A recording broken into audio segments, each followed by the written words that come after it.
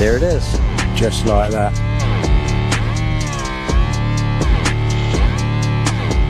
Oh, look at that. Oh my god.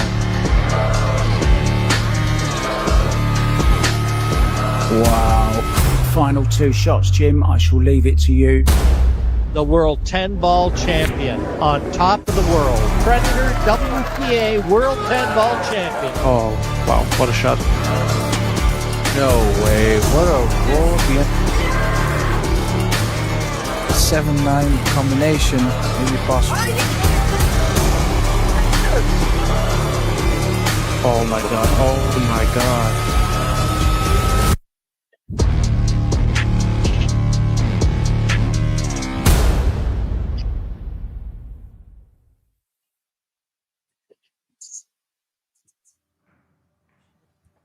And here we go, ladies and gentlemen, pool fans from all around the world. Welcome to Indonesia. I hope you enjoyed that clip. And this is the Women's World 10-Ball Championships here in Bali. 64 women started out. This is the fourth day of 7 here in Indonesia. And we are down to the loser round 3 match between Jessica Centeno, who you're looking at, and Wei Su Cheng, who just came off of a big win in Ho Chi Minh City with the Saigon Women's Open, the young lady right there. Also a runner-up in 2022 to this championship. And Jessica was a winner in 2023, so quite a battle to go on. This is George Teachea, joined by Tim de Ruyter, from Dutch champion from the Netherlands. Hey Tim, how are you? Good morning, George. And I think we are very lucky to have such a great match to start the day off with. Two great champions against each other. Yeah, they've seen plenty of action between each other, but they're both tried and tested. Jessica apparently has won the lag, so she will go first. It's 2 out of 3 races to 4 playing 10 ball, and we have the shootout if it's tied at 3 in the deciding set. And looks like a dry break. Take it away, Tim. Push out. Well, instantly push out called. Probably going to push to the bottom short rail near the 5.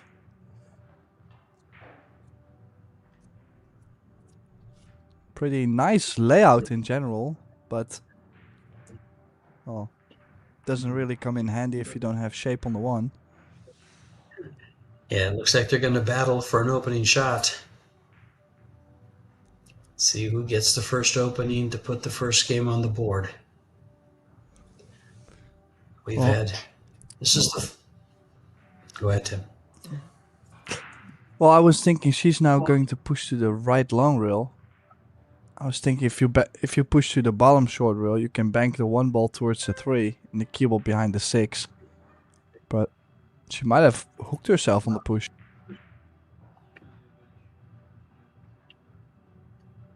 Well, she's going to go for the kick and stick, I think, Tim. No, she's going to give it back. Okay.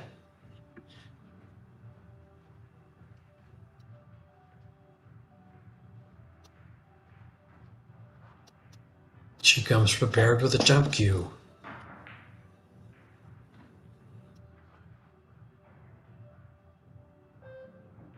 I kind of like the kick and stick here. You just kind of kick the ball, and she's calling it in the side just in case. She's trying to get the ball down behind the stack of balls down there. She hit it perfect, Tim. Look at this. Even the speed was great. Yeah, even though Jessica, since she can still see the 1, it's difficult with the 1 and the cue ball being so close to the rail. Still gonna try and catch this half ball.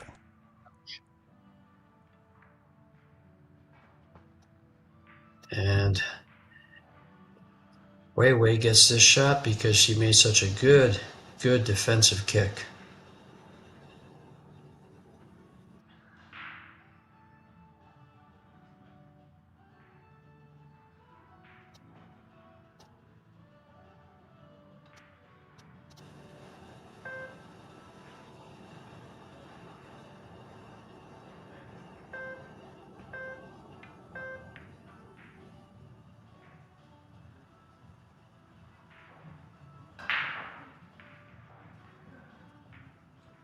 we're gonna have to start having. We're gonna have to call this shadow killer. We're gonna have to call her the freezer. She's frozen the cue ball on the rail twice in a row now. Makes it difficult to start out.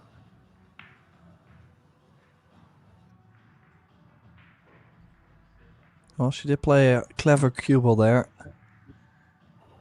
Obviously, we're gonna see Jessica trying to go aggressive on most of the opportunities. She likes to really chase it. But she's played a good cue ball in case she wouldn't make the one ball.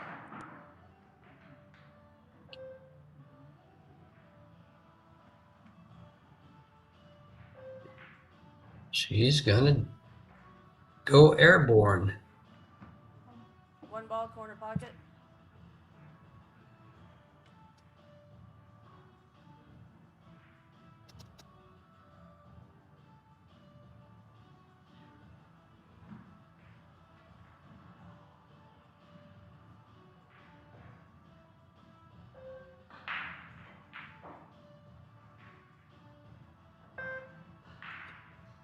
Both ladies very handy with the jump cue. But she didn't get a takeoff there.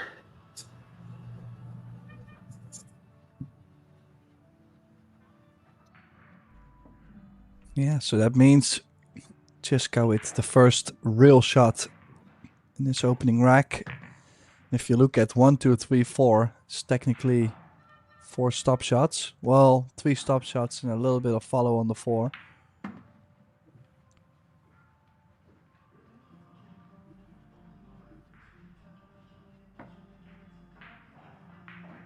Yeah, maybe to get straight in on the 7 from the 6 ball, but I mean, I don't think all the people would complain about getting this layout to start the match with. And it's going to put Jessica nicely at the table.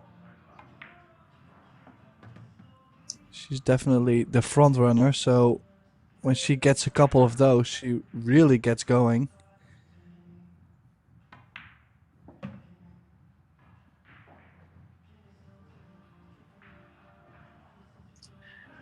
Jessica, a free-flowing spirit here on this table. She moves like a ghost. Only unlike a ghost, she's very deadly. And that's why her nickname is the Flash.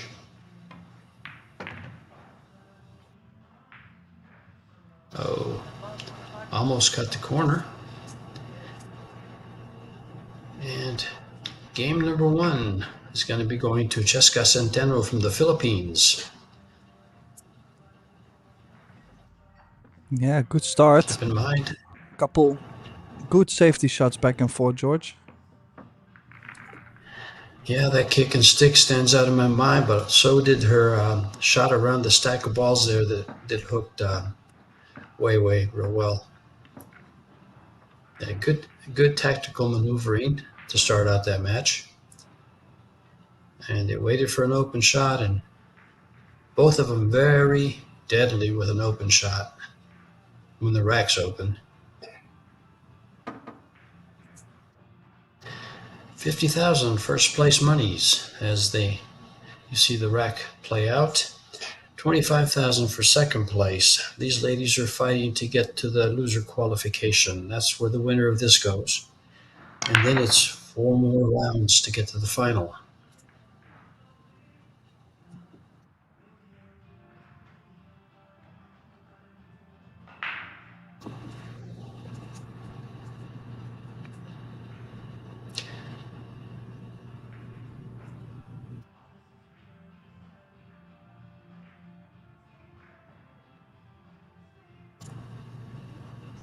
Well, the first shot goes to Wei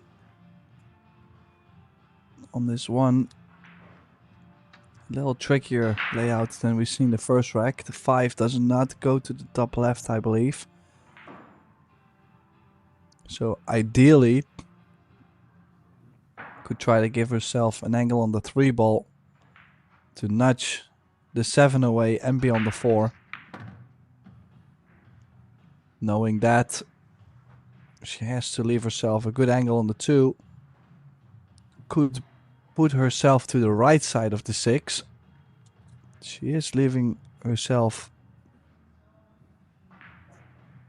I think she's going to leave herself more difficult here, George. She's just going to put the cue ball in between the 6 and the 10, but how to get on the 4 from there and how to solve the 5.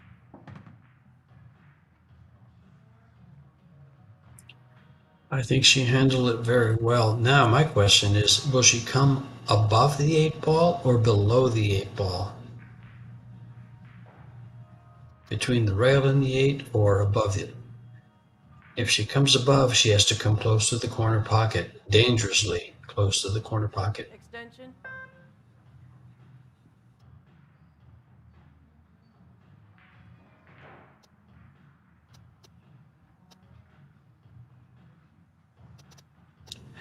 Wei Su Shen defeated, well, actually, she went by Wang Xiaotong and then lost to Zhou Jiajia, but defeated Joanne Aston from Canada. Jessica started out with a win over Brittany Bryant, and see how close she came there. And she might have a window. But Jessica defeated Brittany Bryant, but lost to Amber Chen, and then defeated Savannah Easton. And they find themselves in this loser round 3 match against each other.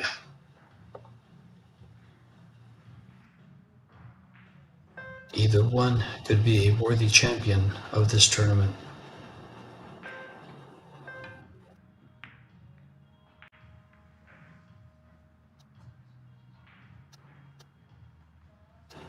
Yeah, she was not on the 4. She might have given Jessica the angle on the 4 to actually work the 5 ball out. So Side pocket. Wei doing all the hard work for Jessica to pick up the pieces. One good shot. I was expecting her to play the 4 to the bottom right, George, and run the cue ball around the 8. Well, Jessica can be a very surprising player. That is a good point. She is. She's a ball of fire on that table. Telling you, she just burns right through it.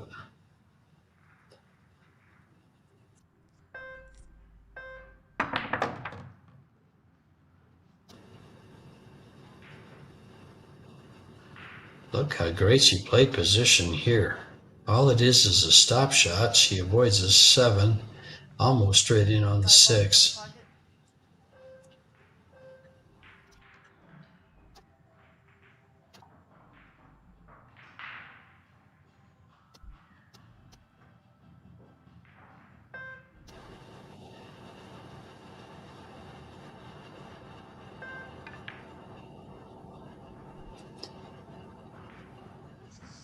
Yeah, I gotta say, it was super tight. I wasn't too sure if that was really on. She really tried. And now the whole 5 ball case is closed. Up for grabs for the P-Night to double the score.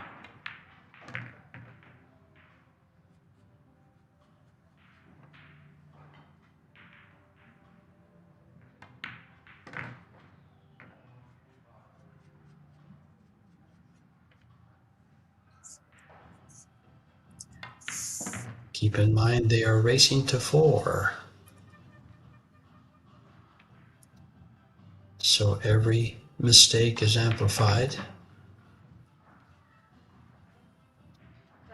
And a lot of good shots are rewarded.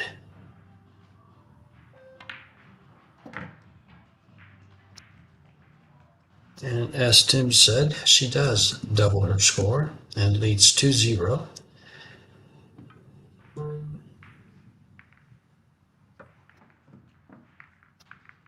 Angela Williams, your EPBF referee. will be taking care of the racking duties and keeping these young ladies in line, making sure they don't fly too high off the table.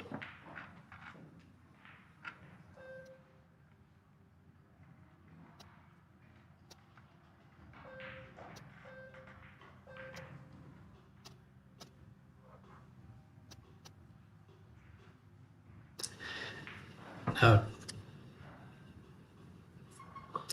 take a look when she shoots this 5 ball. If she shoots it with a little right English, oh, they didn't even show it. I was going to say, if she shoots it with a little right English, she could have probably pocketed the ball. She kind of just stroked at it, poked at it, actually, which is probably the main reason for the miss.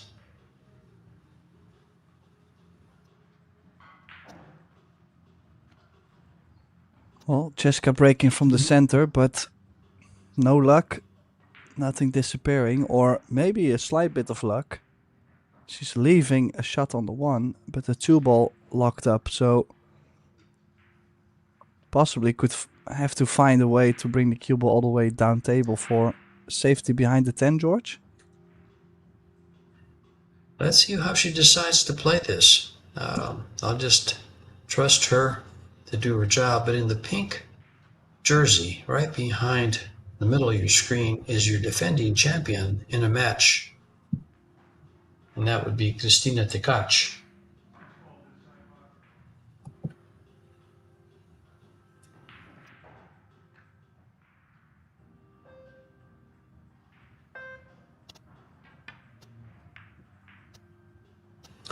She is locked in battle in the winner's qualification against Zitui Charlene Shai from Singapore.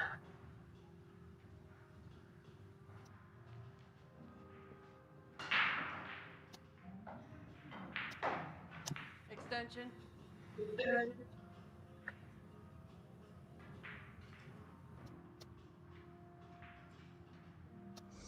Yeah, good safety from way, but the jump always available and a lot of traffic on the table.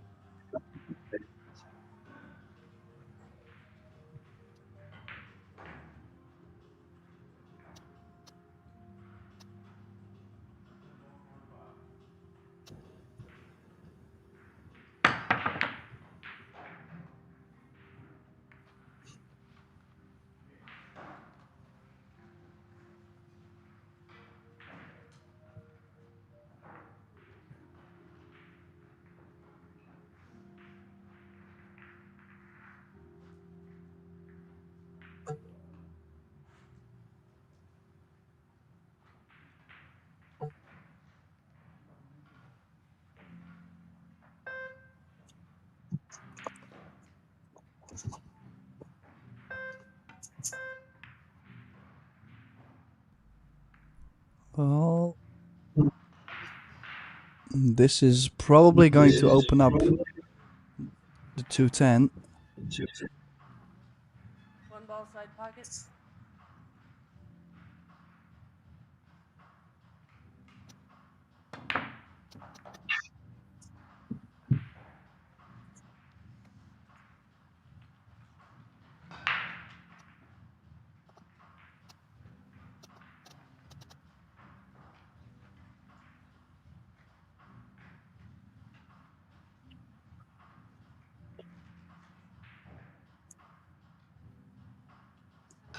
One ball side pocket.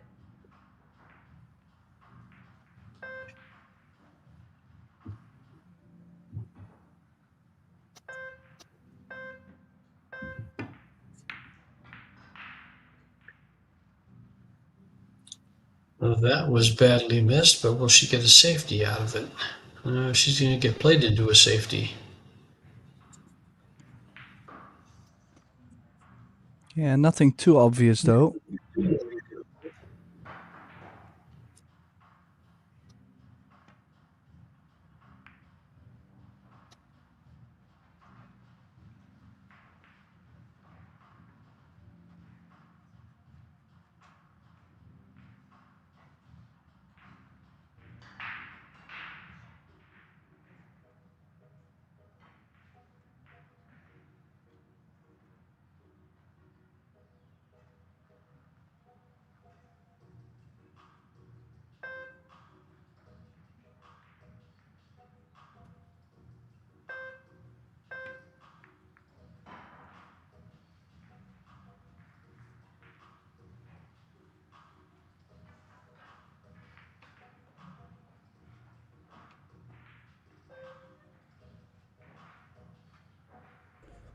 Well, this is a pretty difficult one ball to get to.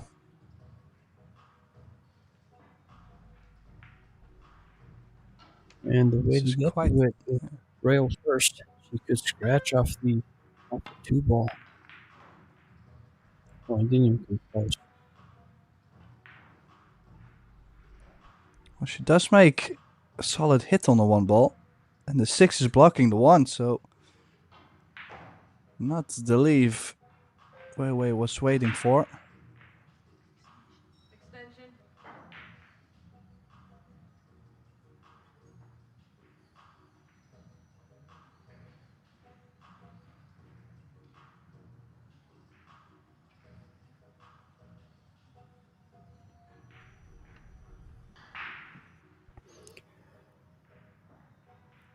And Wei Wei trying to figure out this 1 ball. Ball corner pocket. Is she playing the 6-ball combo, or is she going to play the 1 ball off the 6? Well, it would be very aggressive. To go full for the combo comes with high reward, but also could lose her this rack and possibly the set. She went very aggressive. Was she playing the cue ball safety in mind there? Well, she must have, because she's nowhere close to position for the 2-ball. 1 ball corner pocket.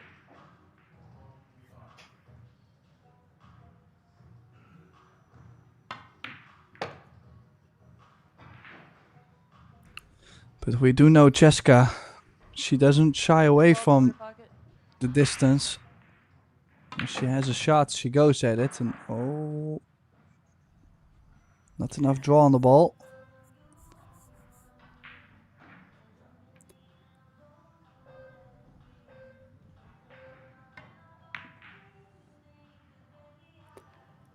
Yeah, quite a big 3 ball landing pocket. space there behind the 8-9. That was a pretty good shot. It wasn't too difficult to put the cue behind the 9. But surely it's gonna put Wei Wei in a little bit of a spot.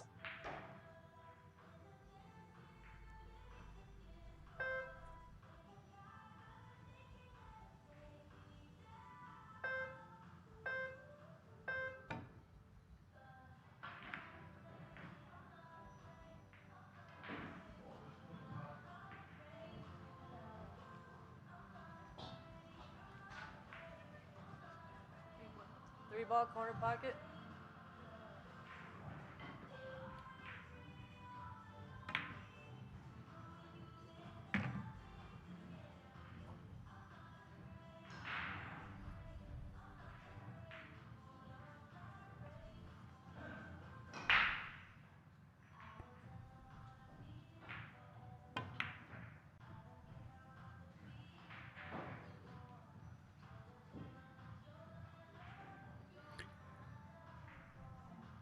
Cheska playing rather cagey.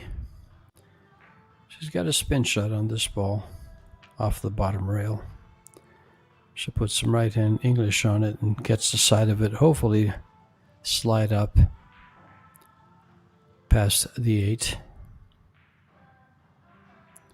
Might go into the 5.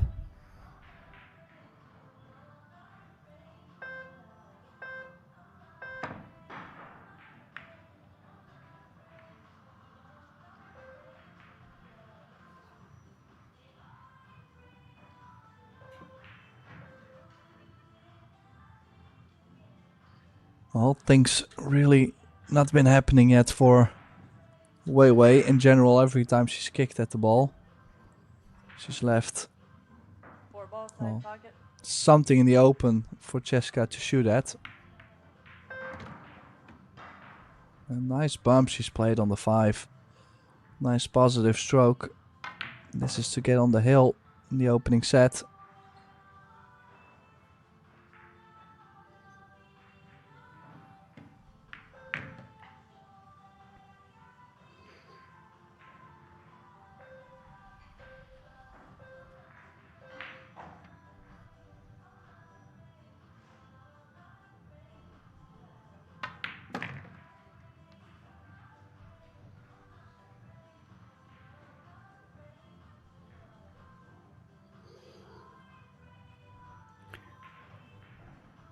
She's got just a little bump here.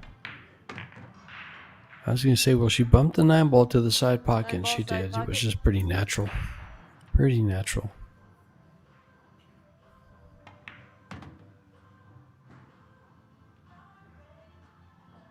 Ten ball, corner pocket.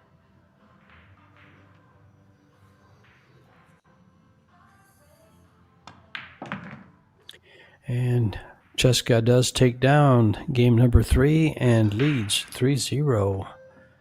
No offensive response from Wei Wei. We are sponsored by Predator Group, Yalin Box Billiards, Kamui, Ben Billiards, Isaac Billiards, WPA, and Little Monster. There's 3 world titles available here in Indonesia these 7 days. You have the men's doubles world championship, first time ever that was just won by Chinese Taipei in a final match versus Canada.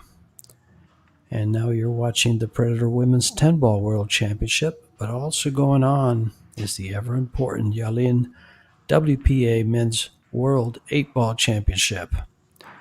Defending champion is Joshua Filler, and a player of note that is hunting for that championship title is Shane Van Boning, along with many others like Torsten Holman, Ralph Souquet. I could go on and on. The talent in these rooms, in these walls, is very, very high.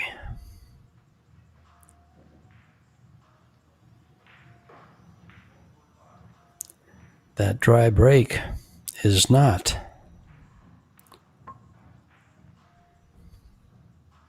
Open on the 1. Are you going aggressive, Tim? Yes. Yeah, I like to go 2 rails around the 5-ball for the 2 in the bottom left. I mean, also, if you look at the score, you kind of have to do something at some point. You cannot just turn down every shot.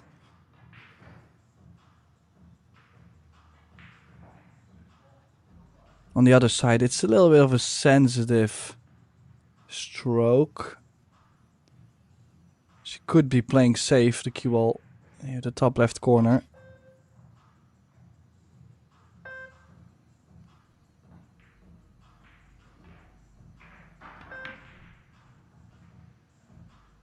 Yeah, that's what she's played. The biggest problem with the safety there is she was never really going to stick the cue ball with a ball. So the jump cue most likely to be out. And as long as Cheska can make a hit, she might get away with it. I mean, that's something we've seen yesterday. You taught me something.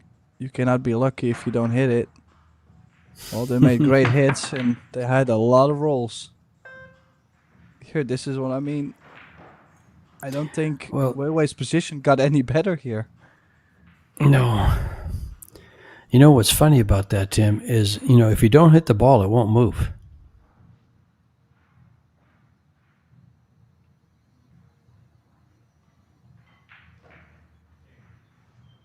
You almost sound like Johan Cruyff when you say these things. Just makes complete sense. With a bit of a smart aleck to it. Uh-oh.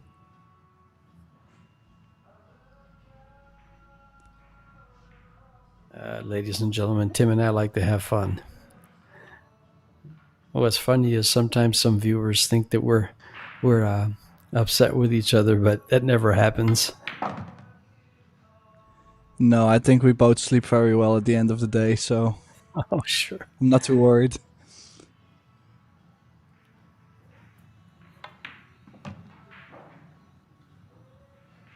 Well, it's left herself more cut on the 3-ball, but she does need that angle to go 2 rails to the 4. This shape, if she gets this one.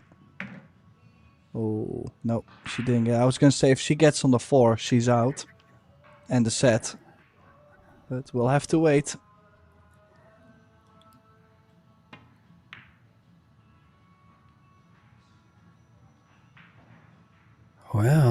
She's given up a shot. It's not an easy one.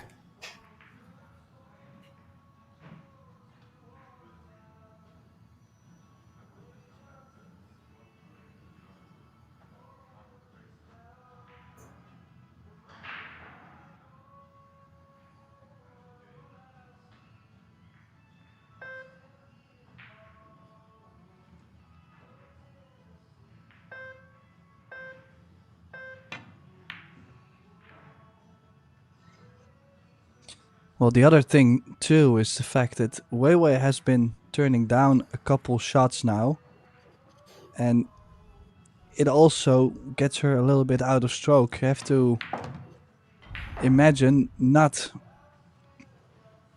Well, if you've been playing safe all over the place and now suddenly you have to play that long shot, you can understand that's going to be a little bit awkward, a little bit tricky. Still cold at the table and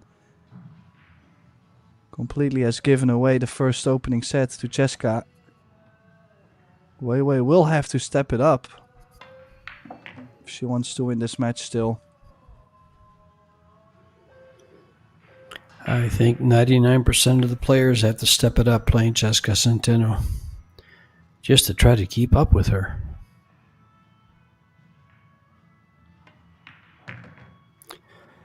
The young lady is 26 years of age. Her opponent is 35.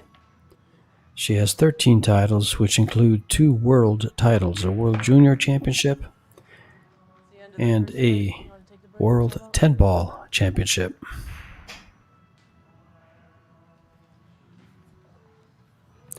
And there goes set number 1. They're going to go to a timeout.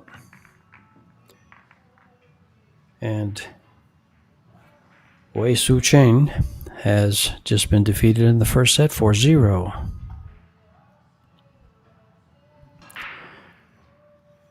She will get to break first in the second set to start things off when they come back. Meanwhile, I don't know if I talked about money, but there's $615,000 available here in Indonesia.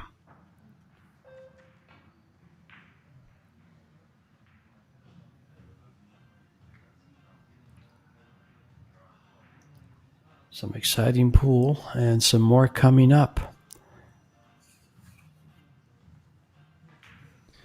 Well, we just finished the men's doubles World 10-Ball Championship. One of my favorite events. But on the other side, the World 8-Ball Championship is definitely high in my rankings too. Definitely a lot to talk about playing 8-ball. A lot of things to go over, and I think it always makes for a great show. You know, speaking of going over, what do you think of these stats here, Tim? What sticks out to you? Well, I just think it's super shocking for Wei Su Chen to play a player overall performance of 125. So that's based on a scale from 0 to 1,000, a 0 being not so great and 1,000 being the best you can play. Perfect set. And gotta say, this is a really low stat. Of course, it's in 4 racks and not too much table time, but then still she will definitely have to up her game. She's missed 2 balls. She's only pocketed 1 ball overall in the set, and she did have a couple shots, so really has not been going. Yeah, and those stats are provided by the pool stats guy, Michael Salmon. And you can also see Cheska's safeties, which were just a couple of them actually, were very high as opposed to YALIN's.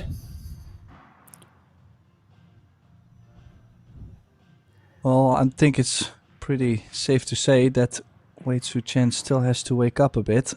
This is the first round for today, and I mean, clearly Cheska, she's looking really steady at 863. There's not much you can say about Cheska's game so far. No, she's been productive and accurate, and just take a look at the balls pocketed. YALIN pocketed 1 ball in the first set.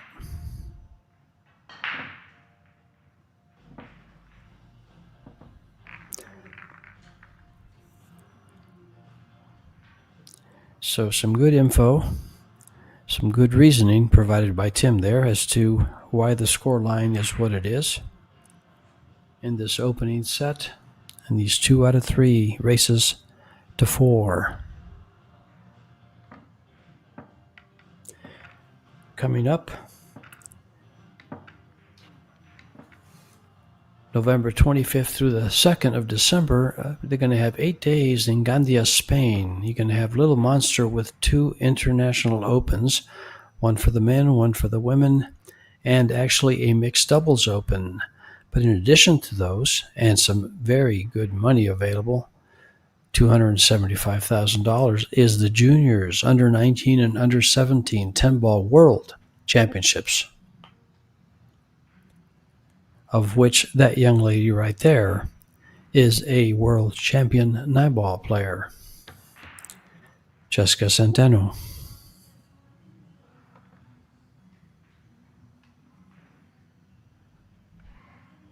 I might have forgotten the word junior.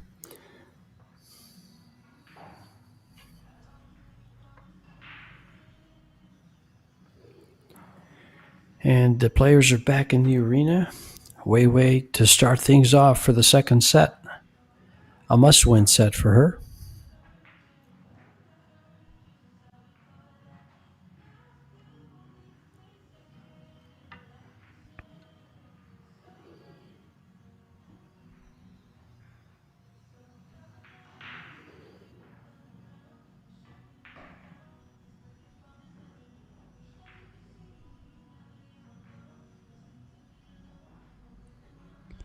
So it's way to break from the side rail. Not finding a ball to drop, and a pretty easy safety for Cheska to take the lead once again. I think she can just roll up on the 5, just the right side.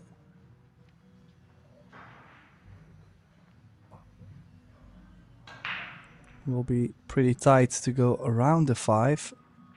Sure, she can always play the 1 rail, so it's not a guaranteed ball in hand.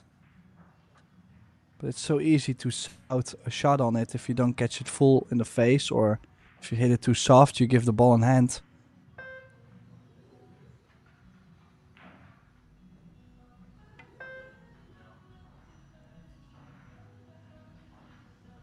Foul. She's come right in between George.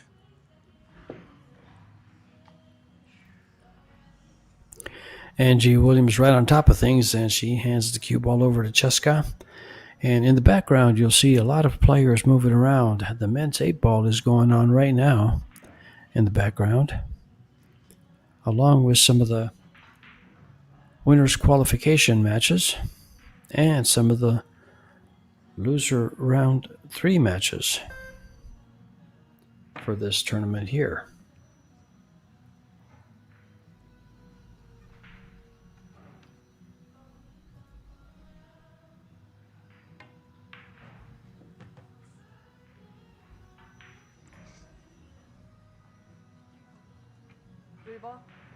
Slightly more angle on the 3-ball. Choosing to run the cue ball in the 5, I think. And thus missed the ball. Surprised she's played it that way. It looked like she had a bit of a different angle than she played for. Got the second prize. She's got the hook. 3-ball side pocket. Oh, Wei going real aggressive, going over the right long rail. She could go in between the 3 and the 9 for the easy hit. She's going all in to pocket the 3-ball, and Extension. I'm not sure if she's going to get on the 4 even if she makes the 3-ball.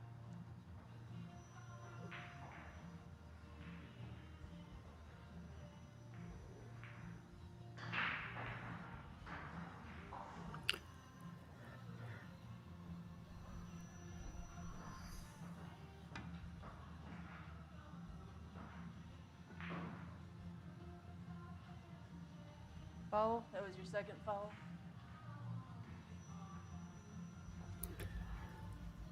And as we watch these ladies play at 1 p.m. local time in Indonesia, the men will be getting started on their winners round 1 matches.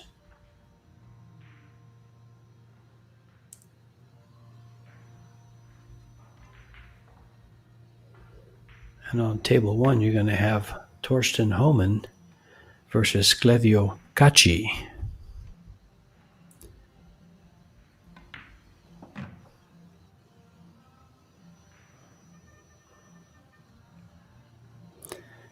Meanwhile, Jessica's making quick work of this first game.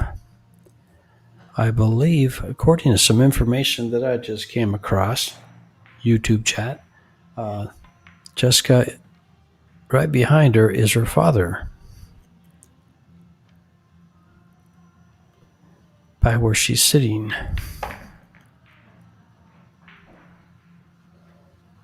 And I've seen her play a lot. I've never seen him before.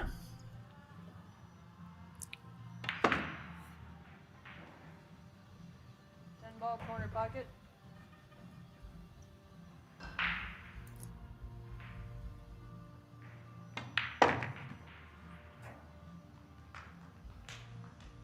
Yeah, she pounds the 10 ball in to take the lead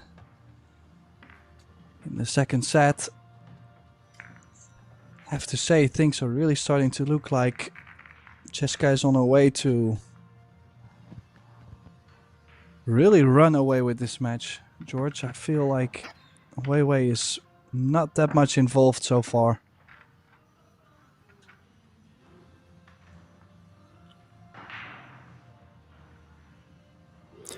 Well, as we watch the replay of that rack, give you a little history of Jessica. She is from Zamboanga City in the Philippines. She is the 6th of 7 children. And if that's her father back there, that must be Fausto Albert Centeno.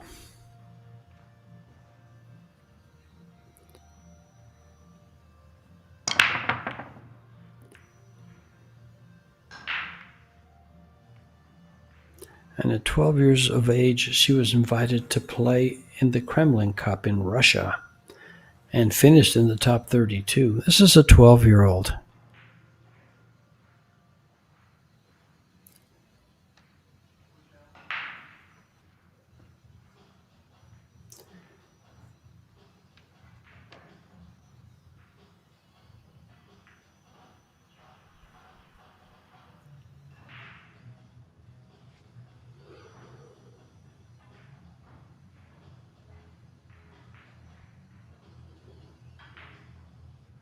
Well, she's already starting with awkward queuing on this one ball.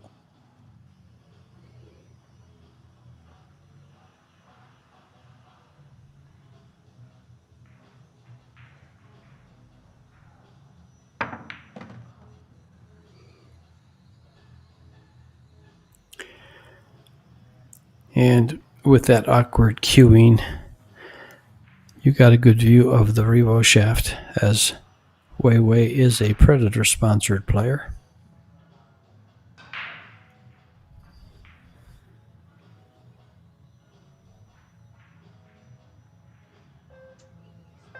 Extension.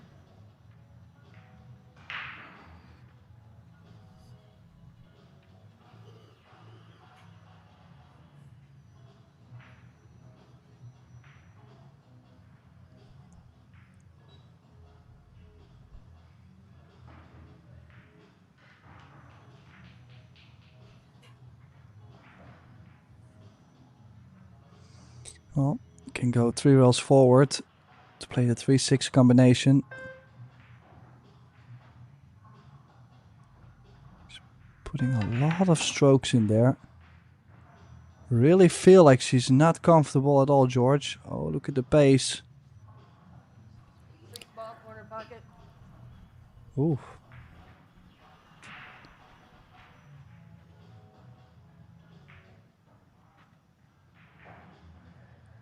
That's one thing I've seen before with Wei. When she's not comfortable, she really takes extra time at the table. Is capable of playing fast, but the shot she just played on the 2-ball, that's where I think it's been a long time since I've seen her stroke the ball that much.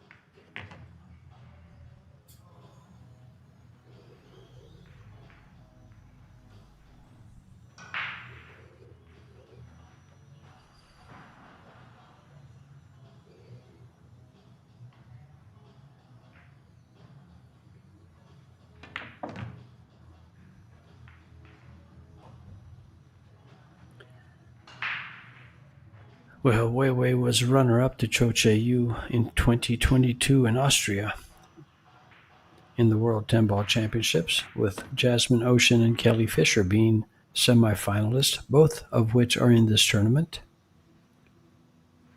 In fact, all 4 of those ladies are in this tournament,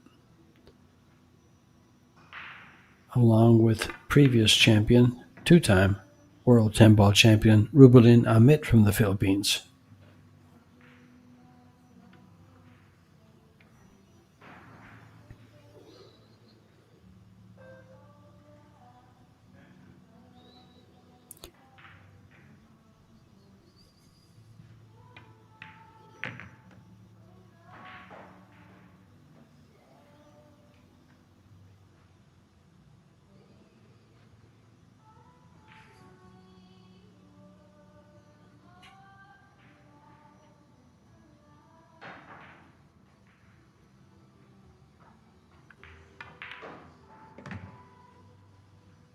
Ten ball, corner pocket.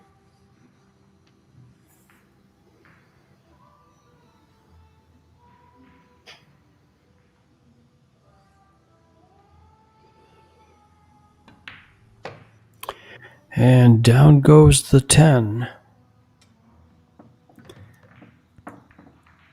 to tie things up at 1, as Cheska opened up with a win in the first game.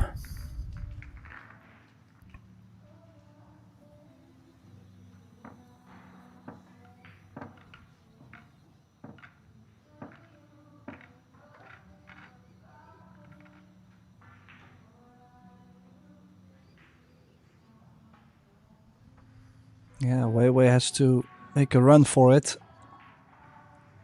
Actually glad she got it done this rack. I mean, we all know how it feels to just keep getting to the table and just not feeling it. The inner struggle can be extremely deep for a pool player.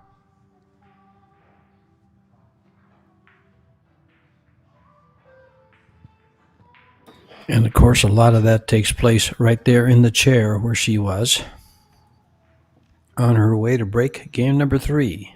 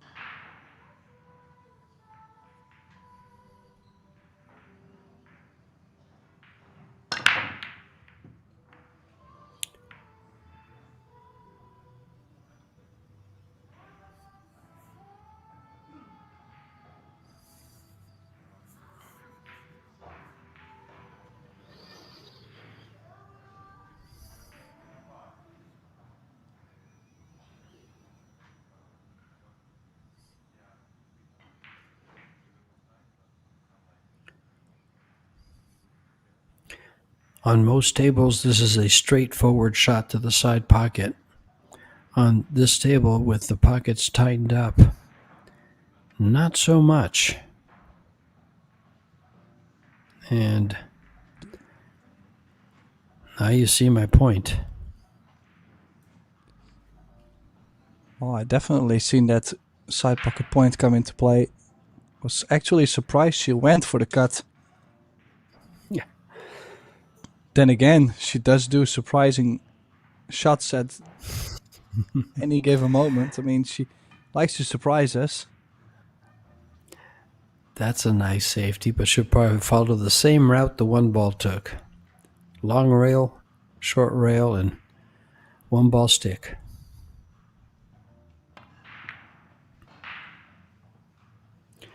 She does that so well. Look how effectively she played safe there.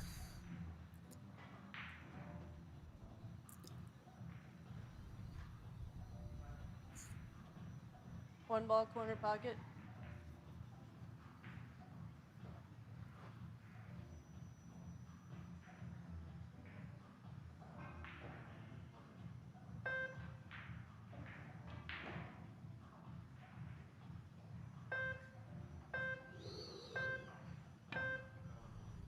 Foul.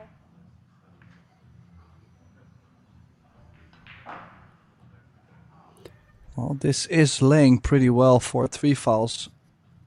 But on the other side, like I mentioned, Jessica is quite offensive. So to go offensive, she will have to solve something with the 6 ball, and that's why she's bumped the 7 ball out of the way.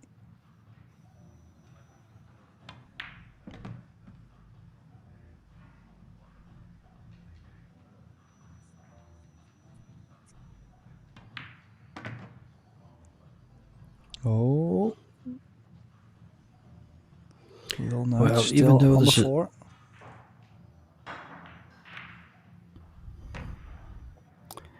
you know, Tim, even though this is a one-loss side match, Jessica is still has her eyes on the prize, and what she wants is another title of this tournament, to have 2 championships in 3 years. In 2024, she was a semifinalist. Ball side pocket.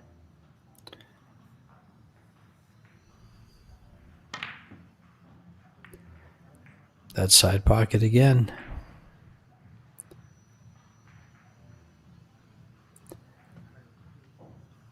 These are the kinds of shots that YALIN has to come with right here. If she's going to catch this young lady, Centeno, she's going to have to come with shots like this and win games from here. 6 ball side pocket. Oh, extension.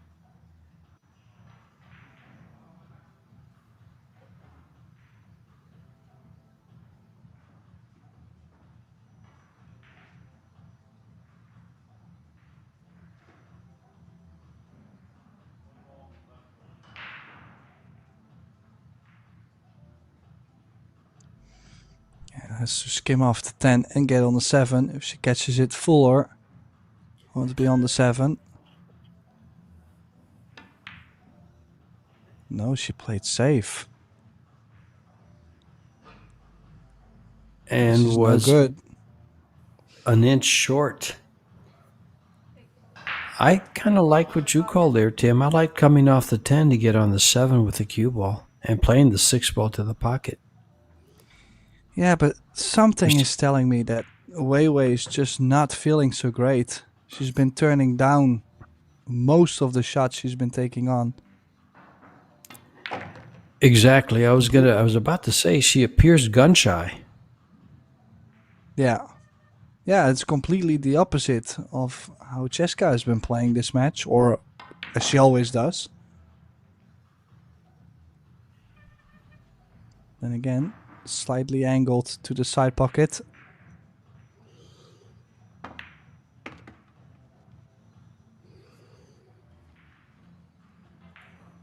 Ball, corner pocket.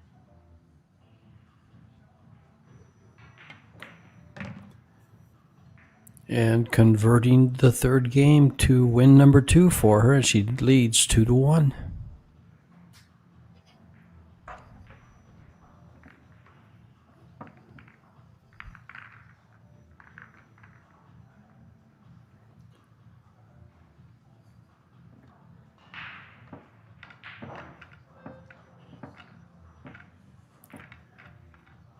In addition to more pool in this last quarter of 2025, you have Jacksonville, Florida coming up in the USA December 16th through the 21st with a WPA Women's World 9-Ball Championship and 2 Jacks Open, a mixed doubles and a men's. So the ladies will be fully focused on the World 9 ball. A few of them will be in the mixed doubles, but you'll have some men representation in the Jacksonville Open there.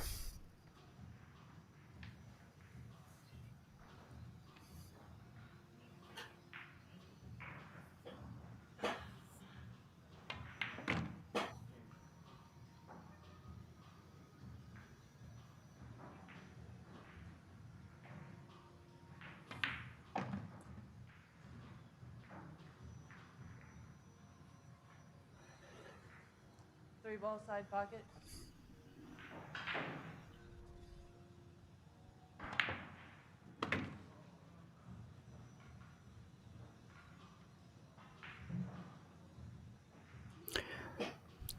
She makes the game look easy. Yeah, blink. She might be on the hill.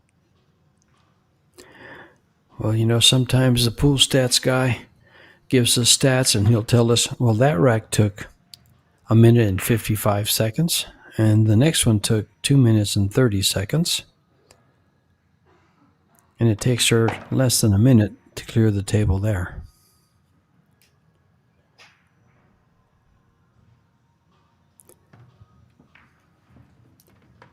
And the second set is 3-1, and she'll be breaking. I'm not sure if Wei will even come out of her chair before this match is over. She makes a ball in the break and has an open rack. You can almost bet, in fact you can, that she'll clear the table out.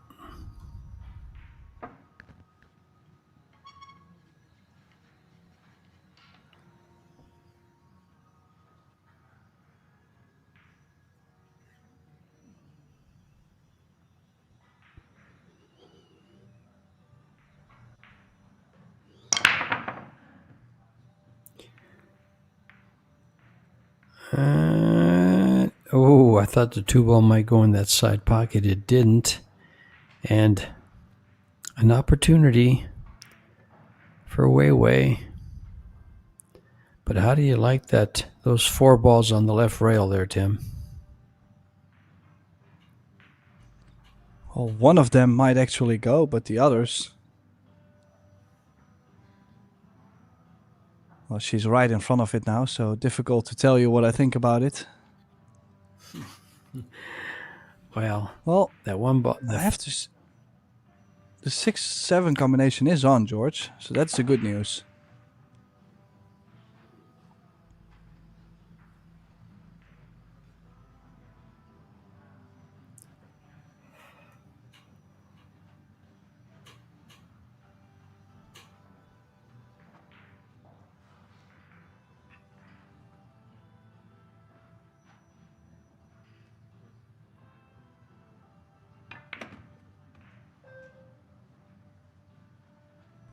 Yeah, just got to make sure she lands nicely from the 4 to the 5. Ideally would want to drop the 5 ball in, roll a little bit forward, and then take the 6-7.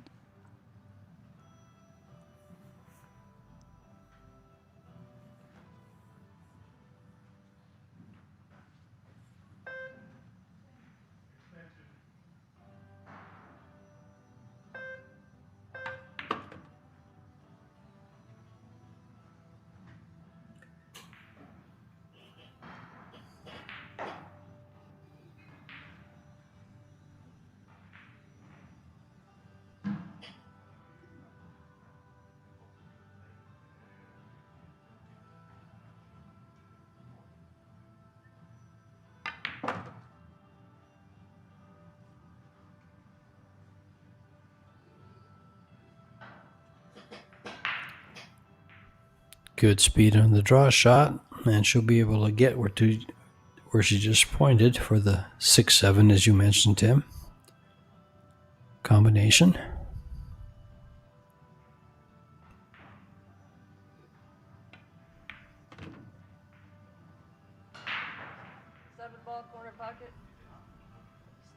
Extension.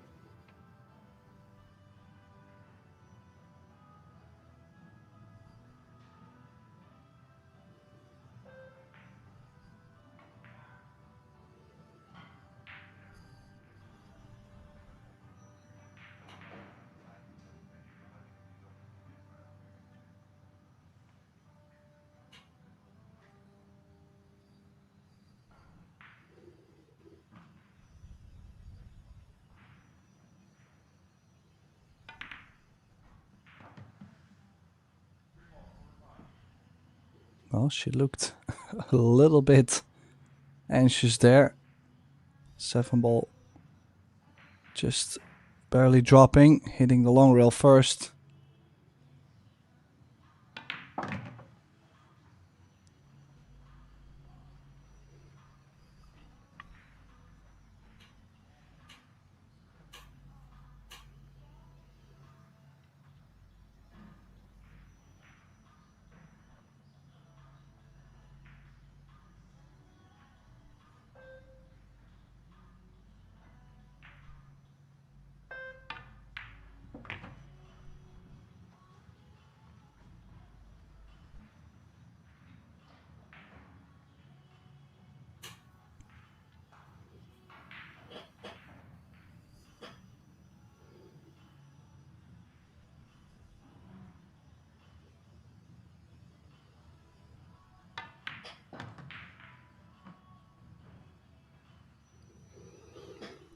And this 10 ball. It's the hardest shot she faced here.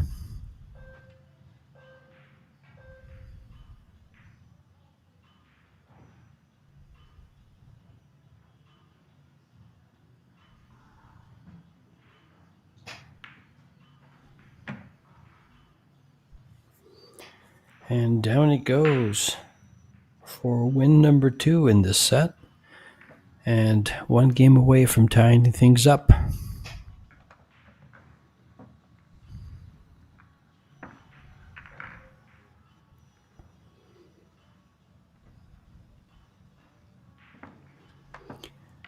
The key shot there was the draw shot off the 4 to get on the 5 perfectly to complete the run.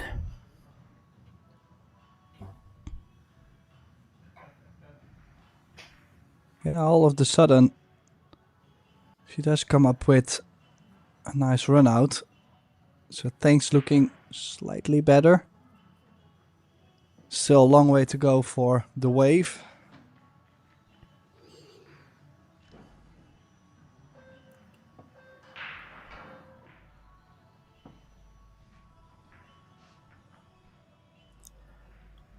From the side.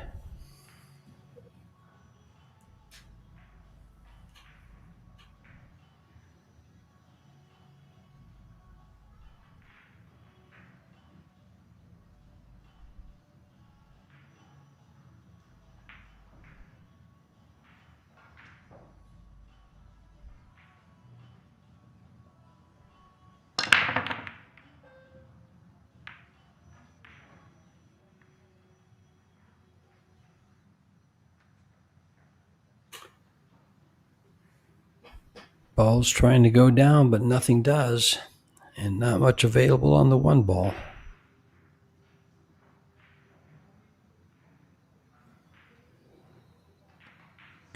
Well, I would say not so much besides the safety. And it's not gonna find the cover.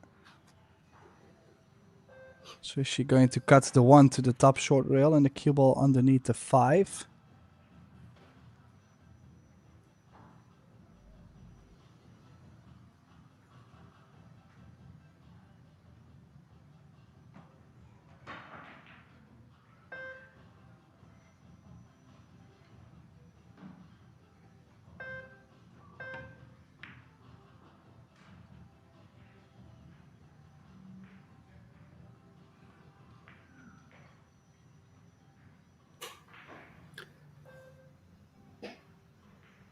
This will give us a good idea if Cheska's going to remain offensive here. She's going to play this ball off the 8 ball. If she does that, it just tells me she's She just gets challenged by the shot and she decides to take it. Illegally pocketed ball. Wei has the option to let Jessica shoot, but she'll probably play safe here.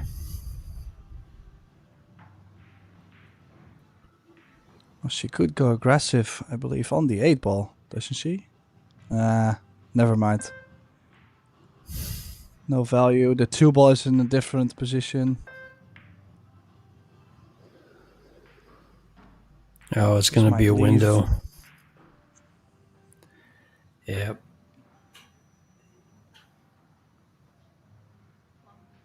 One ball, corner pocket.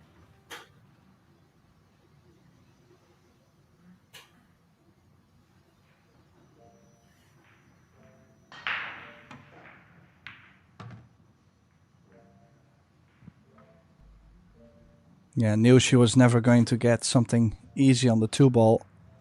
But that's one thing with her playing so aggressive, pocketing most of the balls, is the fact that it gives her most of the time the first initiative to play a good save. And, well, she was awful close of playing a good safety there.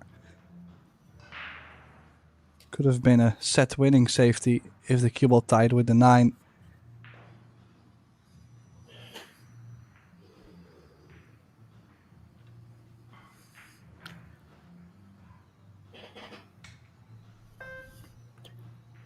Looks like she's going to be playing the 2 ball right at the 10.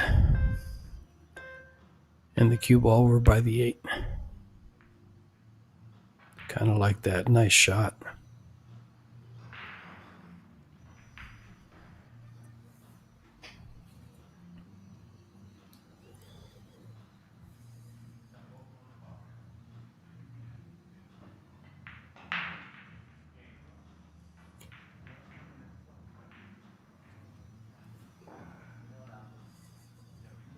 Two ball, corner pocket, extension.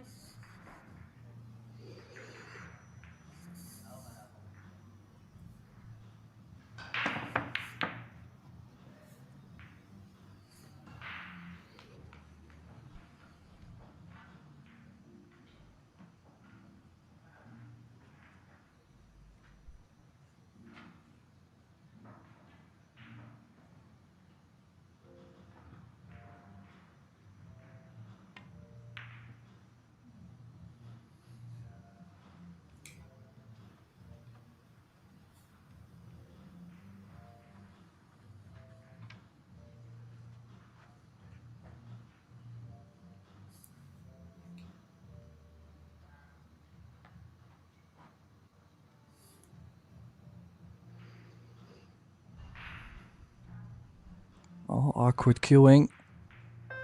Sure, the cut is on. Sure, the 5 ball very much available, but she's called the extension just because she's queuing over the 9. Any spin on the ball is going to curve it away or into this 3 ball.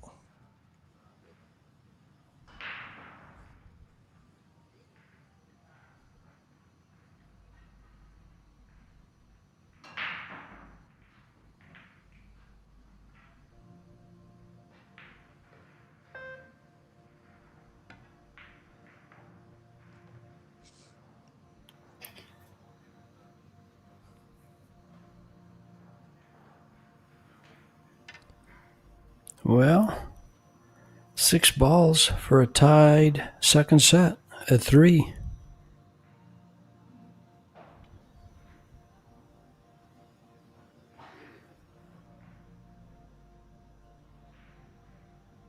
This cue ball should be traveling right towards the 9 or underneath the 6 and back up. He's going to go this way. Okay, nice. Well, can she still miss the 9 ball? Catching the 9 wouldn't be too ideal. Yeah, the cue ball's traveling towards the side pocket. It might miss the 9.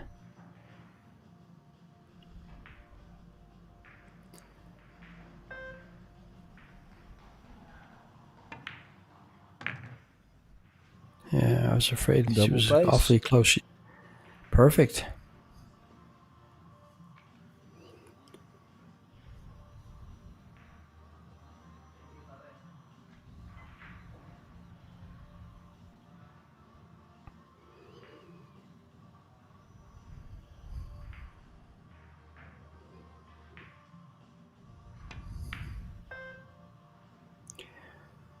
Those side pockets are just being so cruel to these ladies and to the men, to these pros. Yeah, the 7 doesn't go to the corner, but Jessica now checking to cut this to the side. One good shot, 7-ball side pocket. and the match is all over. Yeah, she's called the cut. One good shot. Oh, and almost scratched too. And she's left a scratch. With the cue ball close to the rail, she can't dig into it.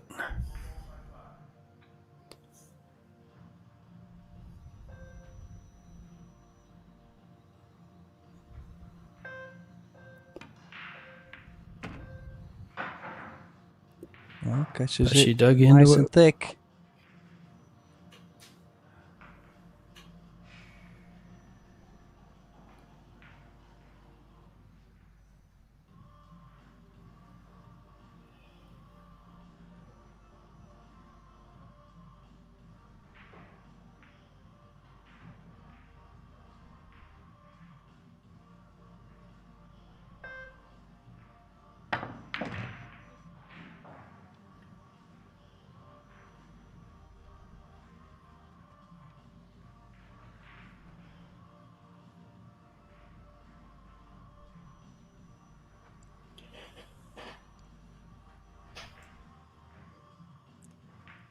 Three rails to get to where she's at now with the cue ball after this 9 to play the 10 ball in the lower corner.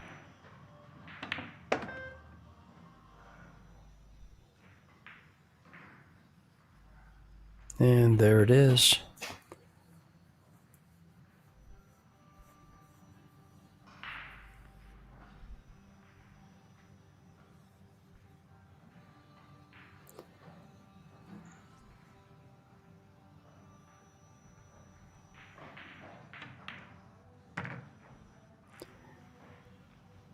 And the drought is over. She's put together 2 games in a row to tie things up at 3 in this must-win set for Wei Su Chen.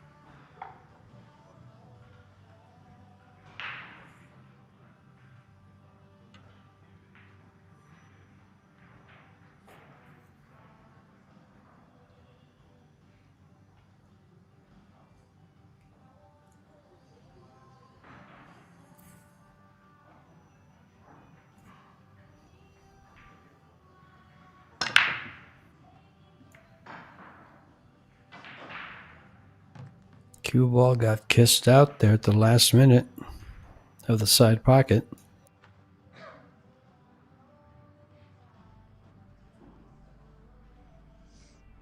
Yeah, look at the result. She's got the 1, the 2 and the 3 in front of the side. The 4 might not go to the bottom left, so that's something to take care of. But still, I can imagine this 1 ball to be a little bit nervy. I think I would play this with top right to run the cue ball into the 5.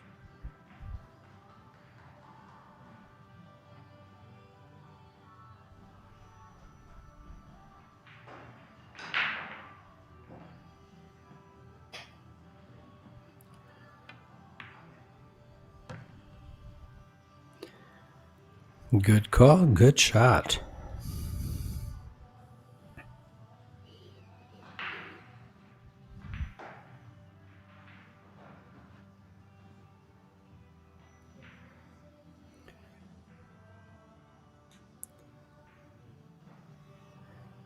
Ten games have gone by. Will this be the first break and run?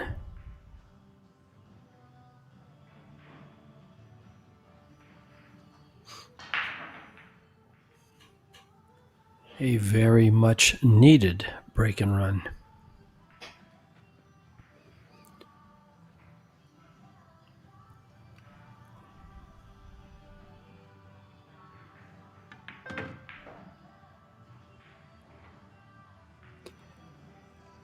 Well, she does get on the 4, but slightly straighter than she would have liked.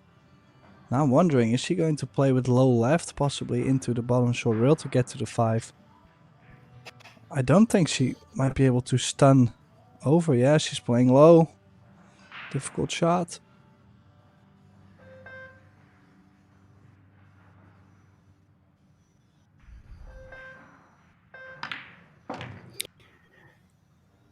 Number 2 WPA and Jessica number 5.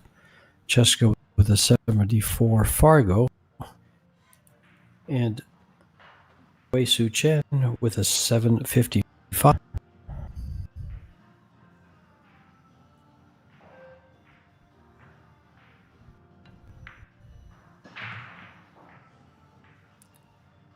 And barring a wheel falling off, we may have the players tied at 1 set apiece. But there's 4 balls to be pocketed.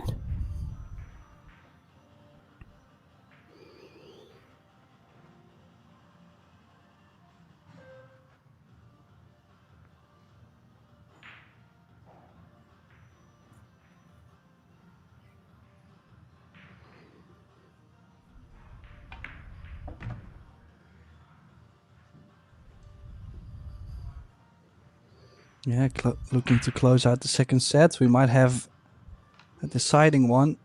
Jessica will be kicking herself because she did have the opportunities to close it out.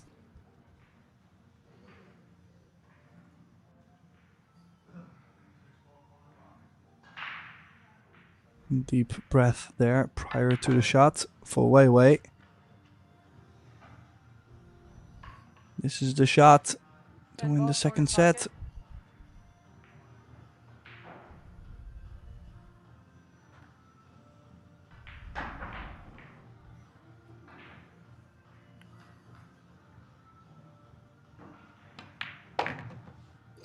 And Wei Wei does make a 3-game straight in the second set to overcome a 3-1 lead and win. Tied at 1 set apiece, Jessica Centeno and Wei Su Chen.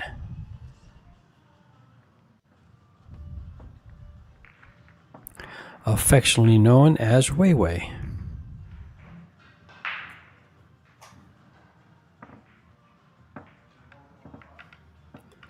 Now keep in mind, in this third and deciding set, if they are tied at 3, you get treated to a shootout.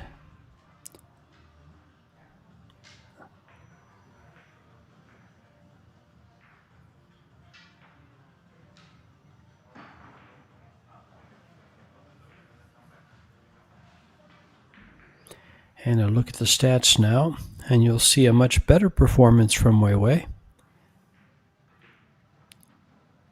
You can see in the overall performance, she's now at 804 from 125 in the first set. And you can see the balls pocketed in the second set, much higher. In fact, they're pretty even.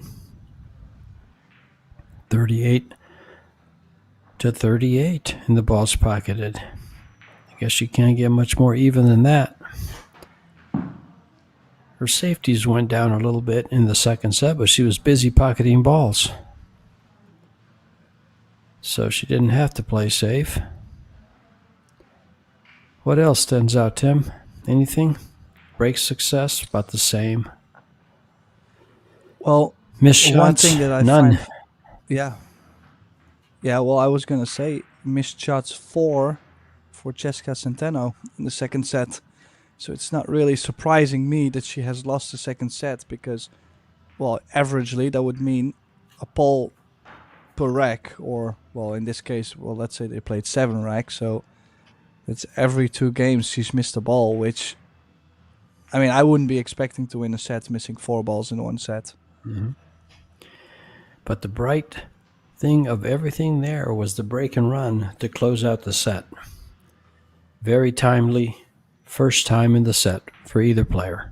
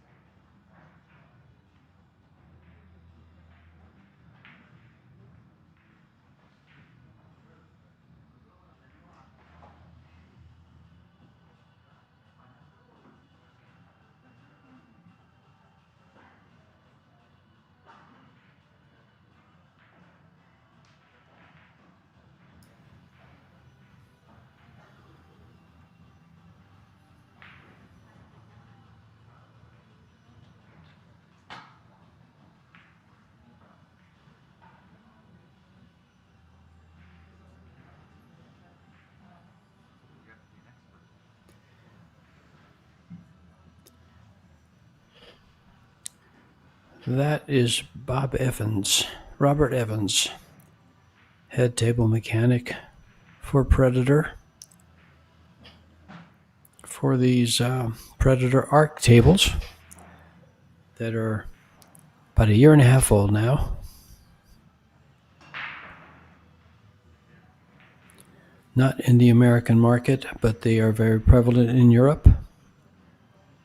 And they are traveled around to Asia by Predator for the events held, for instance, in Ho Chi Minh City just 2 weeks ago.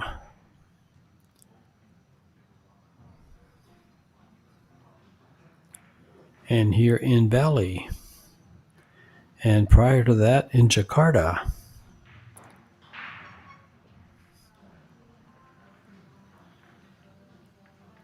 Predator has taken their events on the road, and your event director, Vincent Roquefort, who we've seen travel around the arena here every so often, running things for Predator on site this event.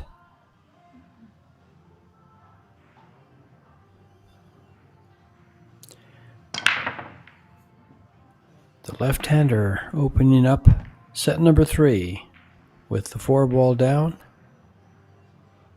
And I believe another ball, so she made 2 balls on the break.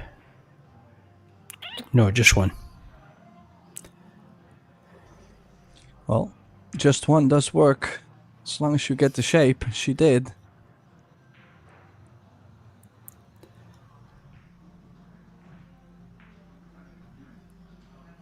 She's missed the 1 ball.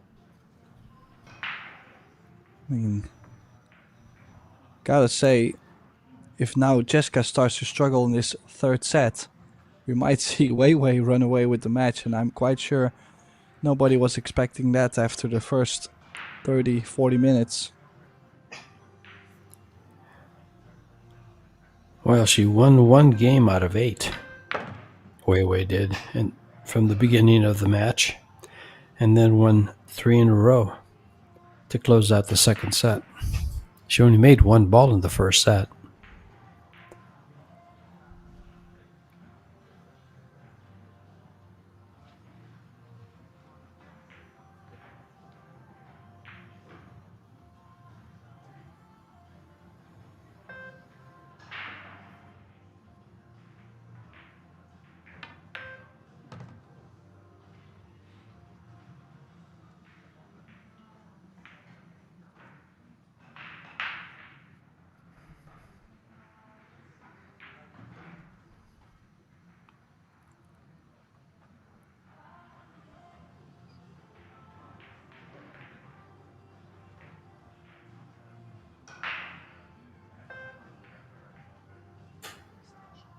extension.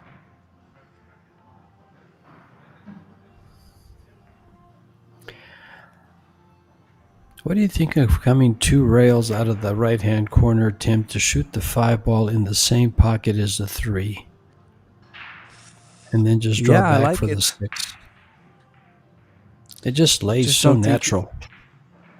I don't think you can get to the bottom side of the 5 unless you're gonna drop this in soft. That's kind of why I thought that way, because it's just tough to do it. She didn't put enough speed on the ball, though. Well, but it's surprising how she did not put enough speed on the ball because she had that the third rail to land on as a cushion. And she's going for the spank and playing position for the 6.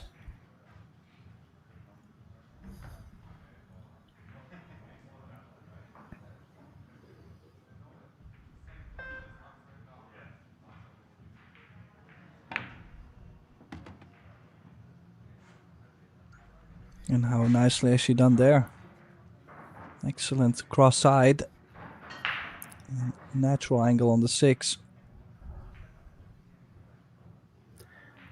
Well, we know where the momentum has gone.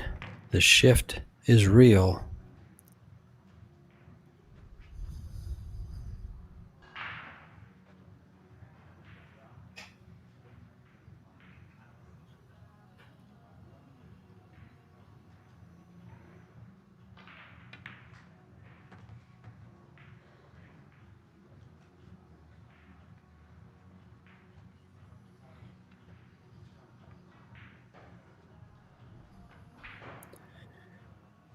Three balls away from a table run to put her on the board first.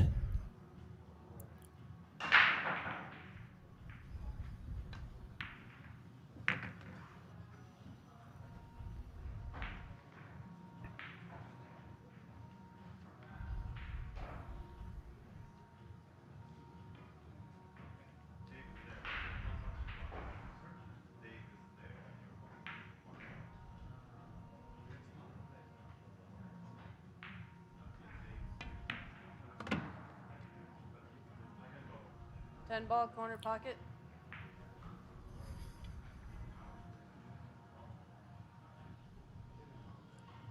Well, cue ball frozen to the rail, but all the momentum is with the wave.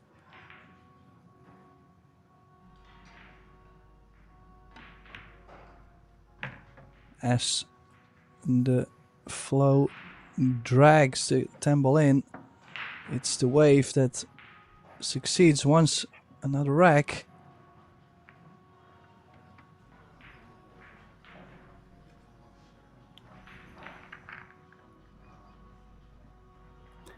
Now this is a great example of how fast things can change in these short races. She lost Wei lost the first set 4-0. She was trailing 3-1. She won the first game of the second set, then lost 3 games trailing 3-1.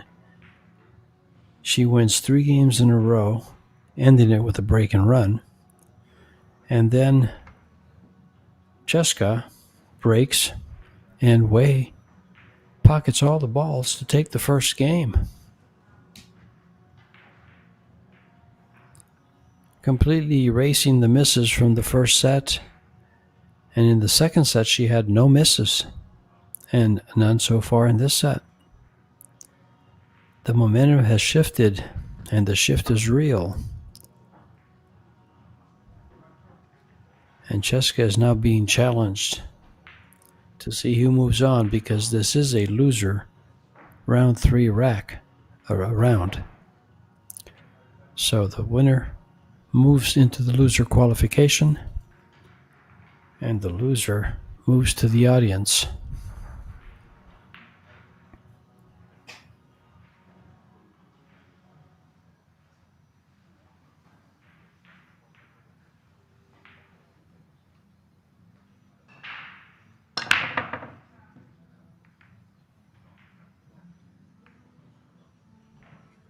Yeah, powerful break. Bit of overcut though. And a dry one.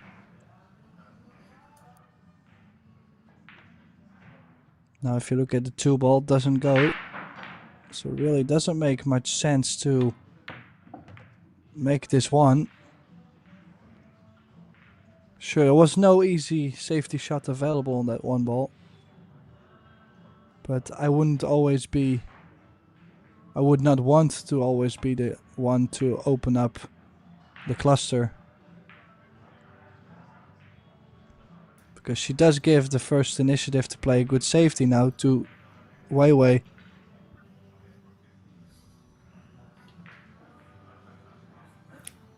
So you like this kick and stick. Is she playing that or just banking the 1 ball between the 2 ball between the side pocket and the 9? Well, cue ball behind the 10, cue ball behind the 6, 2 ball on top of the 9. She's got quite big area. Only had to hit it. Even could have been the cue ball behind the 3 ball. The pace was quite a bit off there.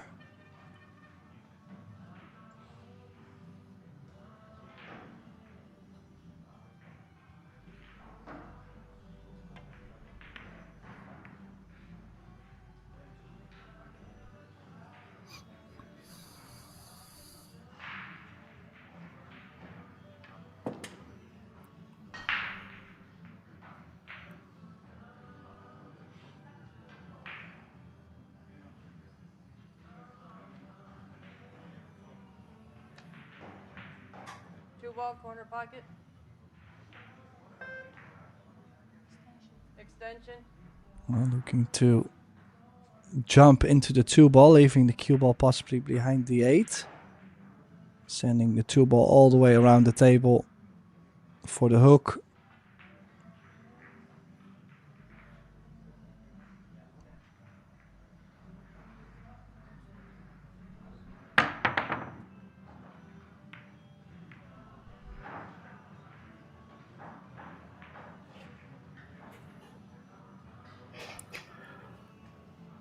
It doesn't look like that goes by the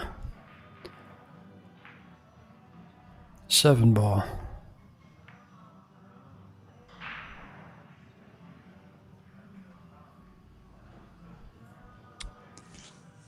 Now, she does get the hook. She does have the safety. The only thing that could have worked out a lot better for Cheska if she would have had the cue ball to the left of the 3 ball, frozen to the ball.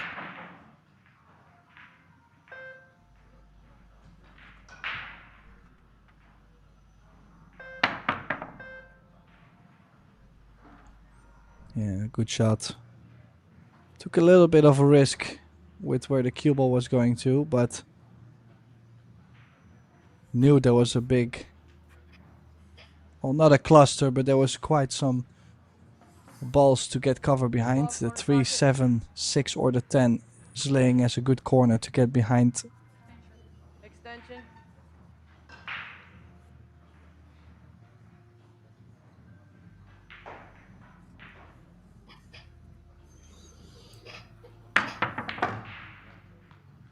But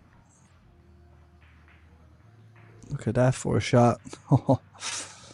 Beautiful jump on the 2. Running into the 3 ball. Don't think there's a carom on the 6. She does now have the first initiative to play the cue ball under the 6, yeah.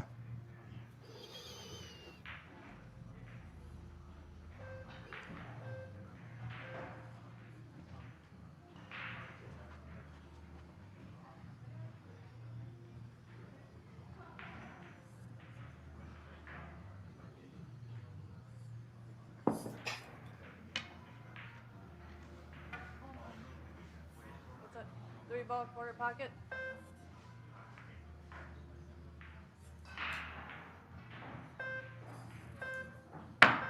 Foul.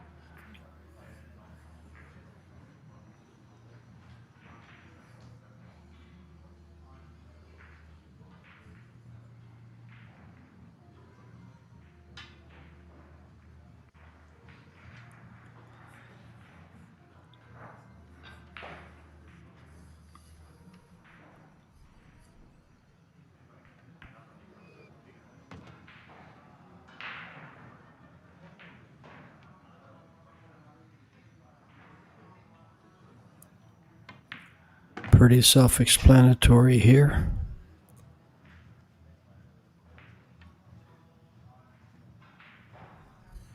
Yeah, maybe a slight bit of traveling from 6 to 7. She's left herself on the bottom side of the 10, so the lay's quite natural.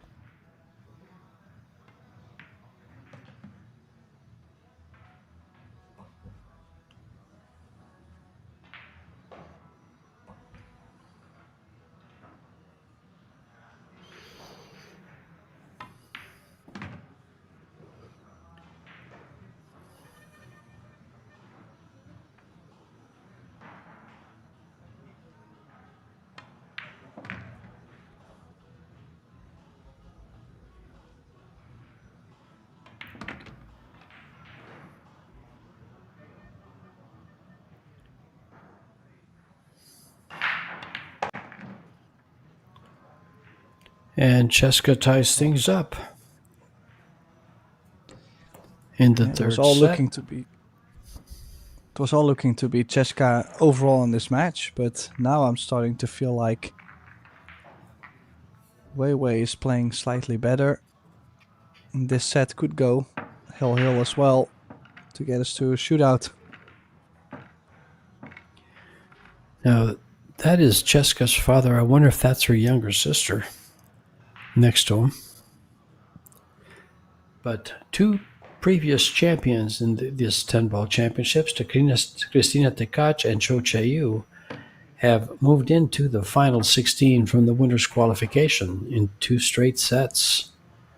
Tkach over Chai and Cho over Fisher, to get to the final 16 and continue their winning ways.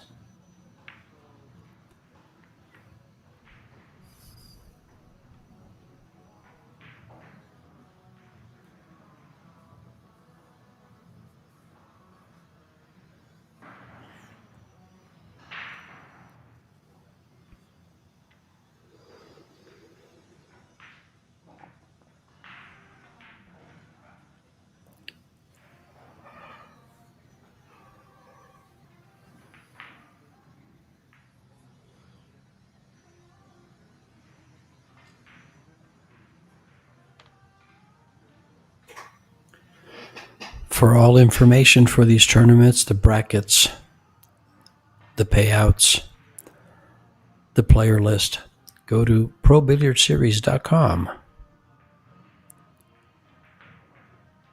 and find the event you're interested in.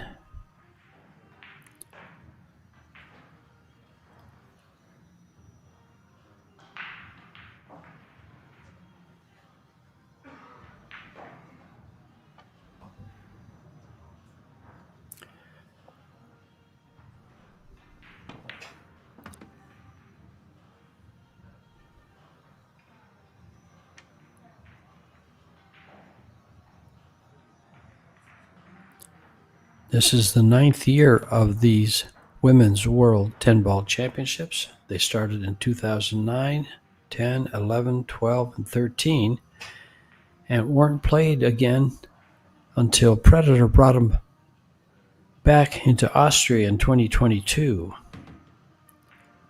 And they've been yearly ever since, 22, 23, 24, and this 25 in Indonesia. Cheska looking good through these few balls she's pocketed. Position on the 6th ball. Thin cut, but nothing she can't handle. 6-ball corner pocket.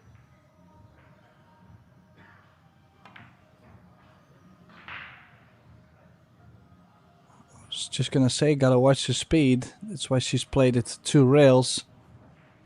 Missed it on the thick side. She was so focused on bringing the cue ball 2 rails that she's missed the object ball. And not saying this is a lot easier, but Cheska could have just left the cue ball on the top side of the table, just Extension. bouncing the cue ball back and forth.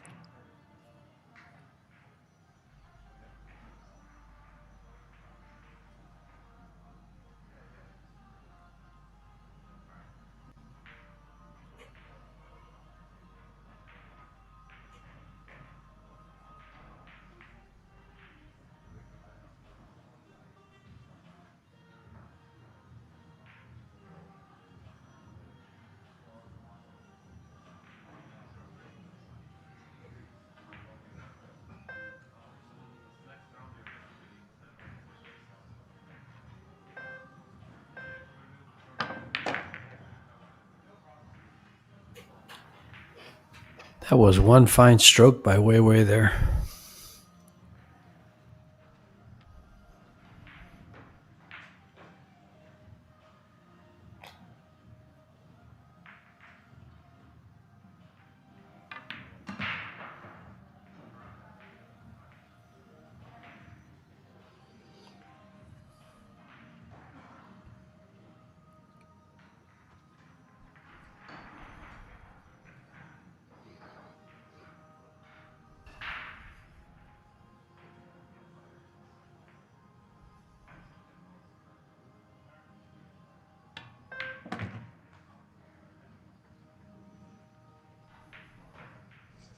Yeah, and yet again, Wei Wei on the 9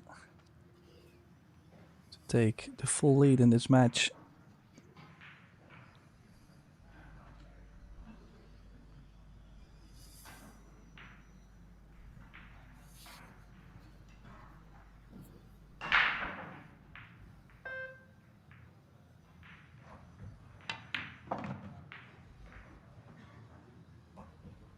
Ten ball, corner pocket.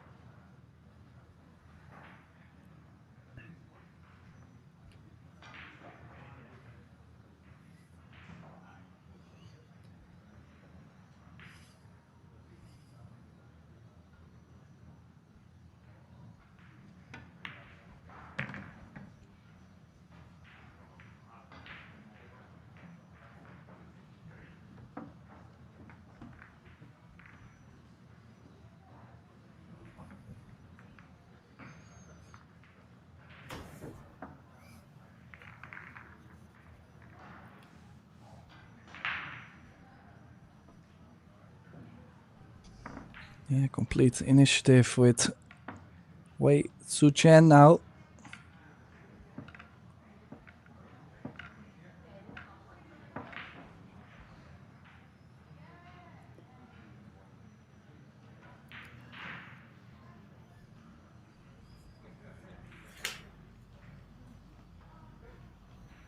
Also, if you look at the differences in formats we have all around the world, if you look at the longer sets, so like a race to 8, race to 9, then that start from Wei Wei, where she lost the first set 4-0, that would probably have brought her to like a 5-0 deficit. And I think this format allows someone to play not so great from the start and then to catch up again in the second set, for example, just finding their game and make a difference. That usually is not the same dynamic as in a long race or full race. Well, that's what I like about these short races, Tim. You know, there can be 3 of them. And in the later stage, there's actually could be 5 of them. But you could have 4 hill matches or 4 hill sets. That changes everything. And the example you just gave was perfect because you can look at the score line, and if it was just games and no sets in between, Jessica would have been leading 7-1 at one time. But then Wei Wei has won 4 games in a row, lost 1 and won another. So the score line would now be 8-6. She still was able to close in. But with this short set format, it plays a lot different. The pressure is, every set. And a set can get away from you at any time. So you made a very good point.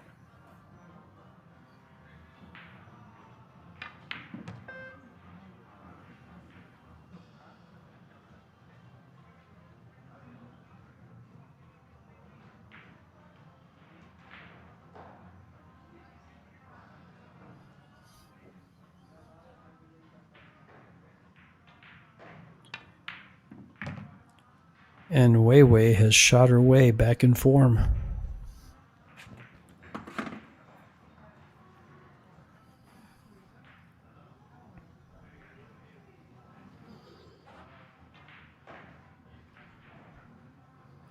And as you mentioned, notice the pace around the table. It's different than it was in the first set. and halfway through the second.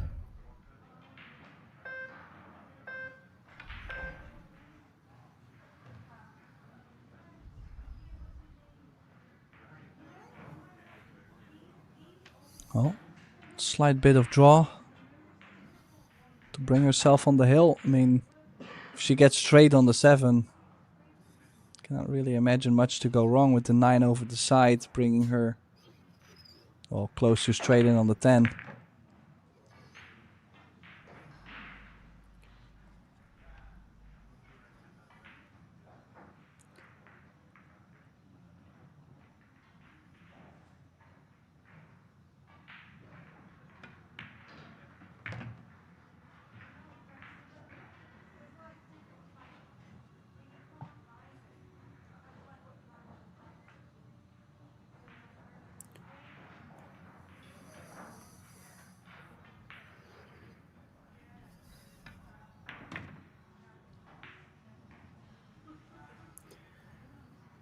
Ten ball corner pocket.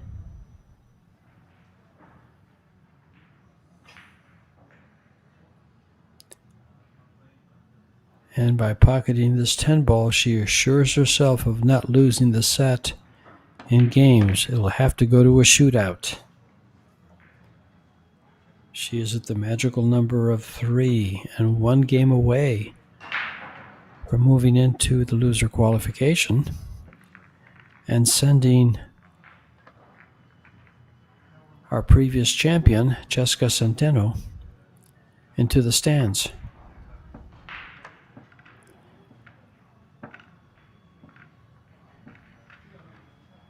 But pool's a finicky game. This break is important, as is the next rack.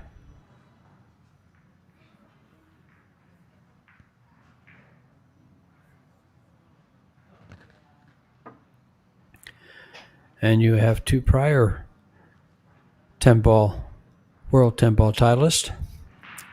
Right behind, in the middle of the screen there, you have Jasmine Ocean and Kelly Fisher.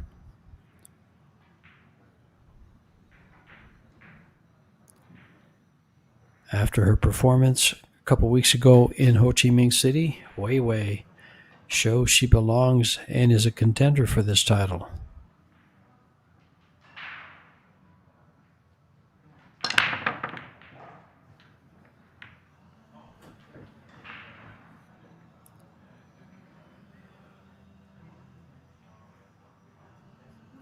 Well, a dry break. Momentum killer, but not really too much to offer on the 1 ball or the 2 ball. And definitely no offer now. Yeah, but this is where I say, like, she doesn't really turn down the shots, so sure, she's going aggressive. But I really did not see any value to cut the 1 and then run into the 2. She's also putting herself in a difficult position at times. A little bit more balance would be nice. See, Well, she's I finding think herself in trouble. If she had played safe on the 1, she would have not found herself in this trouble, I feel like. Well, I think if Jessica has her choice, she's going to pick offense over defense. But as I've seen people say all over, safeties win games.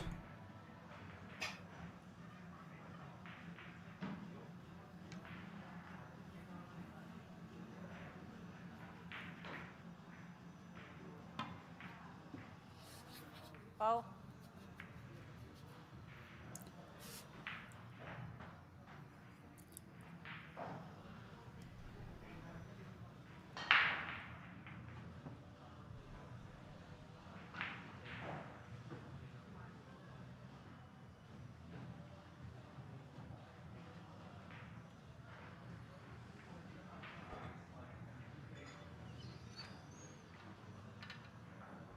Yeah, now the ball in hand, she could definitely go 1 rail into the 6-3. The 3 ball will pop out to the left long rail. Not guaranteed to have something, but Oh. Is there a 3-6 combination? She might be able to throw the ball still in. It looks like she can, Tim. It's headed, looks like it's lined up about a diamond short of the pocket, and the ball is lined up the correct way to throw it. But what does she do with the 3 ball? The 3 ball is going to go behind the 7-4.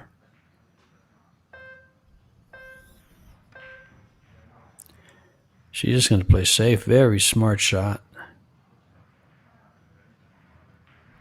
Because even if she makes the 3-6, it was tough to get on the 3.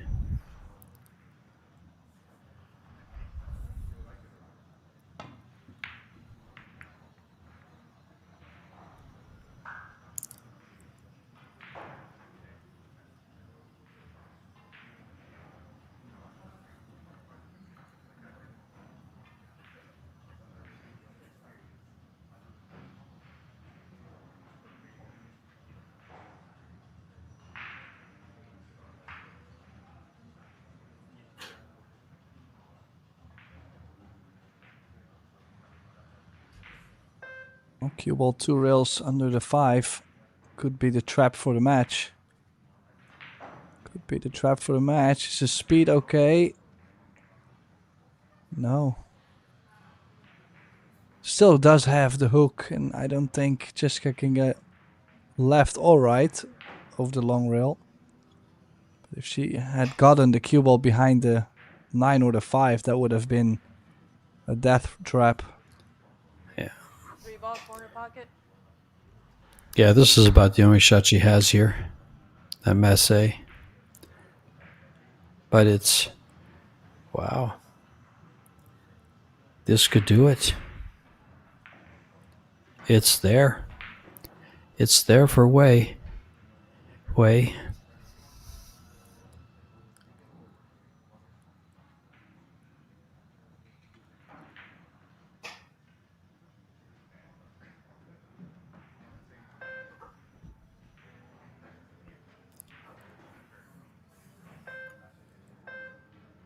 Still has to close it out, though. They might be laying nice.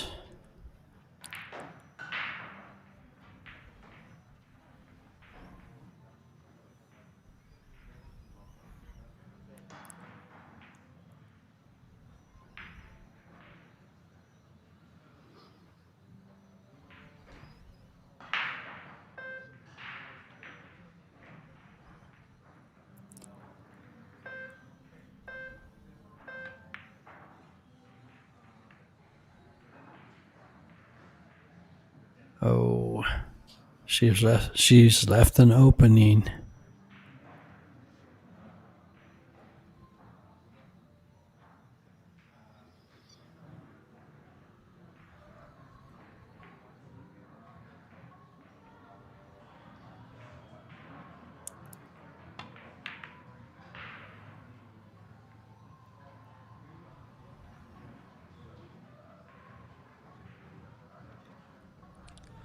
Well, that 3 ball finding its way all the way to the short rail. Not frozen, but definitely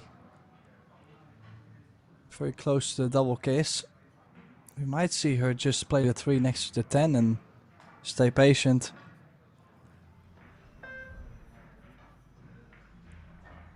Don't think she has a lot more.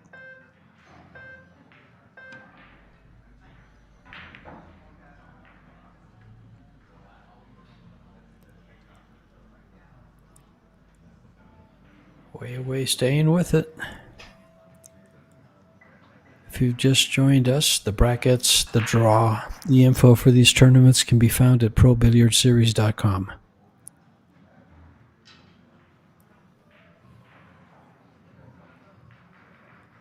Three ball is frozen.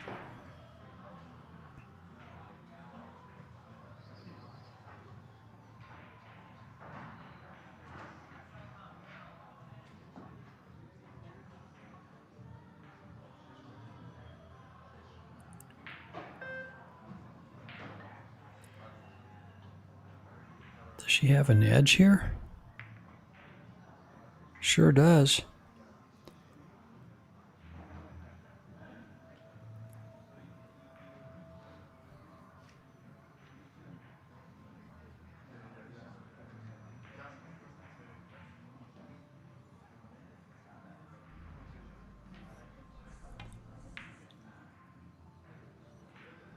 Uh-oh. She caught it too full. Oh, Cheska.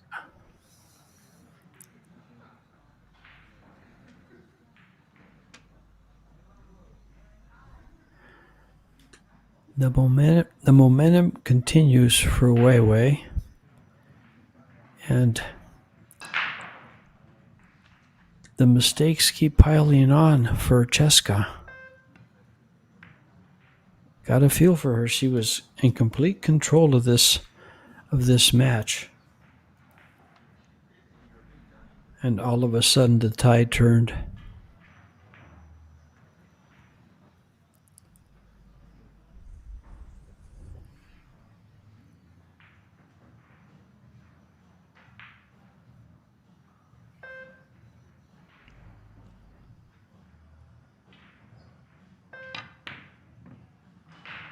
Oh.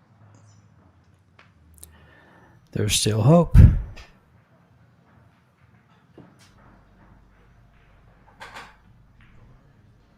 And the thing is, you could see Wei apologize. Does have the hook. The jump is on, but we'll have to draw the cue ball all the way back, which is not impossible. She must have practiced it, but oh, she's kicking. Extension. Well, has to hit it half ball, sending the 4 up table and the cue ball behind the 8.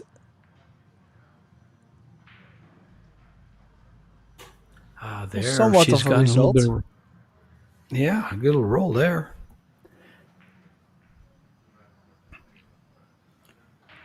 Can Cheska mount a comeback?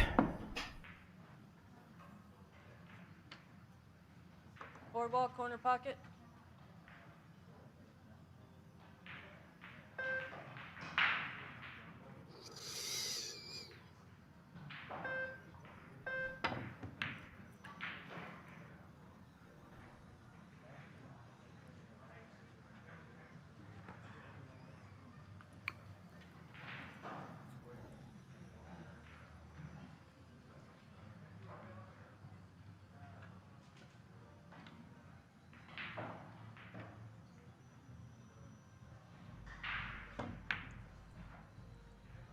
Well, depending on how this set goes, we might not make it to our next match on the TV table. George, scheduled to be starting right now. These ladies putting on the big battle. Four ball corner pocket. Well, one thing in our favor, Tim, is it's scheduled for this table, so we're not going anywhere. Oh, this is nice. She will be disappointed about the fact that the 9 is not out of the way enough. But she did not call the 4. Well, either way, I think she's gonna get it back anyways. What are you playing here?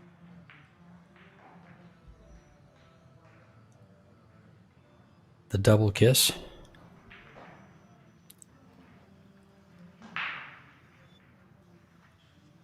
Yeah, it would be nice if you can double kiss with a little bit of topspin, letting the cue ball stay between the rail and the 9, for example, but nah, this is really not one of my favorites. She might be able to go rail first, slicing the 5 to the other side of the 9.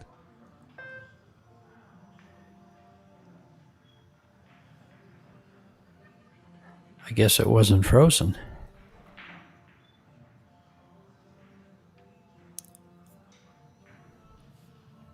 Yeah, it looked to us like it was frozen.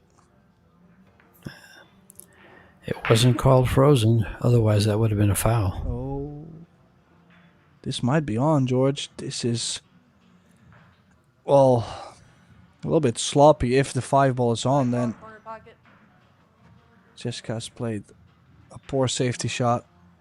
Gotta be honest, never supposed to leave the cue ball not behind the 8 at least.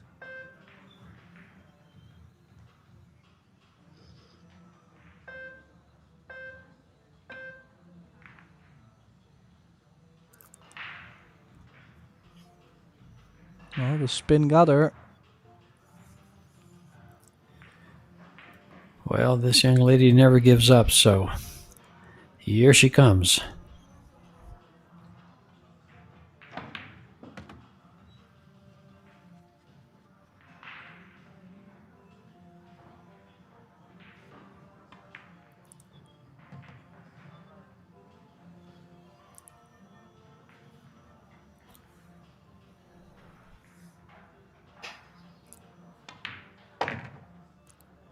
Jessica just needs to win 2 games.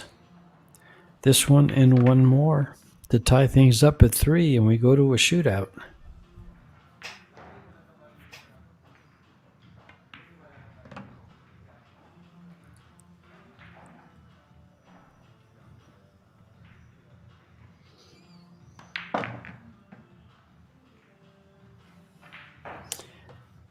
And there's one of the 2. One more game. And the match will be extended to the limits.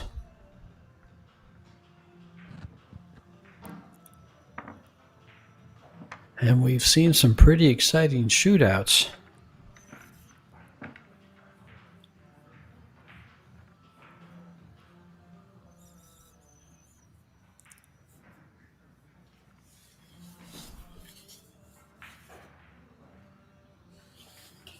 As they replay here.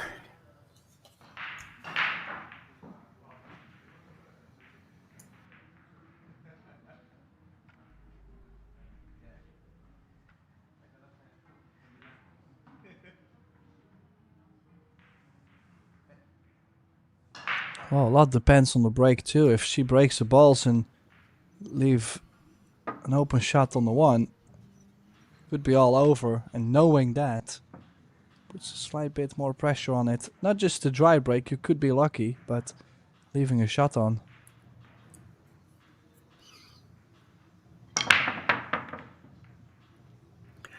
Well, Tim, we did a very exciting shootout between Chihiro Kawahara and Xiaofang Fu. That went to 8 shots, 8 shots, with Kawahara winning 9 in the sudden death.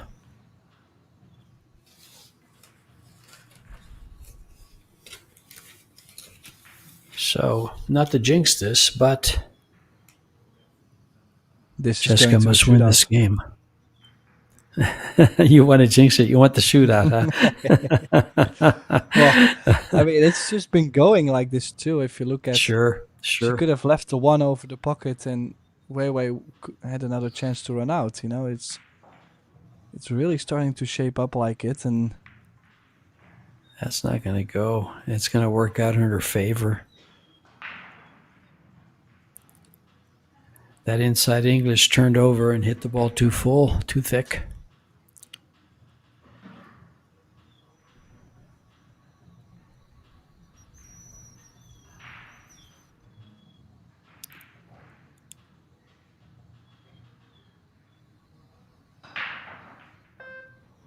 Extension.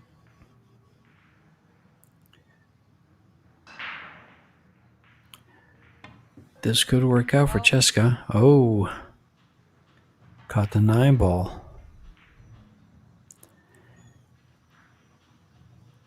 Well, she's got to run all 10 balls. Cannot falter to avoid the shootout.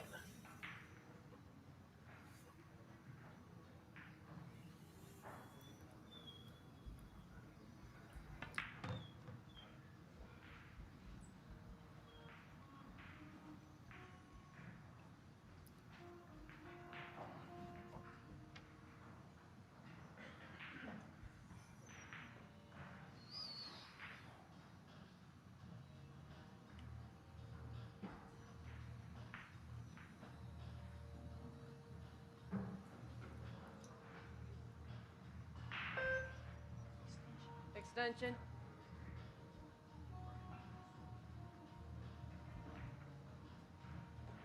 Now, what's the biggest challenge to this run out?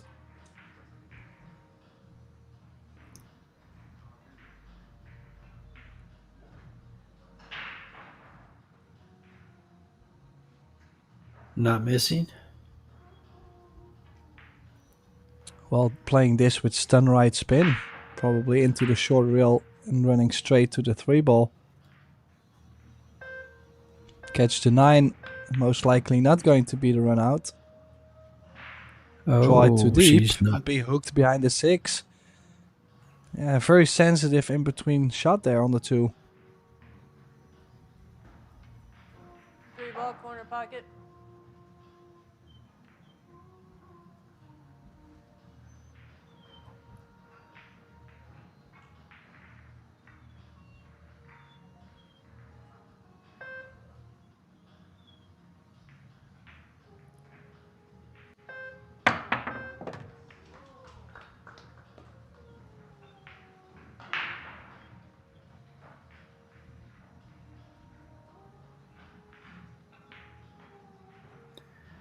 Well, coming up on this table after this match,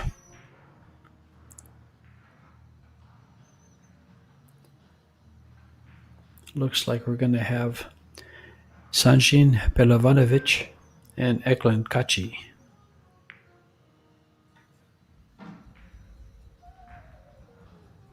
Oh, there might be the gap.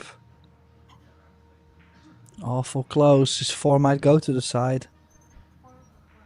4 ball corner pocket. This run out would mean the shootout.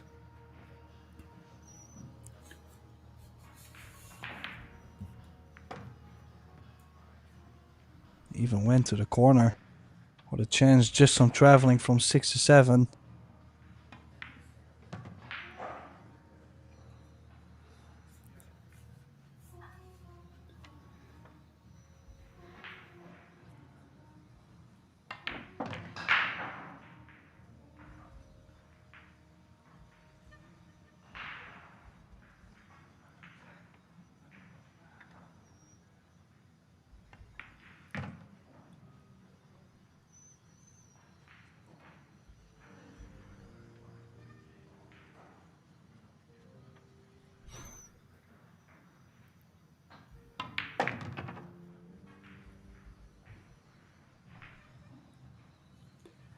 These 2 balls is all that's left.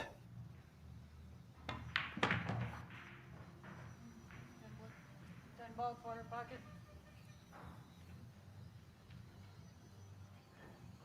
And this 10 ball, and off we go to a shootout. Yep, we're going to a shootout.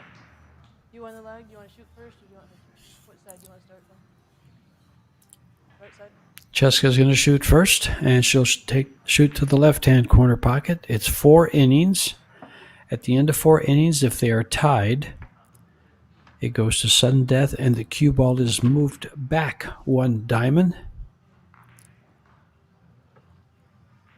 Of course, if they're not tied, that winner wins the match, and the loser will be out, and the winner will move into the loser qualifications.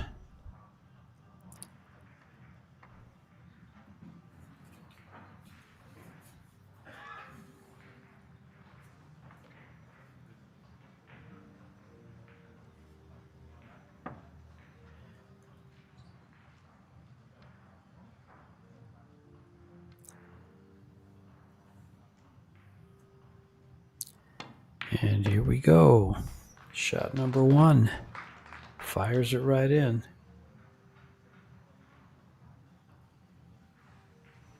Yeah, regaining her first lead in the match since after the first set.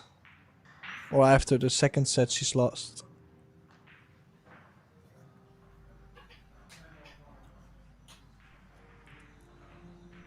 These shootouts play big.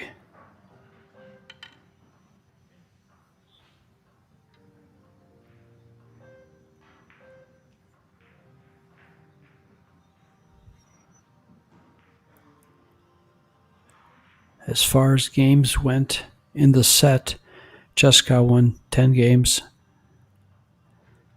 Weiwei 1-8.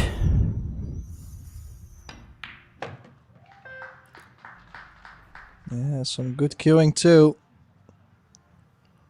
Looks like they're both ready for the challenge.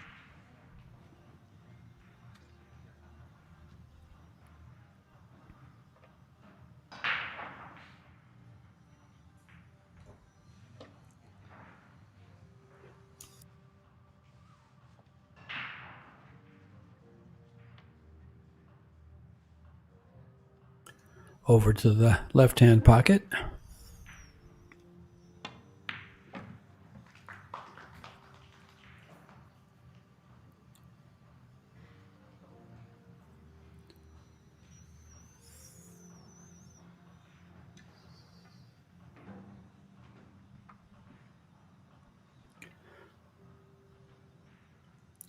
Jessica just shaking her head in the chair. I wonder what's going through her mind. There's Rubelin Amit right behind Jessica. Two-time world 10-ball champion.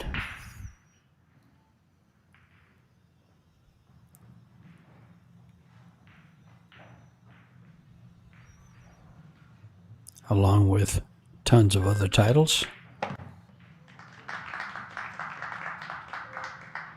Tied at 2.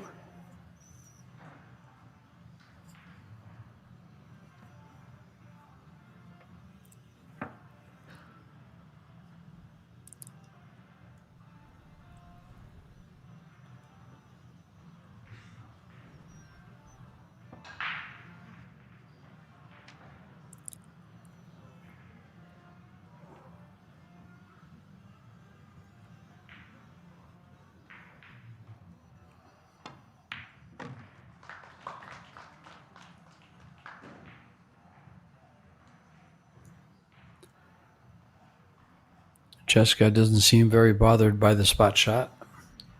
Approaches it very nonchalantly and fires it right in.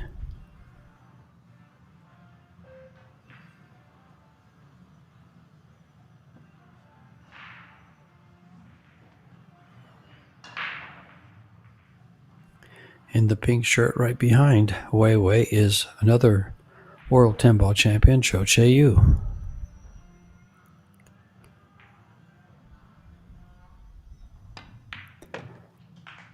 All watching.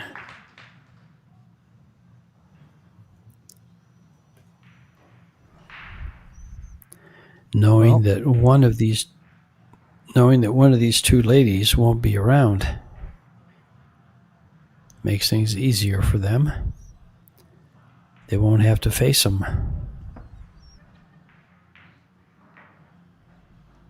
Technically, this is sudden death already. Just from the easier position. And she's really feeling it. She's barely pre-stroking too. This is why I said she's just so nonchalant about it. Like, okay. Just got to make this ball. Walk away. Let's make it again. Well, if you can keep it that low key in the brain, I mean, definitely exactly. Would say, how sweet would that be? No pressure. Yeah, I was going to say, this is a high-pressure situation, and she's not feeling it. Standing behind right there, the tall guy is Eklund Kachi, two-time world 10-ball champion. Big shot here from Weiwei.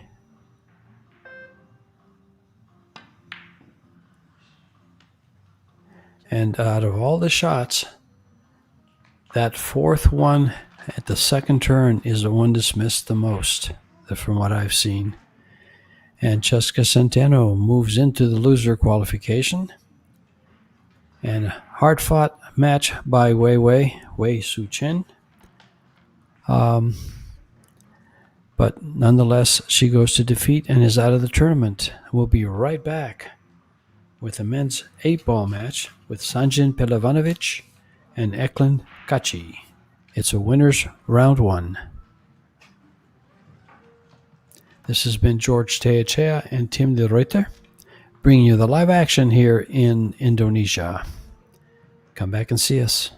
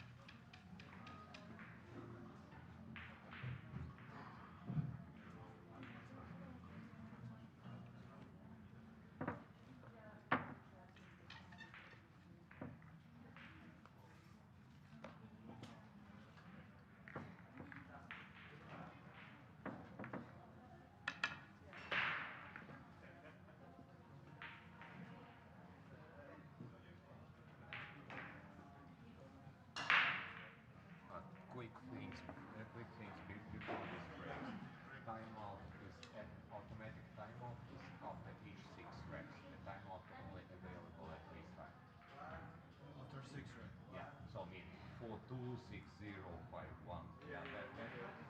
Yeah? Okay. Please call all not obvious shots for general public, like the multiple pockets available, yeah. Jump shots, bank shots. I will confirm your call shots, calls for extension. If you don't hear me repeating after you, that means I haven't heard that. Because your call only stands when acknowledged. And we are allowed after the break to make combination the Yes. stripes and so on. Yes, it's WPA rule, so it's allowed. Please don't touch anything on the table. We don't want to go into this territory. I mean, the cue ball is rolling, yeah, don't take balls. Yeah, but when still going, if you fault, cue ball still going, don't touch it until it stops. Oh. And don't adjust the cue balls on the, when I set them for the leg. If they are uncomfortable for you, just let me know. You understand that, Sonia? I will just place the cue ball. Don't do that as we done for the Okay, but put it more far away. Just tell me, and I will set it up for you. But then, after that, you cannot touch it. All right, have a great match.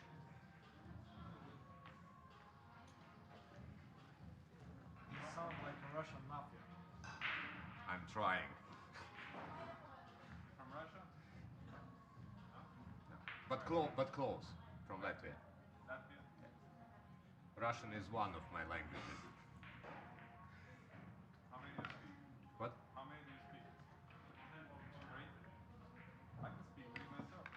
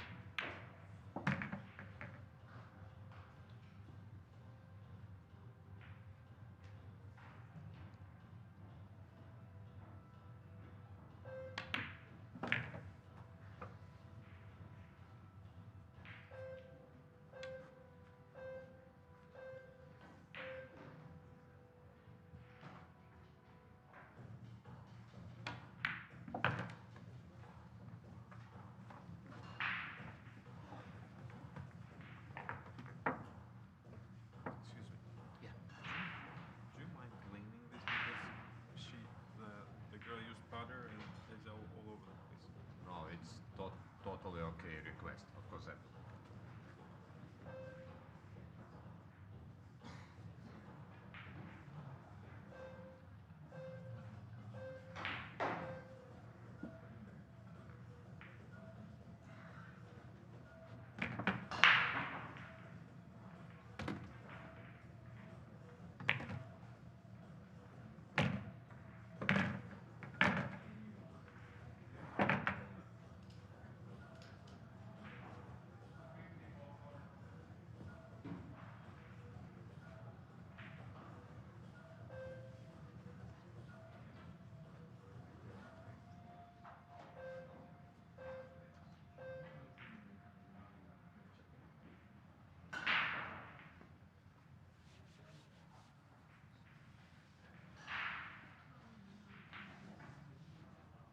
I will use different tools, don't worry.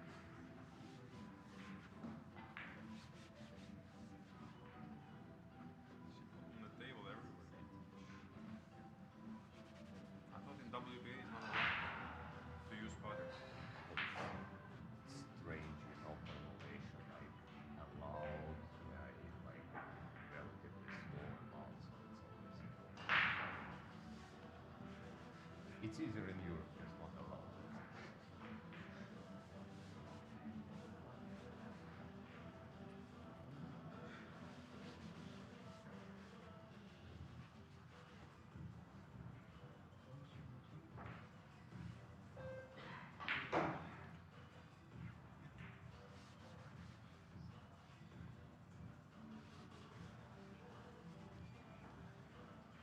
Well, maybe not perfect, but better. Yeah, it's alright, thank you.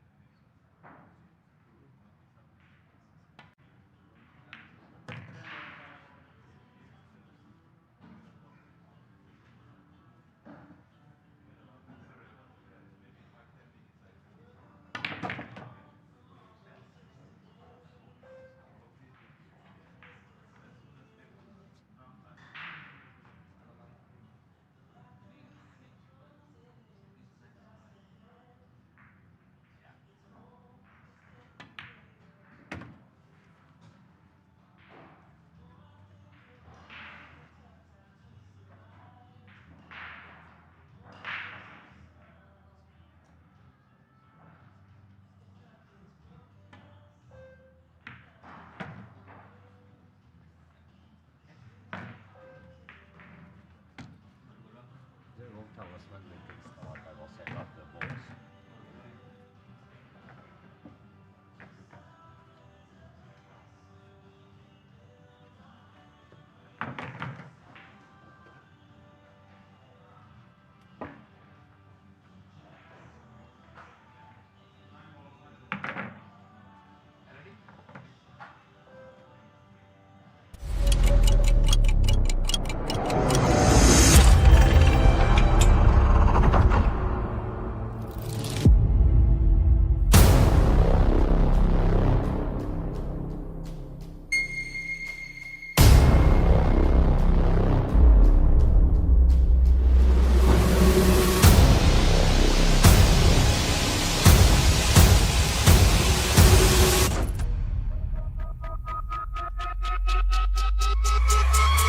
There it is.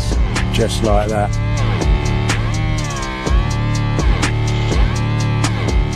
Oh, look at that. Oh my god.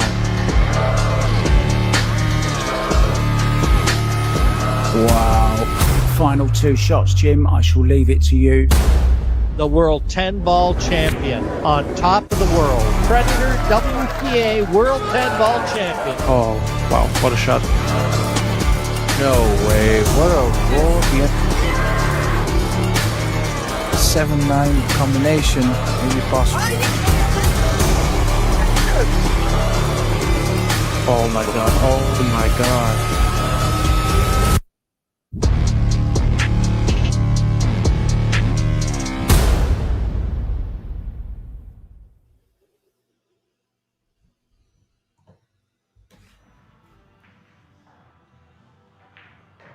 And welcome back, pool fans all around the world. This is the YALIN WPA Men's World 8-Ball Championship.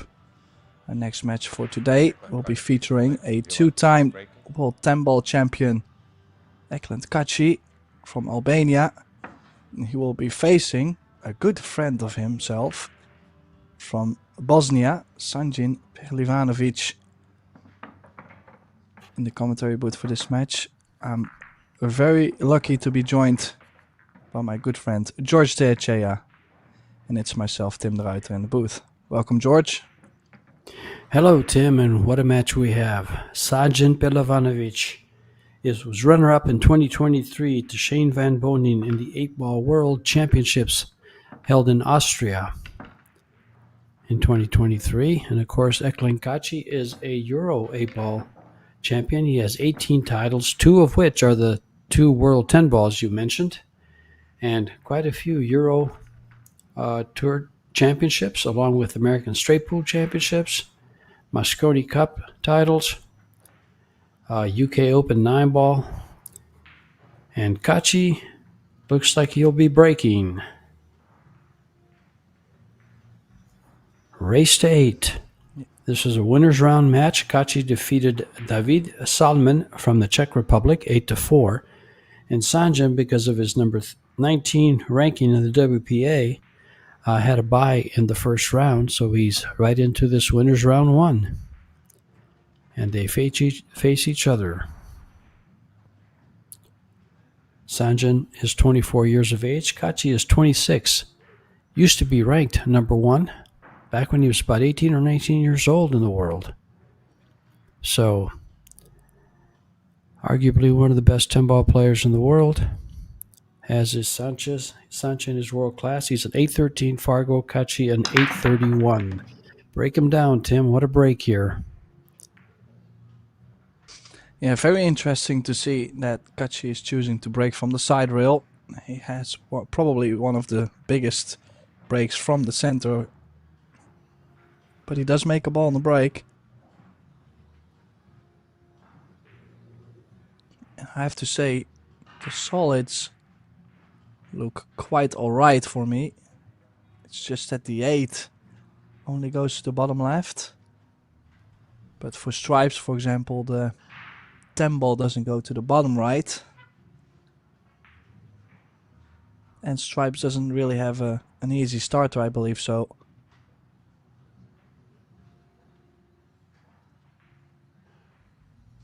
So does have the 4. Could go 4-1-3. because the 3 might not go to the top left, so it's nice to take that ball out as soon as possible. If he did not land on the 1, could get the 6. The 7 is also a little bit funny to get to.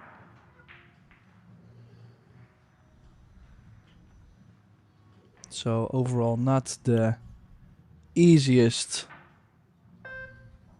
run out to start the campaign with, but they cannot always open up and lay like a sitting duck. Sometimes you gotta work your way into your match.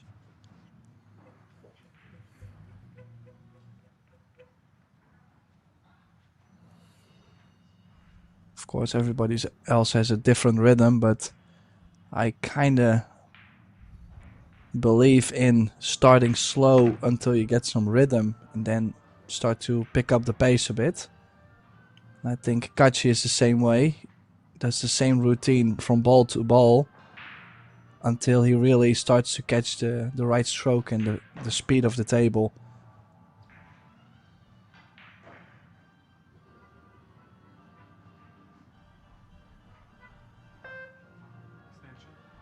Of course, we are using a shot clock, so that is definitely going to speed him up a bit, especially in the beginning, which can always be tricky.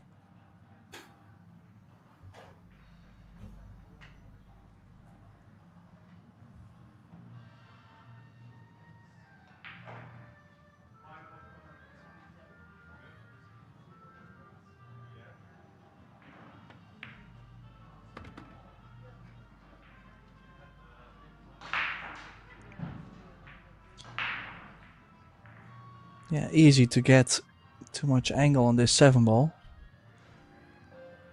So wondering, could also go forward to leave the 7 in the top right. Or is he now looking to play the 8 in the top right? Run into the 13, for example, slightly, or maybe the 8 does go to the side pocket. In that case, you could play in between the 13 and the 8 and have 2 options, either the top right or the center.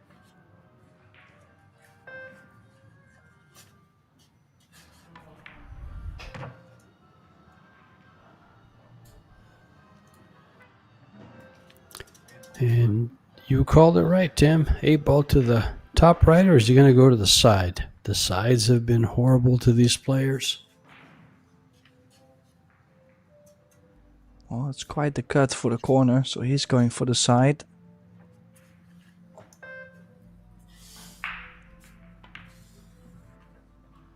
Yeah, has missed it quite on the thick side. You know, you never want to second guess the champion, but the way these side pockets have been playing, that corner is a much more receptive pocket than the side pocket is. I just think overall the shape from the 7 to the 8 was just really tough. Could have still played the bump on the 13 to leave him the 8 to the top right, so I'm not saying he did not have an opportunity to leave himself easier, but it was certainly not a gimme either.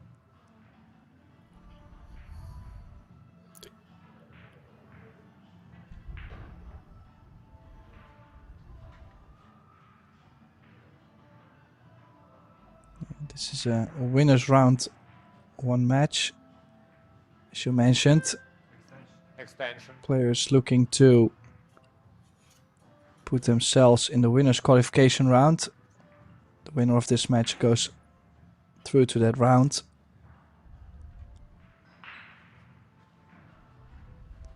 Will be last 32 single elimination. So technically, from this point, win 2 matches, this one and the next one, to get to the last 32. Ooh. Yeah, he was pretty straight on that. He was going to have a hard time getting close to anything, so he's going to have to settle for this long bank. He might even consider playing safe, making sure he doesn't leave a shot on the 8 ball, because if he shoots this 9 ball and misses, it more than likely gives up the 8 ball or an easy jump shot. Yeah, definitely This should man play this in a shoots- way that Yeah. if he hangs it, that he doesn't sell out. He shoots very straight. Very, very straight. He's still pressed for a shot here.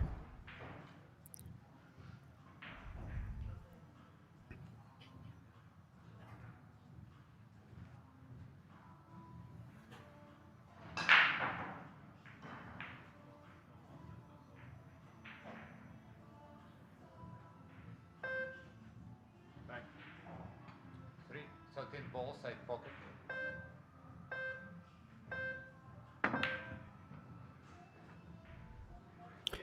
And here comes the jump cue.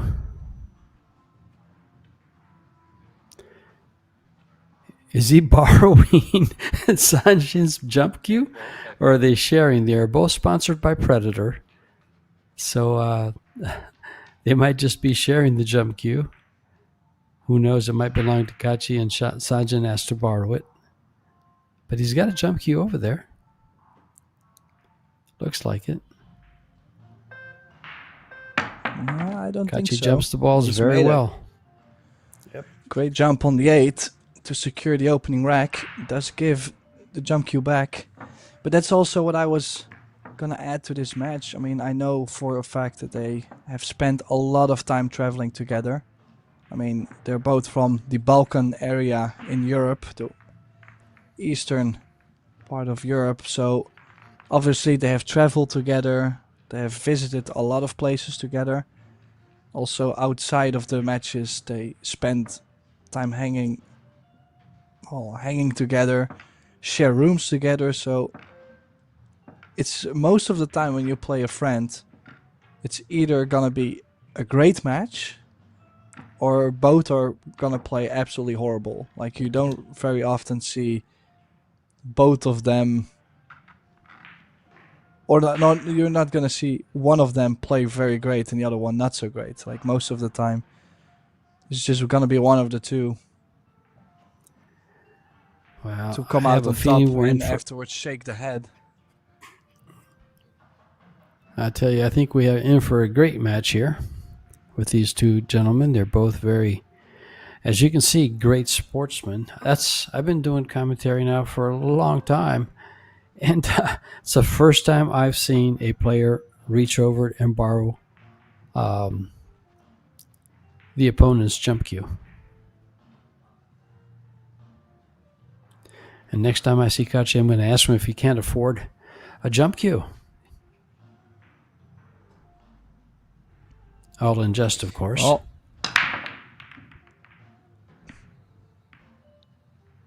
Then again, big crush. This time, try break. Who knows? Maybe he damaged his tip or something happened first round. You don't know. It's all in fun, Tim. It's all in fun. There's so many reasons you reach over and borrow that, but I just. Well, I'm curious. I get now. along very I might well have with to that text him. There you go. Tell He him won't the be world replying wants to to me, know. but Not right now. He can't have his phone. Oh. Well, definitely like the solids for Sanjin. If you look at the 10 and the 11 being a cluster, and the 4, I believe it's the 4 on the right side. No, it was the 2 ball. The 2 ball blocking the 15. So the solids laying a lot better now. Still facing a longer 6 ball.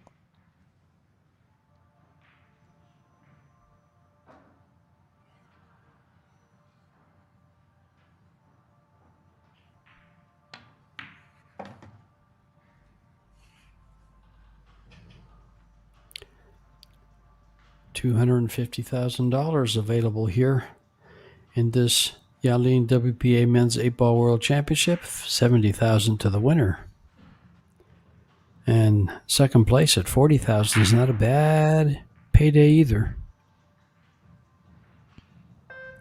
Top money in these World Championships.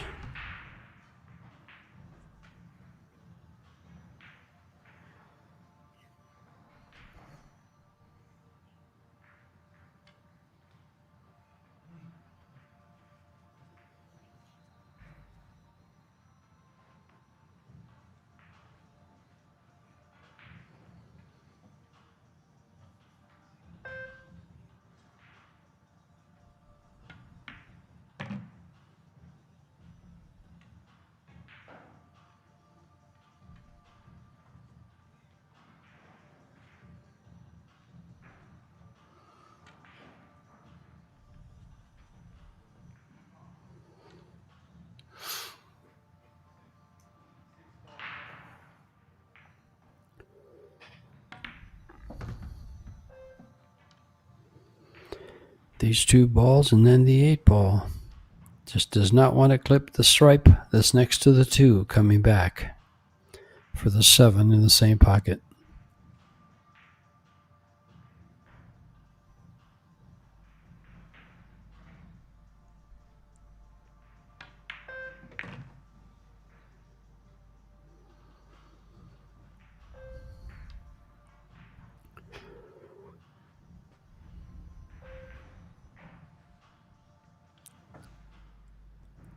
Yeah, 7 in the same corner as the 2. And the 8 to the opposite. It's also going to give Sanjin 8 ball, corner pocket. his first rack on the board. After a dry break from Kachi. Then still, I cannot believe that Kachi is not breaking from the center of the table. Must have had not so great experiences doing so, but he just breaks the ball so well from the center. And they are tied at 1.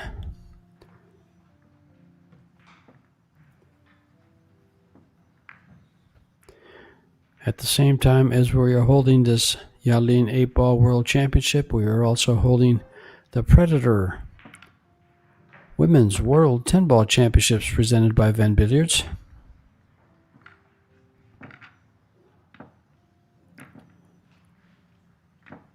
And the ladies getting close to the winners qualification and close to the end of that, as I believe it ends on the 12th, one day before this tournament. This one ends on the 13th of October.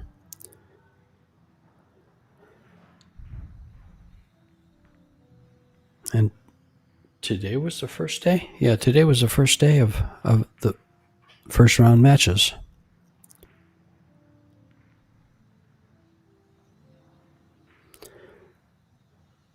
Clenty not very concerned with what's going on at the table at this point, as he sits very relaxed in his chair, as Vladislav Belkovs from Riga, Latvia, is racking the balls for these 2.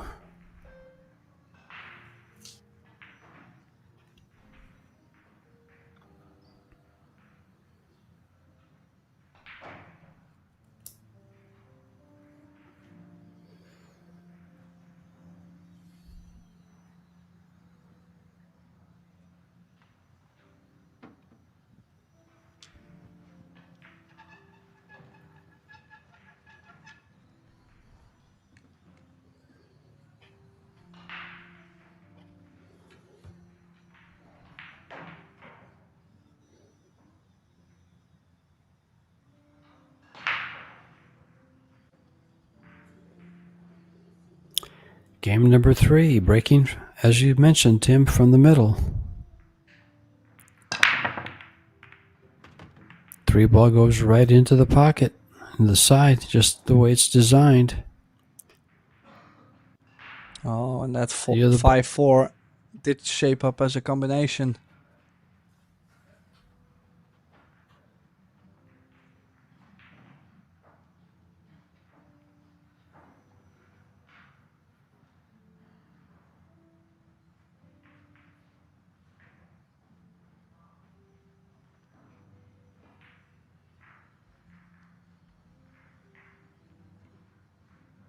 Four ball, corner pocket.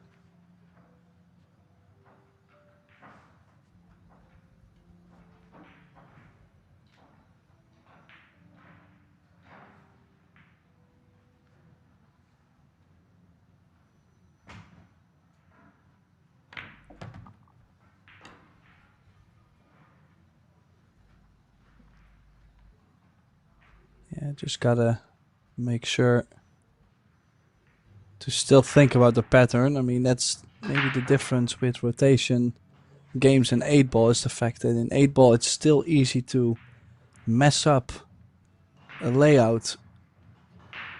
Maybe not get on the 8 just because you weren't thinking about your route, even though all the balls were in the open. So now Of course, it would be nice to finish 2-1, and then the 6 to go to the 8. But that means he needs to play the perfect shot from the 5 to the 2. And he's already landed a little funny on the shape. But then to use the 5 to get to the 8 might not be the shot, so might be able to draw in between for the 1. No. It's going to bump the 14. Just gotta make sure he doesn't tie something up.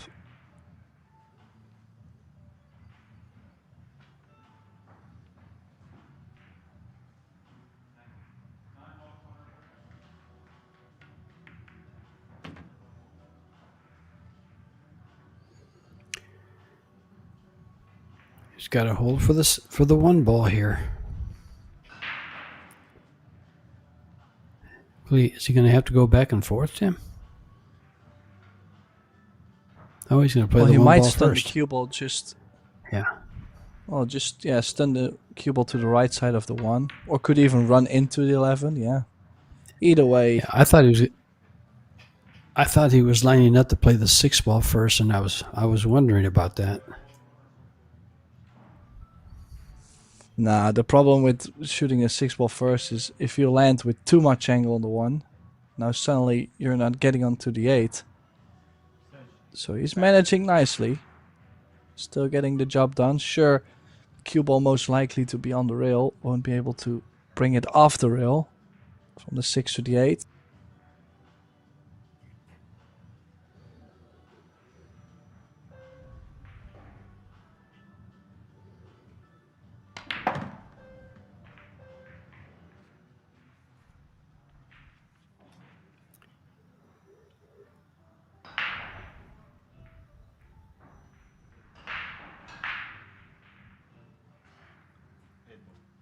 Eight ball, corner pocket.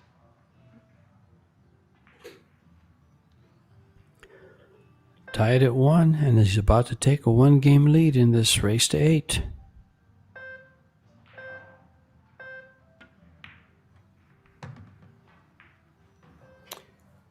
And he does. Some winner round 1 scores where winners have moved on. Reigning champion Joshua Filler won his match and moves up. He won over Sahil Sharari from Iran, 8-4. Dominik Jastrab from Poland defeated Han Fu, 8-6. Albin Ocean defeated Darren Sitoris from Indonesia, 8-6. Bader Alawaldi defeated Van Dang Nguyen. Radoslav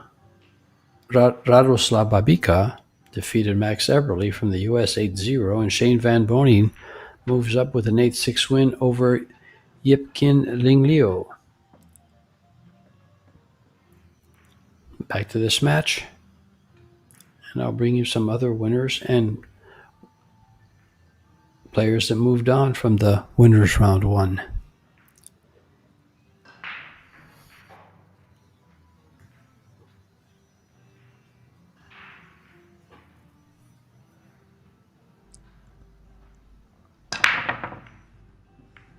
Oh, he's actually crushing the break. Nice head on. Both balls tracking towards the side, catching the point and going out. So it's gotcha at the table, but wouldn't be too disappointed about the break actually if I were Sanjin. If you can hit him like that every time, eventually you're gonna make balls. Well, that was such a good break. He has 7 balls at the upper part of the table and 7 balls on the bottom and the 6th ball in the middle. So they're evenly distributed and all wide open. Well, are you preferring the solids or the stripes? I'm preferring the one that gives me a easier opening shot, which is this stripe right here.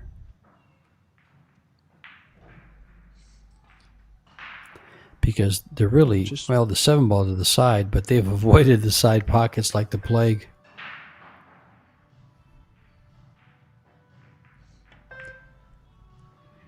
Well, ideally would be to get on the 9-ball as soon as possible. With the 2 and the 7 laying there, it was not easy to get on it, so he did get on it as soon as possible. Now he's looking to play the 12 in the side. Is he going to float up to that 13 to the side pocket? And still a little bit of work actually on the 10-ball. So he might play the 12-10. If you slide the 10 by the 14, the 13 or the 11 goes to the side. I think I might like that the best. So I think I would like 12-10, 11, 13, 14, 8. I think that's the easiest route. But still, there's some movement to do with the cue ball. Easy to fall wrong on the next shot. I think what he's looking at here is, does he want to shoot is it the 10-ball by the side pocket down the long rail? Does he want to shoot it past the 14-ball? Because otherwise he's going to have to come down for the 14 and then come back up for those 3 balls by the side pocket. He doesn't want to do that if he can avoid it, but I don't think he can avoid it.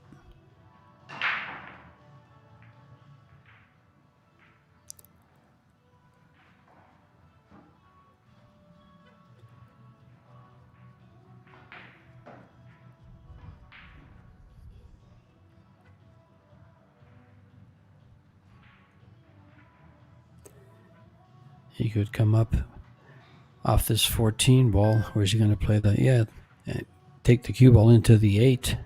No, he's going to start with the 13.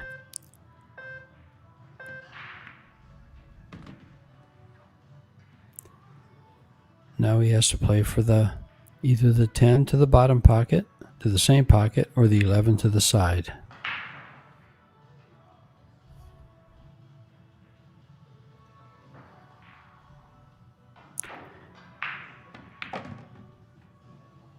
Yeah, there you go. Well, he's in perfect position to close out the rack and take advantage of the dry break with a table run.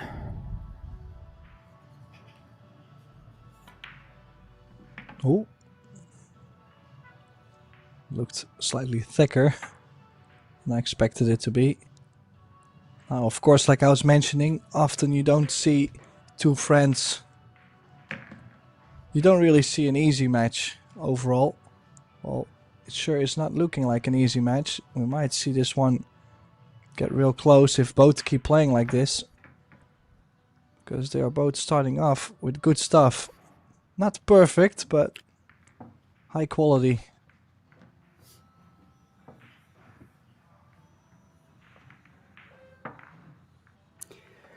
Well, that was a perfect run out there. Dry break and Kachi ran out.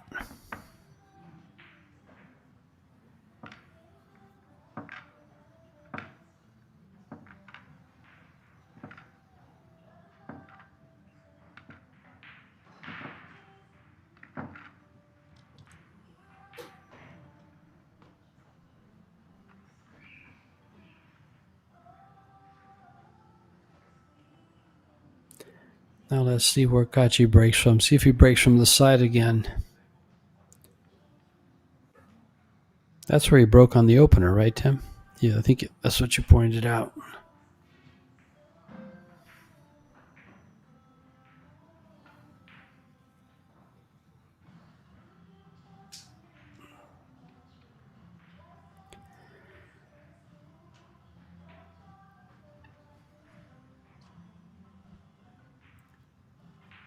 "7 days in Bali, 3 world titles, $615,000, and this man right here is breaking to try to win $70,000 for himself. He had a shot at some money with his younger brother in the men's doubles world championship. They made an early exit.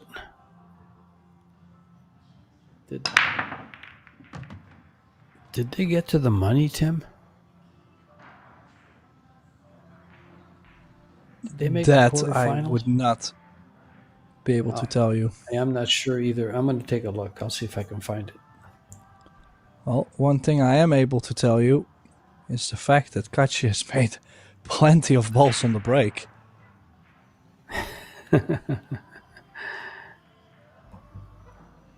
I mean, that's 4 balls on the break.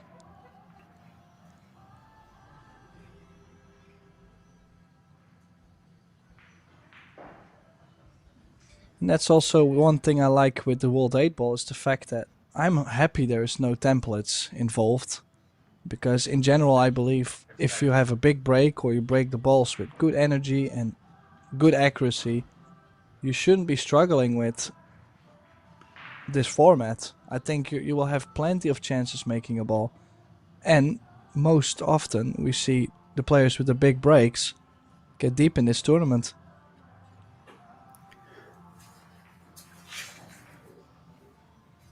Well, Kachi did earn some money in the quarterfinals. He got to the quarterfinals with his younger brother, and that got them trying to find the money portion of it.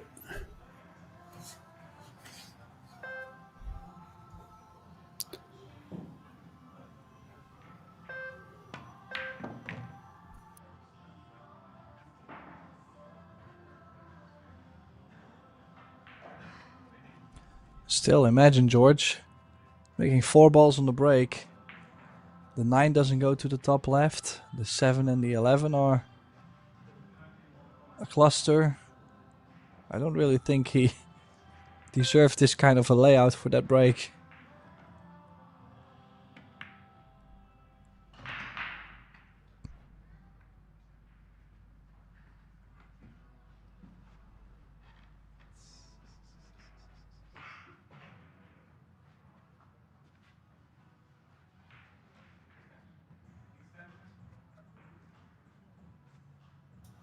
Well, no one ever said there was justice in pool. That's what makes the game so challenging.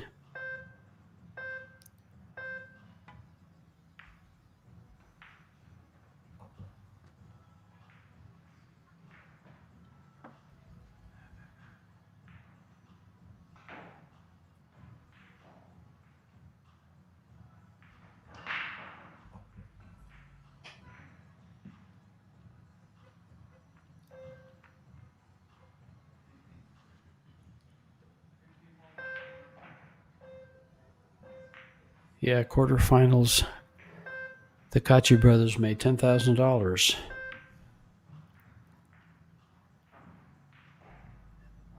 Well, I'm wondering. I didn't think the 14 did go by the corner. He really looked like... He's got to play this ball off the 3. Or is he going to play? He can't play safe. He's got to play it off the 3 and open up the 11. Yeah, I like that call. But not at that pace. That was close. He played that 12 ball to where it kind of looked like he was only trying to leave it over the corner, blocking the 3 ball.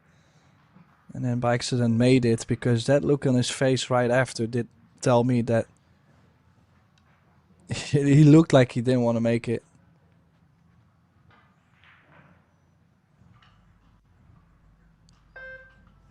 Extension.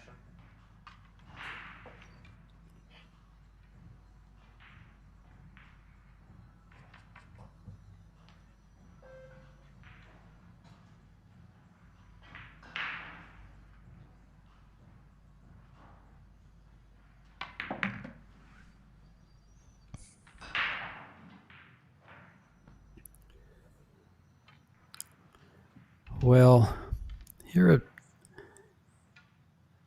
the Predator Popular Series, we stream 2 tables at At the same time, and on table 1, this is table 2, is Eklinkachi's younger brother, Gledio, playing a world champion 8-ball player, Torsten Homan. And at this stage, leads 6 games to 5. Racing to 8. Sanjin looking to take game number 5 and lead by a game. He didn't come back enough. He's got a thin cut. He's got a thin cut here. He had like most of the center of the table. He had like half the table free to put himself.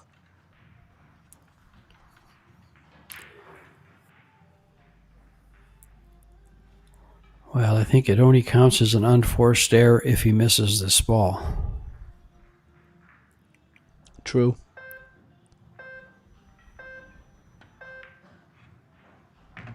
If they run out, they were right. Yeah. If they run out, it didn't matter.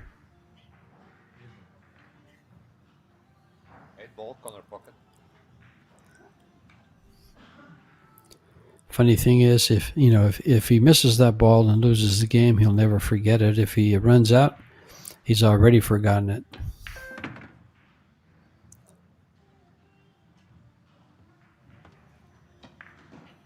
So he And takes down the he lead goes. back. Sanjin 3-2. Could not have seen a ball go in on the break the last time he broke the balls. Yeah, look at that break. Making 4 balls on the break and things just laying so difficult that he couldn't manage to get out.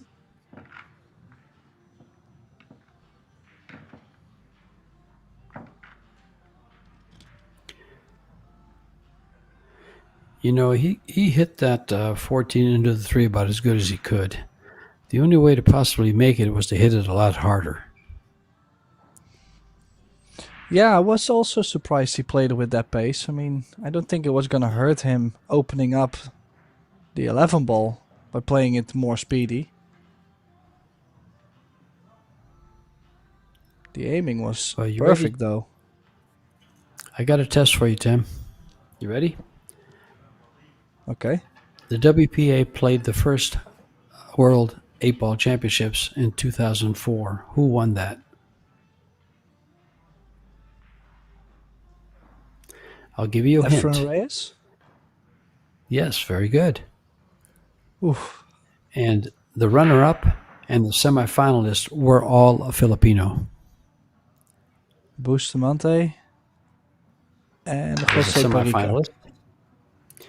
No, Bustamante was a semifinalist along with Alex Pagulayan, and Marlon Manalo was runner-up. And the following year, in 2005, Bustamante was again a semifinalist.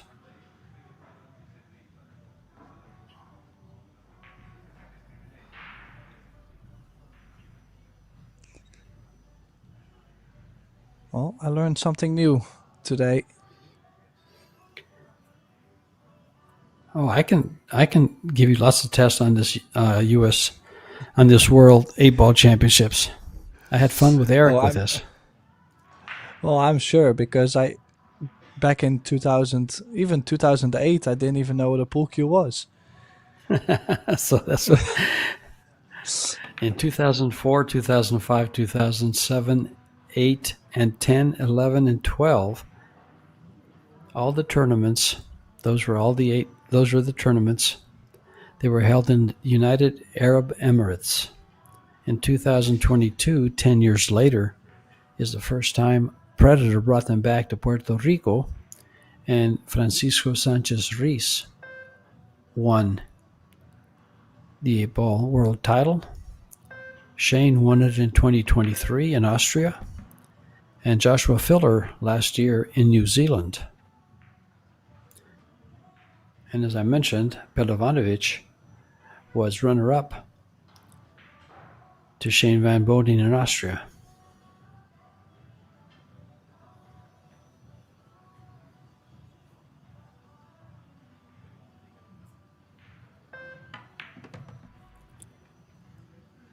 Oh, needs a cue ball.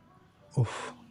If he had landed behind a 13, I would almost say his run was about to be over. See, that little bit made a big difference. Is he gonna play the 5 in the right side pocket, or is he going to open up the 11 and have the 1 as a backup? The 5 even goes to the corner, so he's got plenty to work with.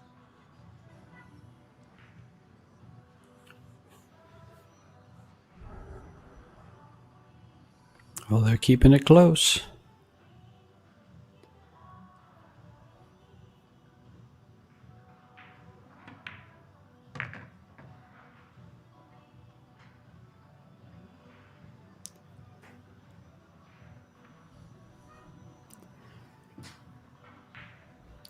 And if he gets the cue ball back to where it is now, he's home free.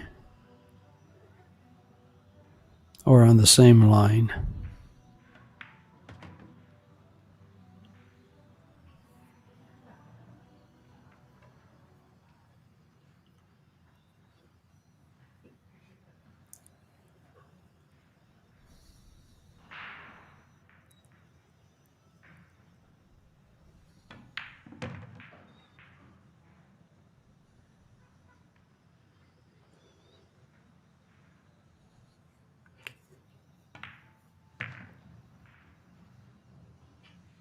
And they stay tied at 3 again. And another table run by Kachi off of Sanjin's dry break.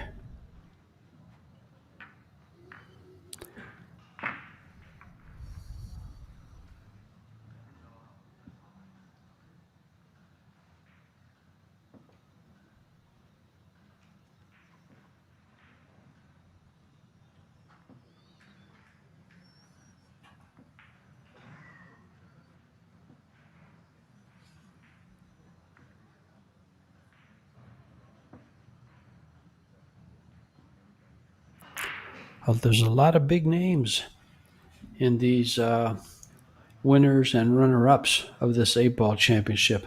Wu Jiaqing in 2005 won. Nick Vandenberg, a name that doesn't come up very often, and you would know him. Yeah, I played him maybe a time of 15, 20 in my life. Ronnie Alcano. Ralph Souquet, who was in this tournament, won in 2008.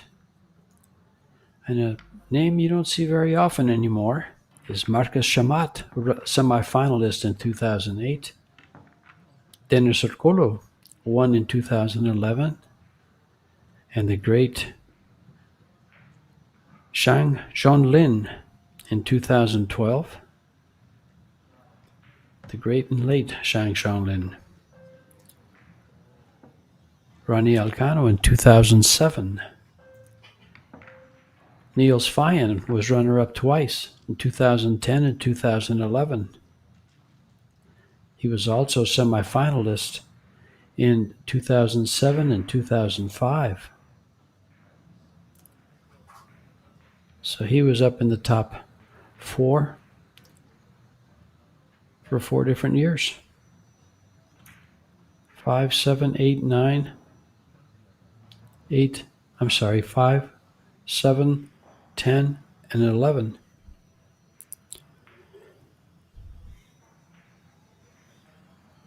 Players on break. Take a look at the stats here. Kachi controlling the time at the table due to Sanjin's dry breaks.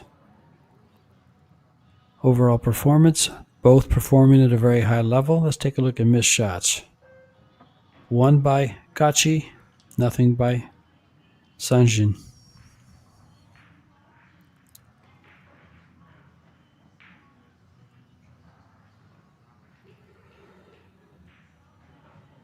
Nothing really stands out. Except Well, for the me, shot one after thing the break. stands out. The score? What is it? Well, break the success. fact that they are both playing a player overall performance above 900. So both of them are probably getting the best out of each other. Pushing each other to their limits. Yeah. Good. Makes for great viewing. The fans on Pro Billiard TV and the YouTube channel and on Billiard TV should be very appreciative of these guys putting on a great show.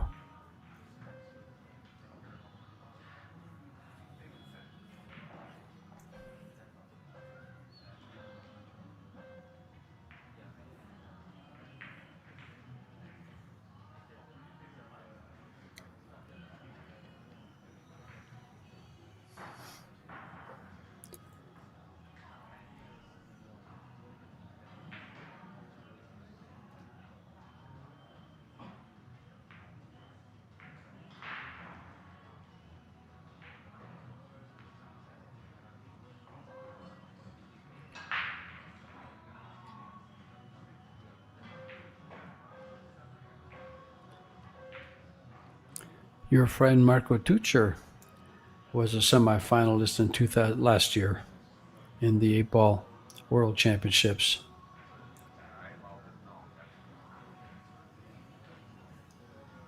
And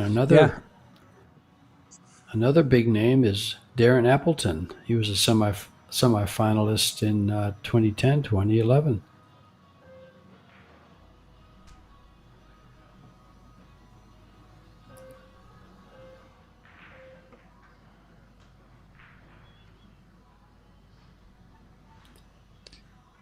And one more I'll name off is a young man by the name of Jovan Bustamante, who lives in Phoenix now, was a semifinalist in 2007. That I wasn't aware of at all. I know Jovan. Me neither. And I played him. I didn't even know. Yeah. Usually I'm quite aware, but nope. He's a semifinalist in 2007.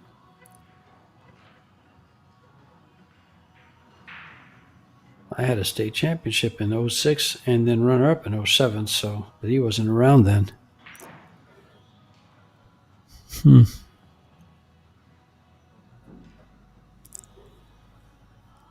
Well, Kachi making ball on the break. Most likely to start with the solids, and I think I might like to play the 2, run the cue ball softly into the 11 to get the shape on the 5 ball. And then it's just a little bit of work to get to the yellow 1 ball. Now, in general, most of the players not so fond of running into the balls, bumping the balls around. I do that quite often. So he's played to the 1 ball, found the 1 more difficult to get on than the 5.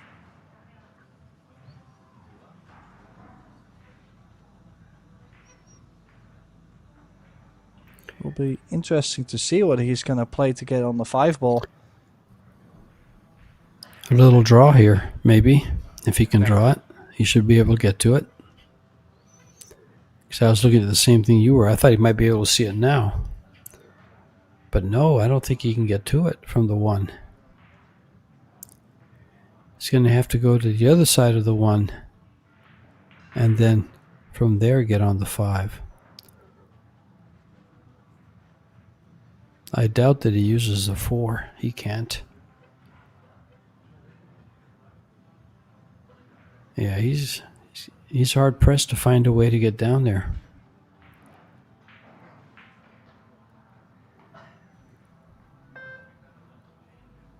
Well, imagine him also not taking the 1 ball away, which... Here he is. Here it is right here. See? Now he can play the 1 and get on the 5. It's just a matter of finding a way to get to that left side of the 1.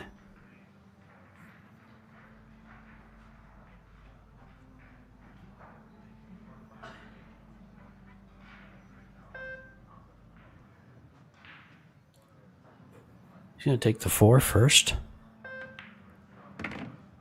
Oh, he can see it. Okay. I don't know.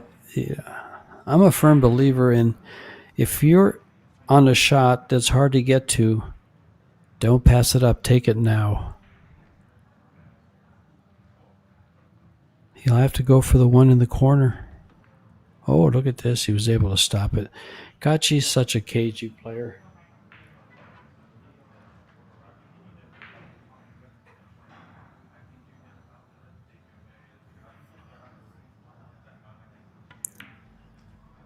And he follows up. He follows up the table run on Sanjin's dry break with a break and run.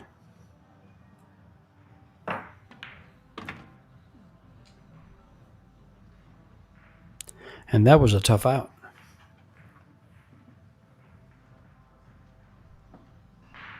That was a very tough out, and that's exactly what I mean. Like, both players are really not making huge mistakes. Maybe the opening rack was a little bit of a tasting the water kind of moment for both, but yeah, another break and run in this match. Yeah, so far Kachi is outperforming because in his last 3 wins, he was perfect on all the balls. 2 of them were dry breaks by Sanjin, where he ran out, and then this break and run.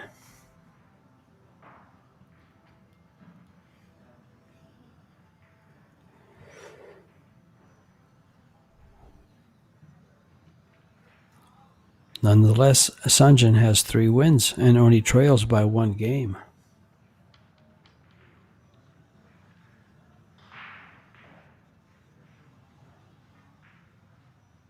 I'm gonna steal the cue ball. Like you never do it. Maybe not you, but I've seen plenty of people grabbing them.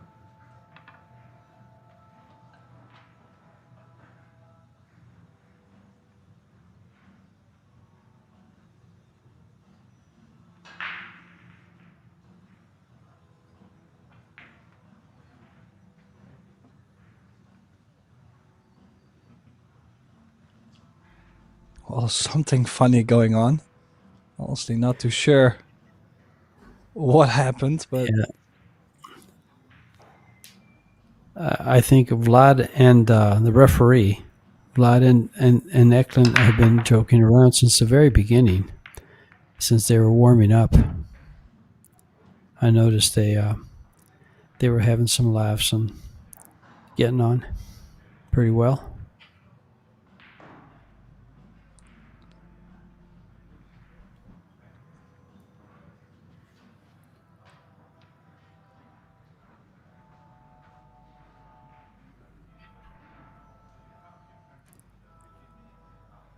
The players are on a shot clock. They have 60 seconds after the break and 30 seconds thereafter with 1 extension.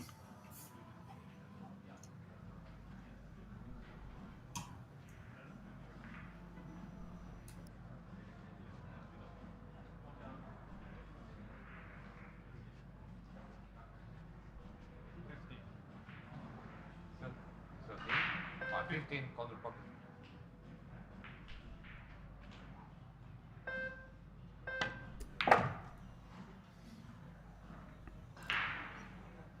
He's taken nice. stripes.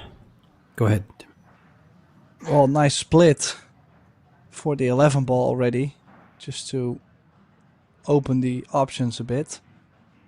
Might shoot the 11 now, and if he can run into the 4, I believe it's the 4 on the left, right, near the side pocket.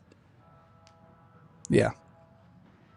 Yeah, still needs some work to do if you look at how difficult the 13 is laying or the 10 is laying. Corner pocket.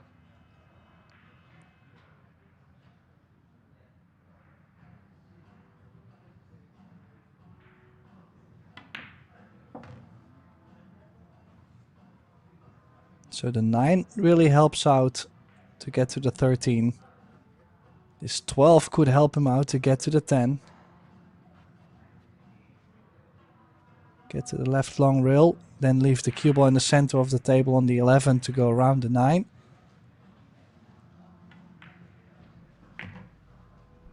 Straight in could work too, but then we'll have to follow for the 11 in the bottom right.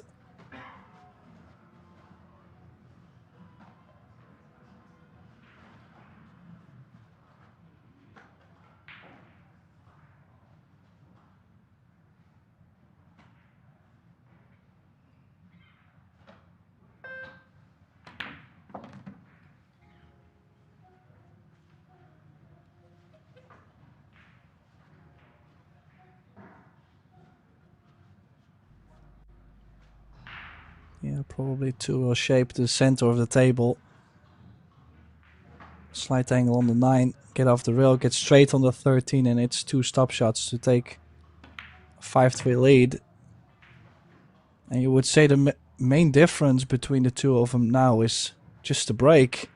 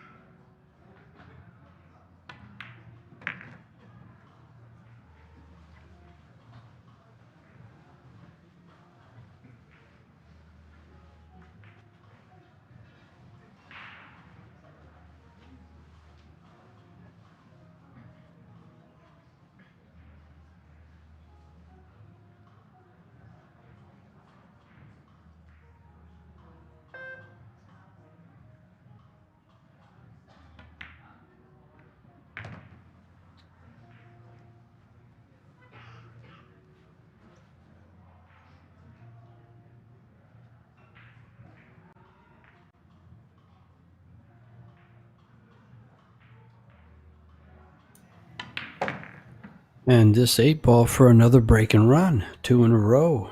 4 racks. 4 racks is just like the tattoo on his neck. Perfection.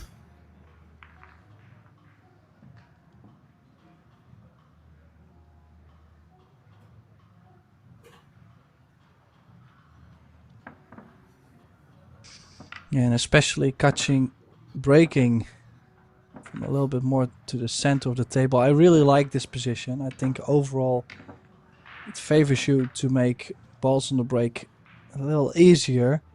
But yet if you hit them off, you leave more trouble on the table. Well, it has been breaking well, pocketing balls.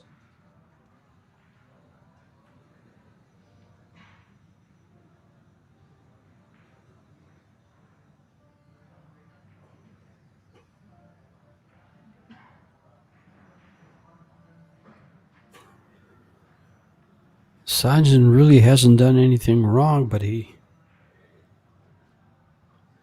ran into Kachi here, left him an opening with a dry break, and Kachi knocked the wall down instead of using the door.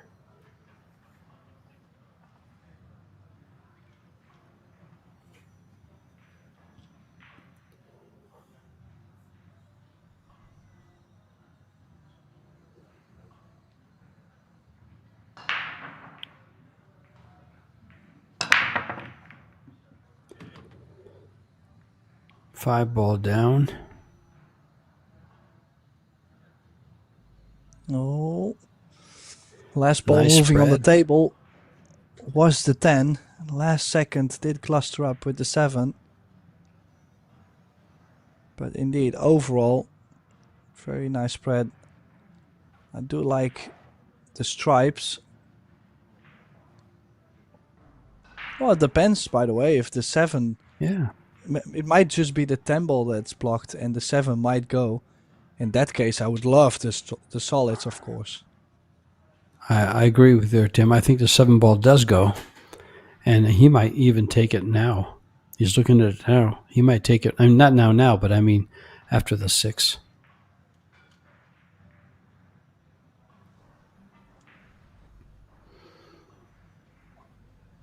Yeah, if he has the solids, 6-2, 4-7, 3-1. I mean, so many options to run out if you look at how much space there is on the left side of the table. Yeah. And I think he yet shoots the he's 2-ball last. and yet he's still doubting something. Must be about that 7-ball.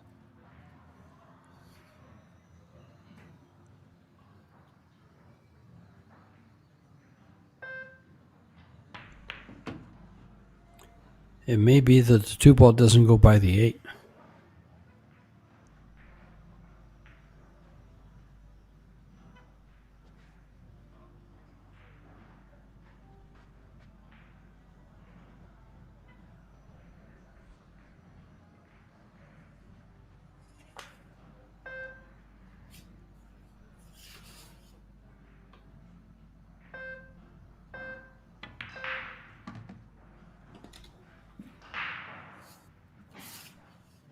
Seven ball. 7 ball, corner pocket.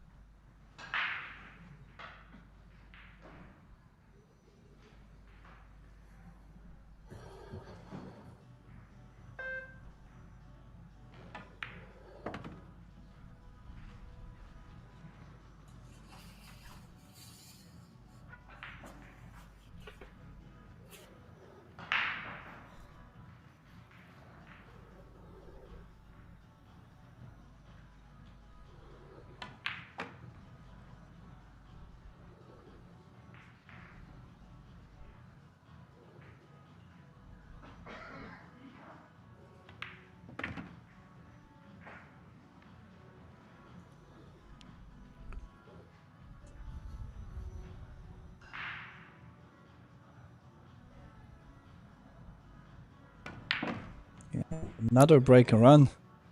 Kachi on a tear right now. 3 in a row. Perfect through 5 racks.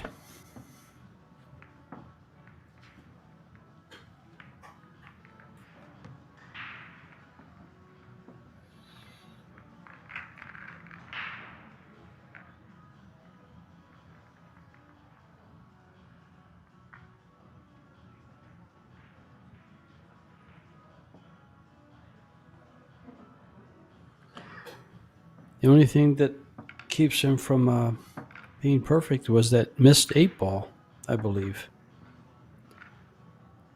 And Sanjan won 2 games off of that.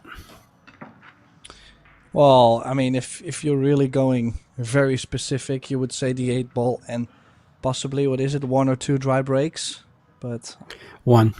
that One would dry be break. really the maximum on the mistakes.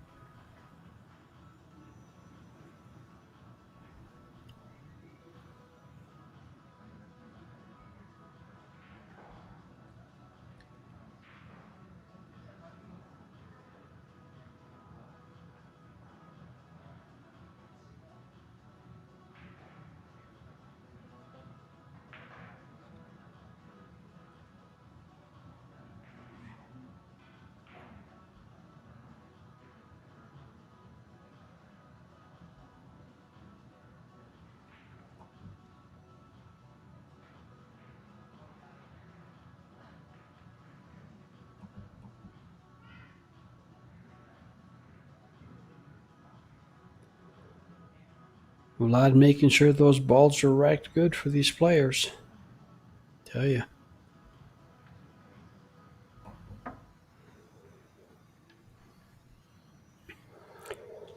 Kachi going for the 5th rack in a row.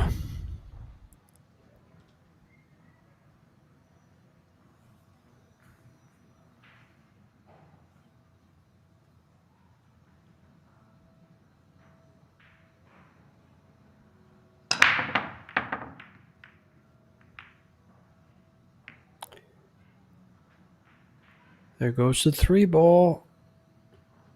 And down it goes. The last rolling ball found a hole.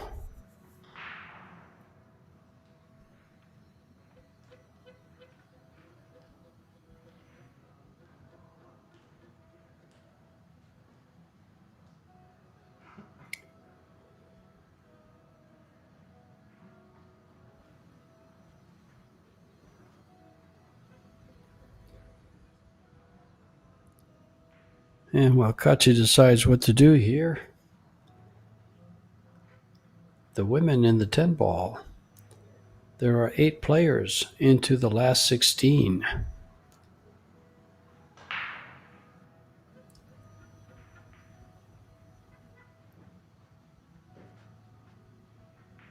Three of them world 10 ball champions. 4 of them, excuse me.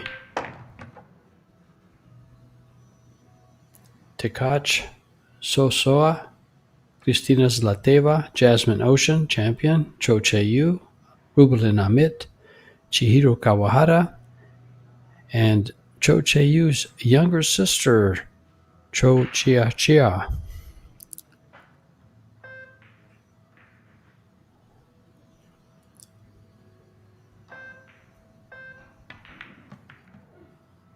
Oh, does he have a shot on the 15? I think he might be just okay.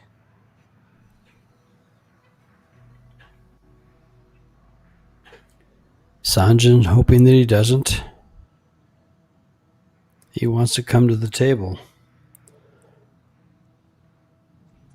Yeah, but look at how the balls are laying. I mean, I believe the 10 is not nestled up with the side pocket point.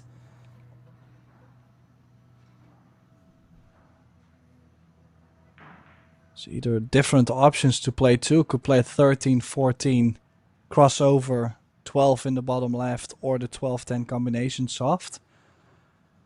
Could also try to get straight on the 10 and still play the 12 in the top left.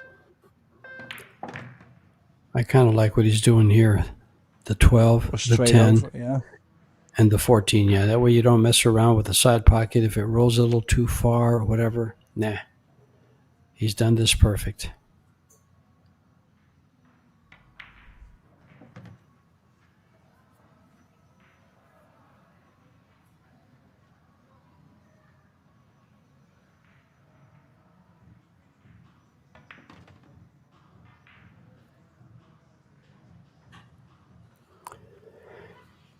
And another break and run. 4 in a row. Set up by the dry break and table run from Sanjin.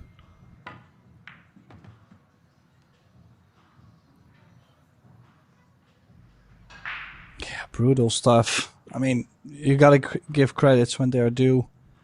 Quite sure Sanjin is not really going to be too disappointed if he loses this in this matter. I mean, Kachi now on the hill and will be breaking for the match. Well, the fact that they're friends, as you mentioned, if I'm sitting in the chair like this, I'm just thinking, something, buddy? Good for you. Go ahead and run it all out.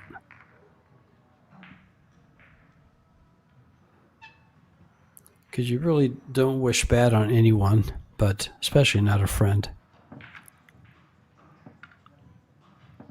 Now, if that was you, Tim, I'd be hoping you would miss every shot. I know, and I probably would disagree with you. So Smile, Tim. No, I never smile. That's not what I do. Now, didn't I just see something on online that said you had the killer smile? That was your nickname, the killer smile? Well, Yes, when I I was in the did. I saw it Philippines, a couple. online. Okay. I'm not sure if someone did. Someone say that? It's somewhere I Googled you and because I wanted to see what your, for an introduction. I was trying to find a better way to introduce you than Tim de Ruyter. That's where I found your Dutch championship and things of that nature. And it was listed on there, the killer smile. Yeah, funny story actually. The I was in the Philippines with Niels Fayen and Yannick Pongers playing against 5 Filipino players in a row. Every day a race to 30, 35. And the commentator for these matches, he was asking me if I had a nickname, and I told him I didn't have one. And thus they all came up with that nickname. But There you I mean, go. it's only the one. It's only the one they used in the Philippines. So, I mean, Okay. it is what it is. Well, let's But see. now you know. Now you know the extent of my research. I'll find it. There goes the 4. No. No, and dry. Oh, that was it. Sanjin has a chance. So he steps to the table, and in his mind, he's saying, "Okay, buddy, my turn." Two ball. Two ball, corner pocket. Well, it's not completely impossible, but it's a long way though. This run out is available. Wide open layout. Definitely would like to start the solids with the 9 not going by the 2. So you might be playing a 7-2 combination. Just play the pace to where the 7 won't tie up with the 9.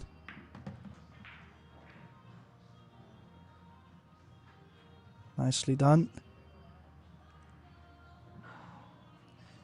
The thing is, to run this out, I would say has good chances, but to break a run 4 after, you also need a little bit of, well, fortunate roll of the balls to get the nice layouts. Extension. If you get a couple clusters, then it starts to be quite the grind.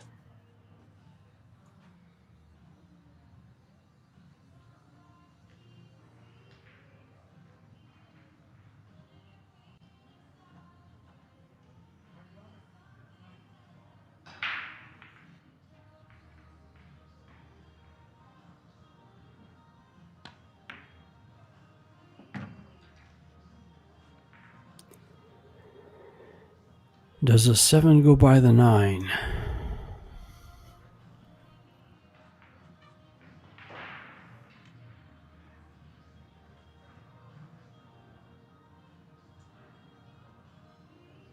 Yeah, I would definitely say it does.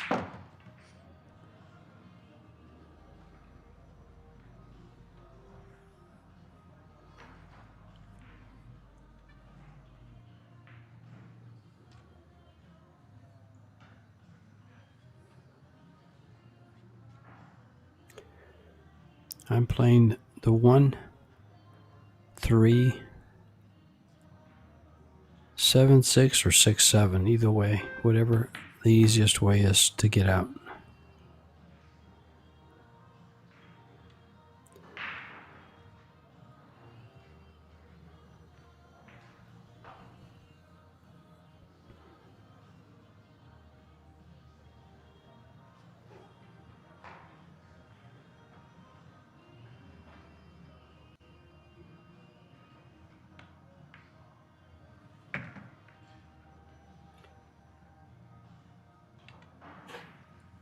Now he has to run the cue ball a little bit or play it in the corner.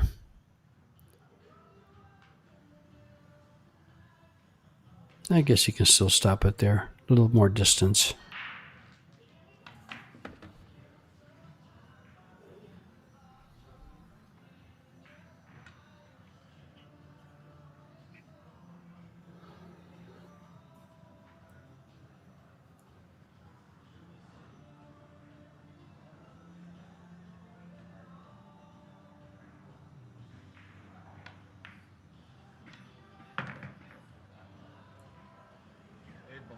8 ball. Well, side looks pocket. like Sanjin is definitely clearing up this rack. Well, we've seen dramatic stuff to the side pockets. Still almost straight.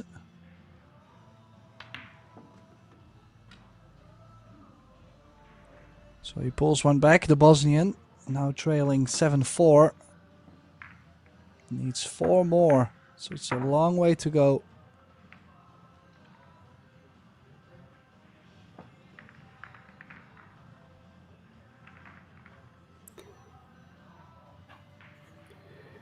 And as we do the rerun of this rack, our sponsors are YALIN, Box Billiard, Predator, Kamui, Ven Billiards, Isaac Billiards, WPA, and Little Monster. If you need Predator products, go to predatorcues.com. Everything is online. The cues, the tables, the chalk, all accessories, the balls.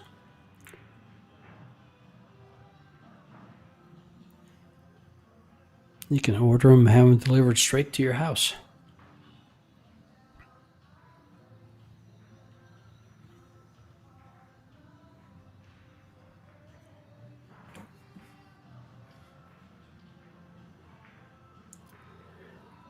A big difference in the break you were talking about, Tim, is Sanjin has a 33% break success. Kachi has a 71% break success.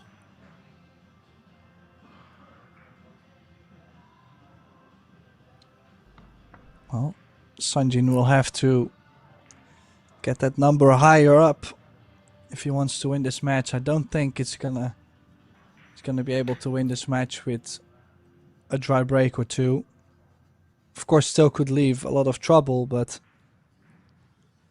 just don't think that will be the winning way for this match.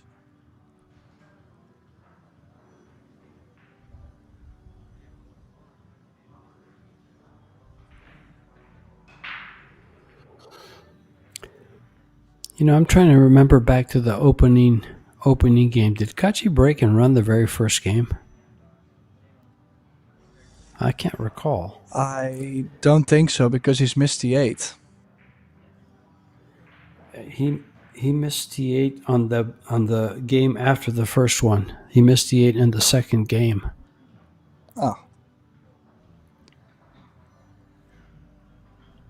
Because after that, he came to the table on a dry break by Sanjin and had a table run. Then he broke dry, and Sanjin ran out. Or I think they had a little exchange. But then he had a table run and then 4 break and runs. So I know a guy that can give me that information, Mr. Salmon. The opening game, did Kachi break and run? Because that would give him 5 break and runs. Well, I had Michael Salmon just texting me that it was a breaker run, but I went back to rewatch it and seen Kachi miss the 8 on the first rack. So what, the first rack? Okay. But he won the first rack. Oh, Sanjin yeah, because he missed. jumped it in. That's right. Tim, your memory is great. Perfect. So I've got it right. 4 ball, corner pocket. Well, imagine he's only missed 1 ball in the opening rack, and after he's run out everything else you've seen. Yeah, he's been perfect. And now this.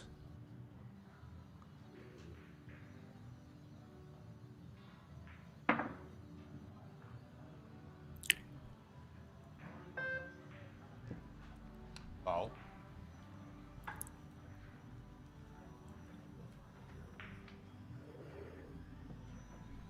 Oh, and he's fouled. Was wondering why he would curve at it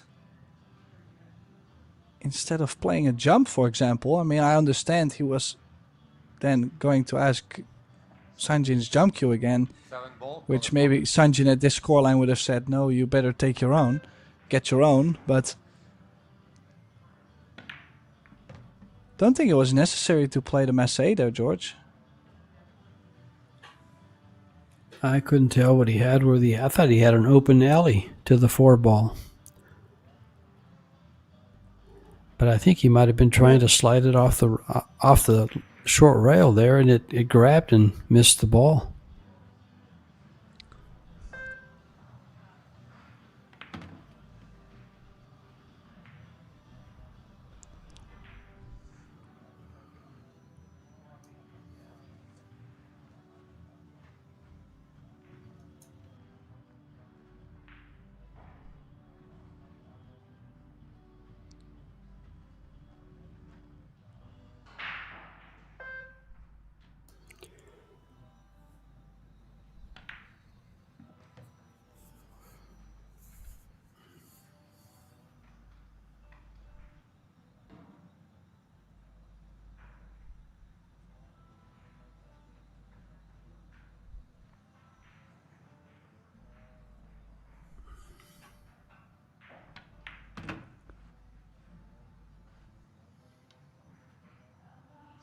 Yeah, really not too much to do. That ball in hand really opened up the rack a lot for Sanjin, who opened up the cluster on the first shot. Has the 4 in front of the corner to get to the 8.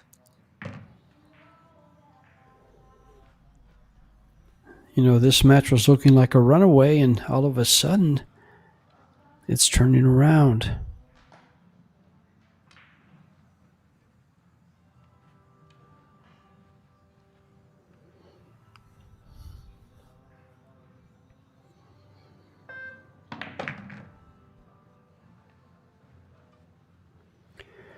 That's the second time he hits the ball expecting to get more out of it, and he didn't. He was expecting to come up at least another 1.5 feet, 2 feet.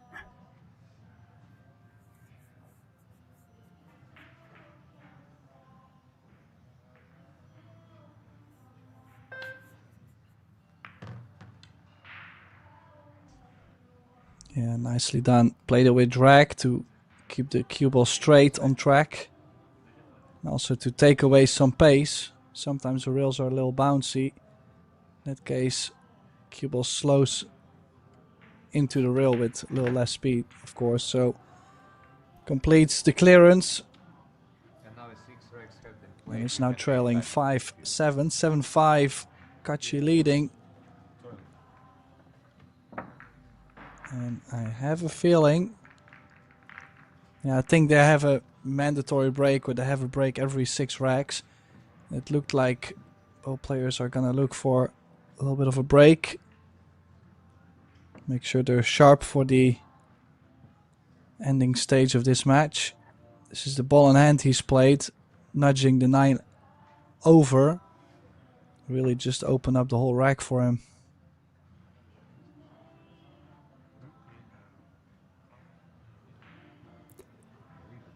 And all of a sudden, we have quite the match, because here comes Pelovanovic.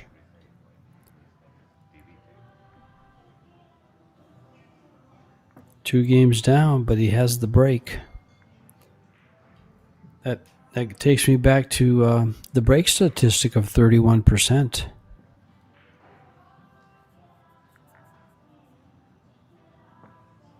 It's now 25 because he broke that last rack and broke dry, and Kachi fouled.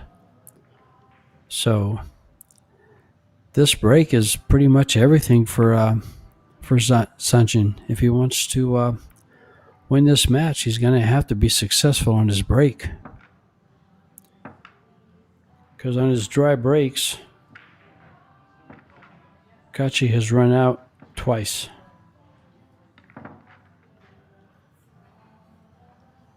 Two dry breaks, 2 runouts. And then had 4 break and runs in between. Or after the last one. So, wow. Be right back.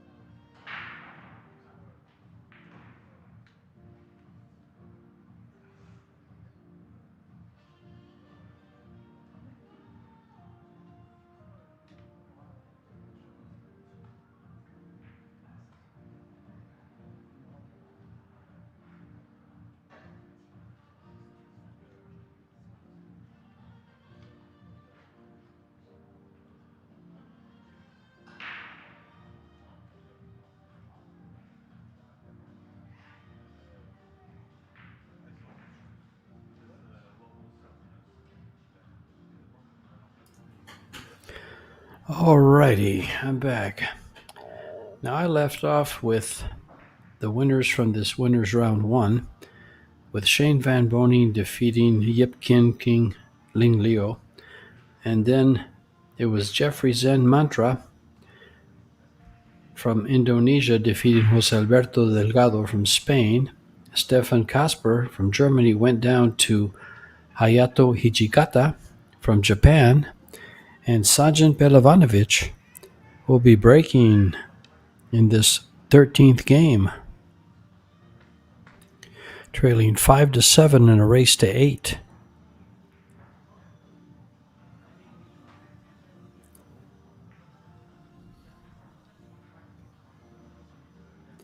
To Eklund Kachi.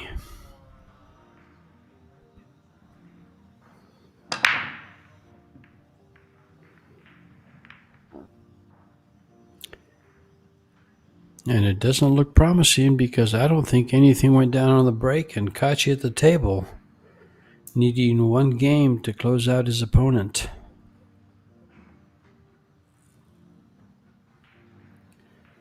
A couple of other is Misko Fortunsky defeated Juan Carlos Exposito from Spain. Ralph Souquet has moved on and defeated a New Zealand player, Ton Nguyen. Daniel Maciel, Polish, defeated Siman Huntak Mohamed Abiui, 8-2 from Indonesia.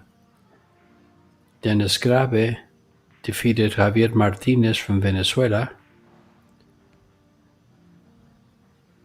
And Amir Ali defeated Mohamed Sufi, 8-3. And then Cledio Kachi defeated Torsten Homan, 8-5. And those are the completed matches in this winners round 1.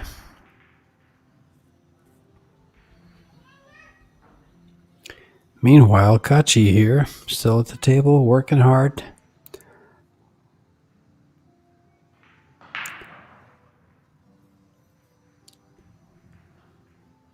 He's got 6 solids left.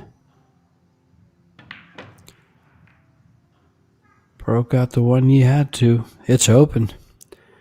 This could be all she wrote for Pelavanovic. But he still has to execute. Got 5 balls to go here. And the 8. The 2 and the 6 very available. The 5 and the 4 up on top. Just waiting to be pocketed. Small bump on the 14 here. To stay there for the 4. Oh, he went back and forth without it. This could be trouble. This could be trouble. And that's why I said, whoa, Tim.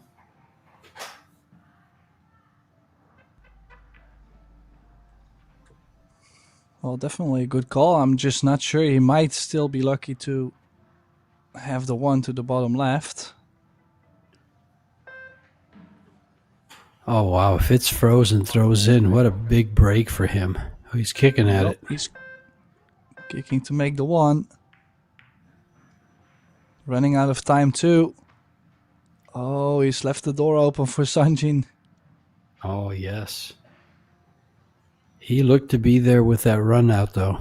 He looked like he had it.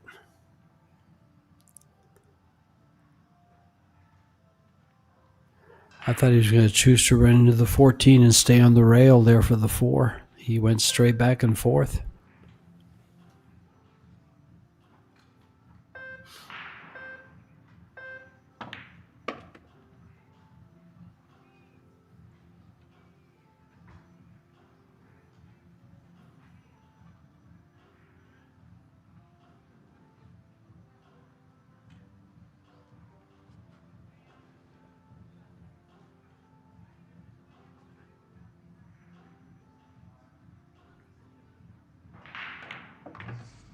Yeah, with the 14 passing the 4.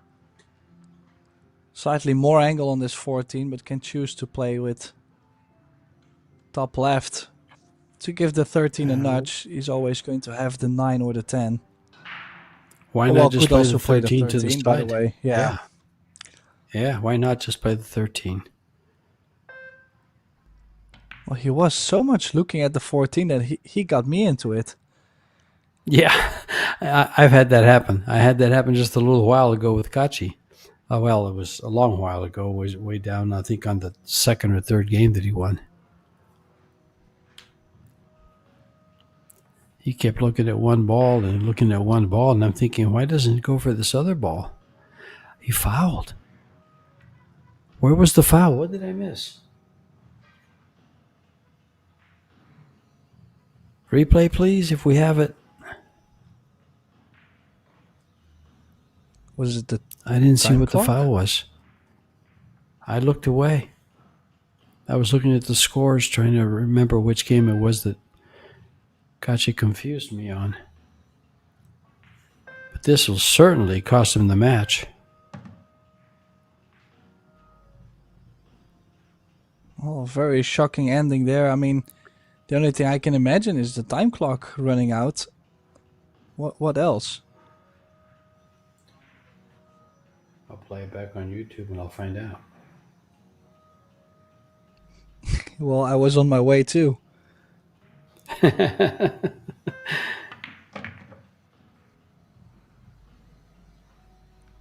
went back too far.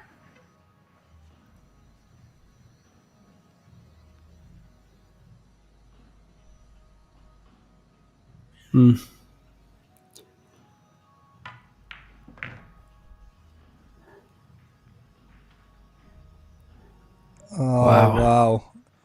He was bridging to make that 4 ball, and he probably touched the 8 or the 9. Either bridge hand or the cue. Cost him the match. He was in it too. Gets that one and could have possibly got one more. Tied it up. Well, gotta say, nice sportsmanship though from Sanjin. Kind of painful though to lose to a friend, but also in the way how. Could have definitely made this match a little tighter still. But for now it's Eklund Kachi who advances.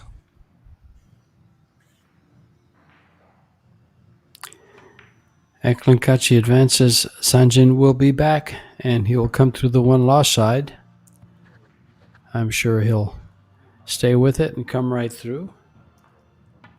But this winner's round 1 will lead into the winner's qualification next for these players. And waiting there are players like Joshua Filler, Albin Ocean, Bader Arawaldi, Radisol Babika, Jeffrey Zen Mantra, Misko Fortunsky, Ralph Suke, Hayato Hichikata, Shane Van Bonin, and Dominic Jastrab.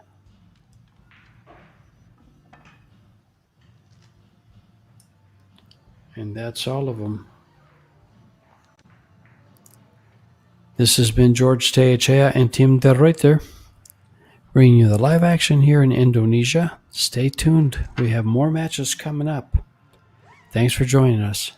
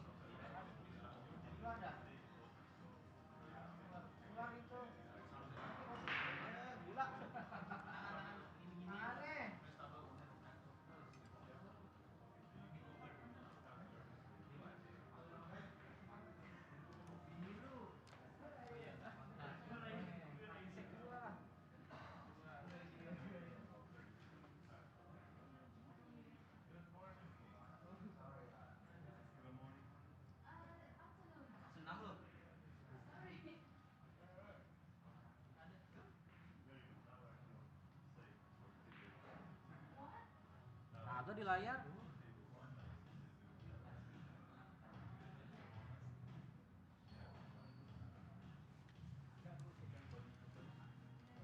Nggak ada.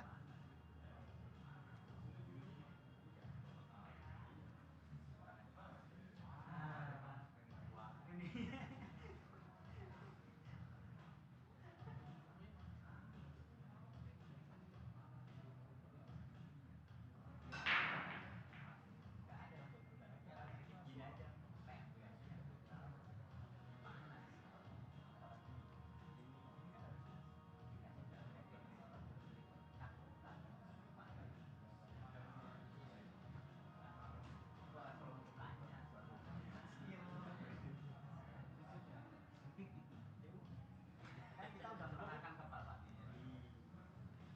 Delay lagi. Iya. Iya.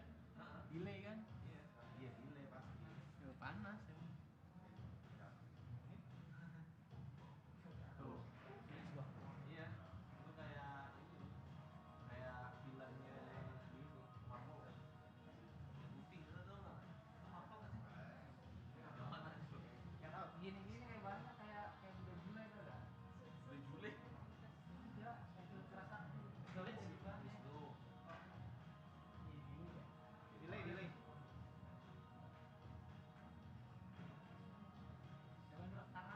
Tangannya.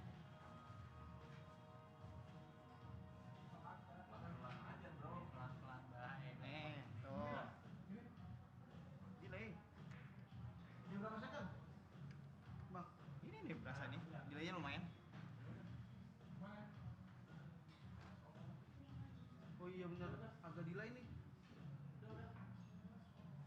Udah ganti lagi, Jen. Oke. Ini udah scroll kan ya? Iya, itu udah scroll. Cepat ya.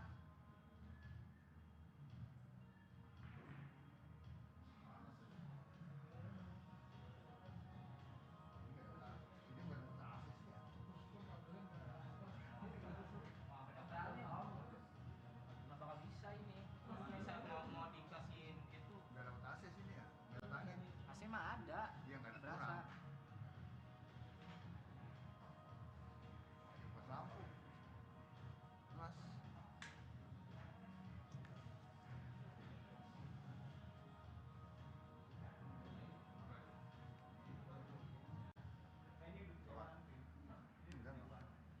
Bukan panas, tadi ada bayangan. Sejauh itu.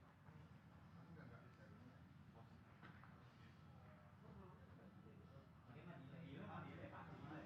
Tidak sejauh ini. Ini coba. Ini. Coba tarik. Pasin dulu Pak. Ada delay nggak? Delay. Terlalu.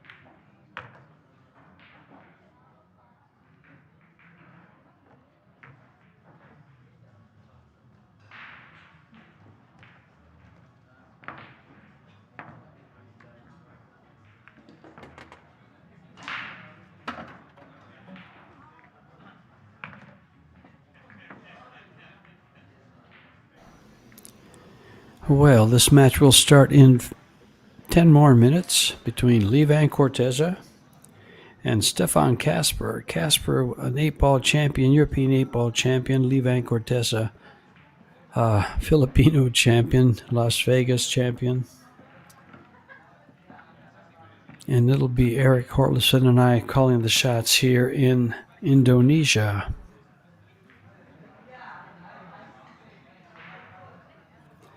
So stay tuned with us, folks. We'll be with you shortly.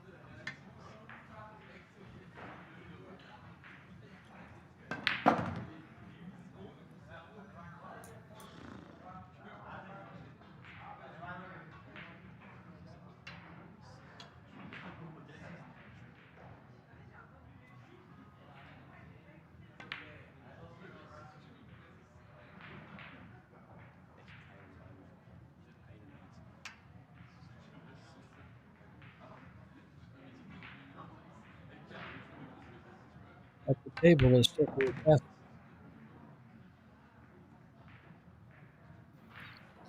Levan Corteza versus Stefan Kasper. Match to begin in 7 minutes. Men's World 8-Ball Championships.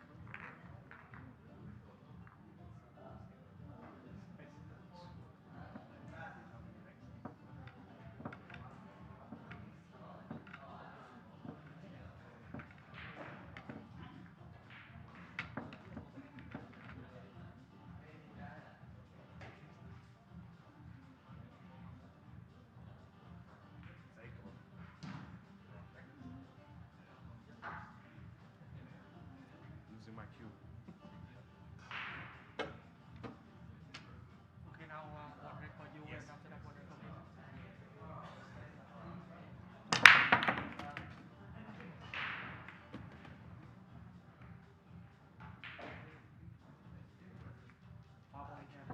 Thank you.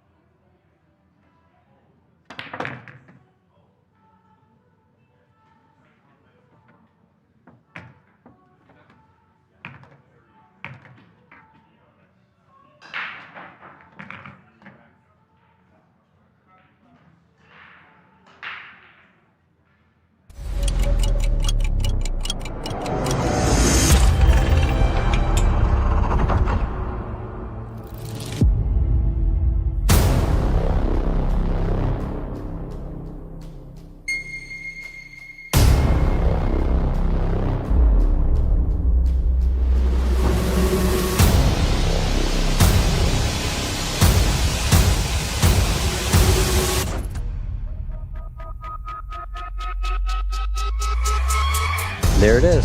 Just like that.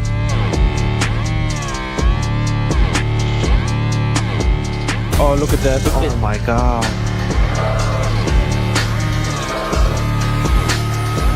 Wow. Final 2 shots, Jim. I shall leave it to you.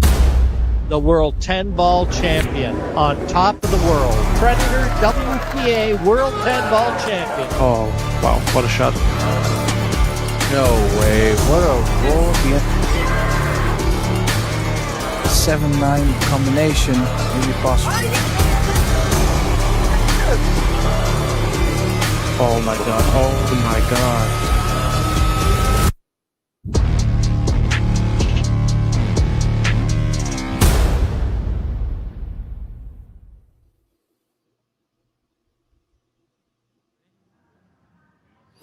And what a great clip of all our current and champions here in Indonesia and all around the world. We are in Indonesia with 3 world championships. This one is the YALIN Men's World 8-Ball Championships. And this is a loser round match, so the winner goes home. Here you've got 2 great players, Stefan Kasper from Germany, who you're looking at. One of Europe's best 8-ball players. He's number 1 in the EPBF rankings, and he goes up against Livan Corteza from the Philippines. There's Livan right there, taking a good look, looking down and getting ready to play. The Slayer meets the Friendly Ghost. This is George Steachea, joined by Eric Horlifson, and we'll bring you the live action here from Indonesia. Welcome, Eric. What a match we have. Can't believe it's in the loser round. Pleasure. Yeah, 2 strong players on the loser side early here. Tough to pick a winner. I'm not even going to make a prediction on this one. I think it's real close. Corteza probably with a little less 8-ball experience, but known creative player. I don't think he'll run into any problems in that area. Yeah, Corteza with 33 titles. A big one, the 2024 Predator Las Vegas Open, where he faced his countryman, Carlo Biado. And what an exciting final that was this past year in Las Vegas. Casper to break, though, in this race to 8, playing 8-ball with WPA rules.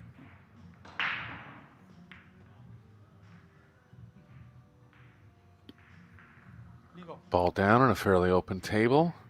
Solid's looking good here for Stefan.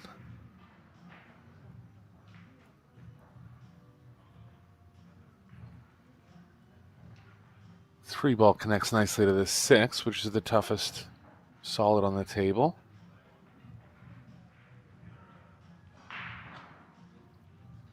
Just has to get straight on the 3. 6 leads into the 1-4. Chance at a break and run here. Expect a lot of break and runs in this match.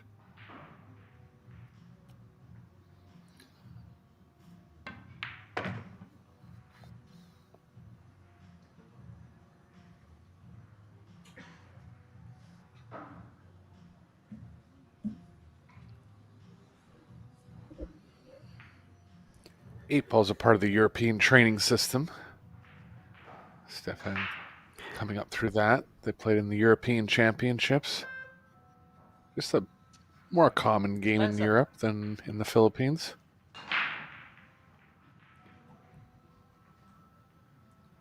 Yeah, Stefan has, so far this year, he's had a great year. He was quarterfinalist in the China Open,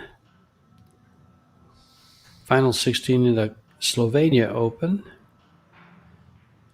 semifinalist in Austria, same in Estonia, and runner-up in the Longoni Italian Open. So he's out there playing all the time, and he's ranked number 1 in the EPBF overall rankings. And you got some killers there. You got Miško Fortunski.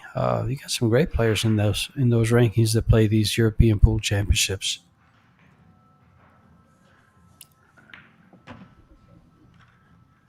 Yeah, Stefan just leaving the 3 till last year. That was a little better than my pattern.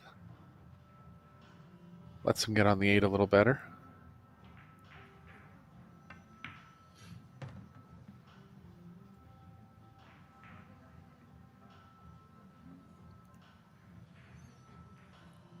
Stefan, a 807 Fargo rated player, 37 years of age. Actually, he's got a birthday coming up on the 15th of October, and he's ranked 38th by the WPA. So this is a close match in every way. Livan's ranked. He's an 816 Fargo. He has a very low WPA ranking because he doesn't play any of the tournaments they play out there. He's out of the Philippines or in the U.S.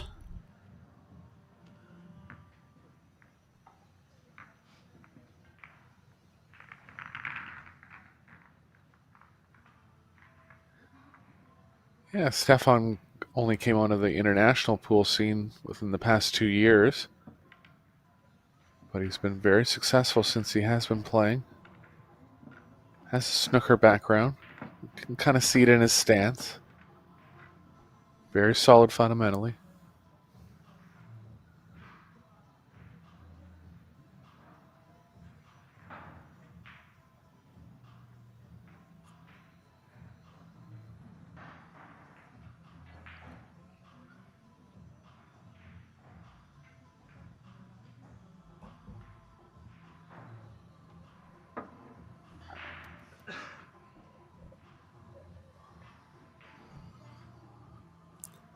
And Stefan opens up with the break and run. I think we're going to see quite a few of those here. We saw quite a few in our last match. Yeah, players getting a couple Sanjin rounds in Pelavan- now. Go ahead. Sorry. Yeah, Sanjin Pelavanovic and Eklinkachi had a very good match there. Eklinkachi with 2 table runs and 4 break and runs, winning that match 8-6. Yeah, Kachi's a former World 8-ball champion. Expect him to be one of the front runners this week.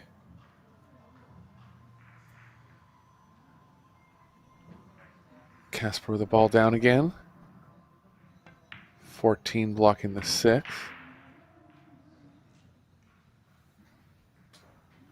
Pardon me, the 9 blocking the 6, so choosing stripes.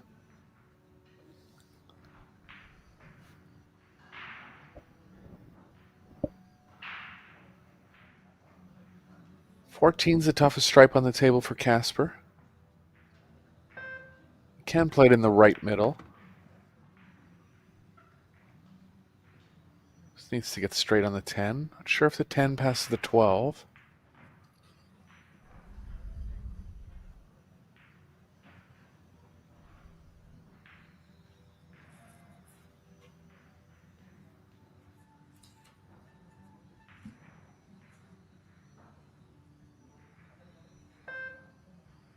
So he has a shot on the 10 here.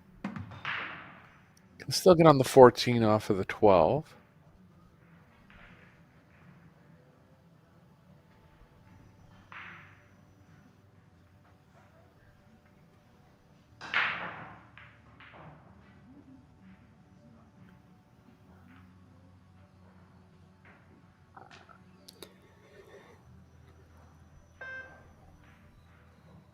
Doesn't look like he has any angle going to the right off the 11, otherwise could play in the 14 in the left middle.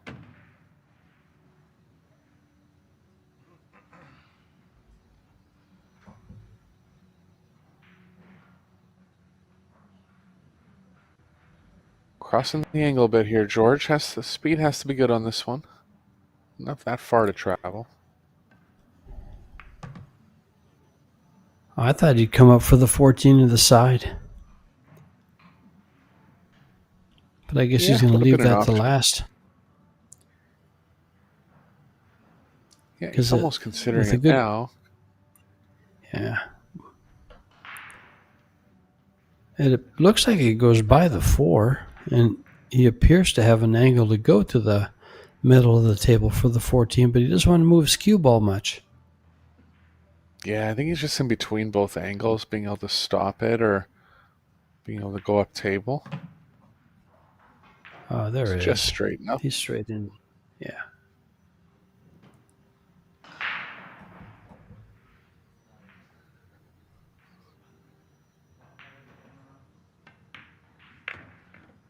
Well, strong start for Casper, 2 breaking runs out of the gate.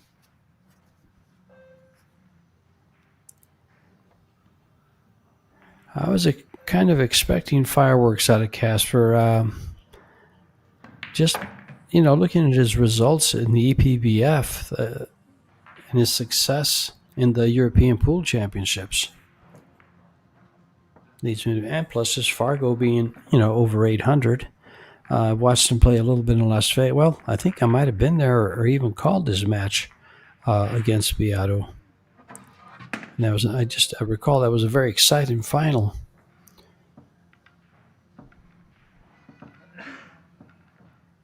Yeah, I think he made it But to the that was 10 ball. quarterfinals in Vegas. Yeah, I think he made it to the quarterfinals in Vegas this year. Really seems like only a matter of time before he really breaks through and wins a big tournament.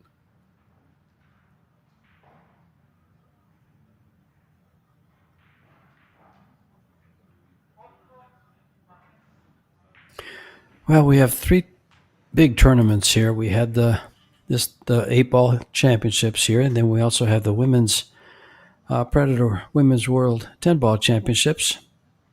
And then we had a men's double world championships, the first one of its kind, put together 24 of the elite teams from around the world, $190,000 prize fund. So it got some attention, and it brought some great players. That man right there was in it, as was Lee Van. Boy, he's got balls flying in on the break. Yeah, just hitting him from the side rail, hitting him solid. Nothing too flashy about it, but definitely successful.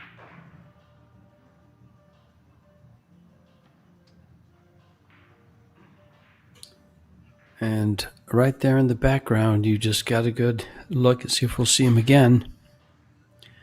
Mario He from Austria, a.k.a. the Panda, in the white t-shirt sitting along the border there of the LED border behind Stefan Kasper's chair. Yeah, likely in Probably support good of Casper. friends. Yeah. Having Austria and Germany so close by, they probably play a lot together. And Mario is up there in the rankings on the EPVF also, so he plays quite a few tournaments out there.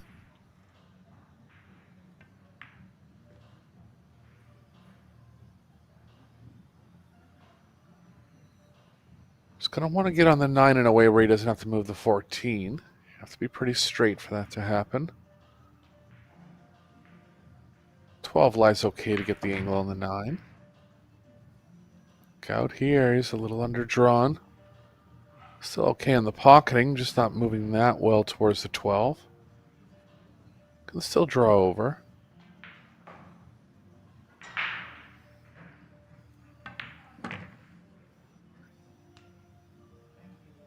This is what happens in 8-ball, George. You just get a little out of line on one ball.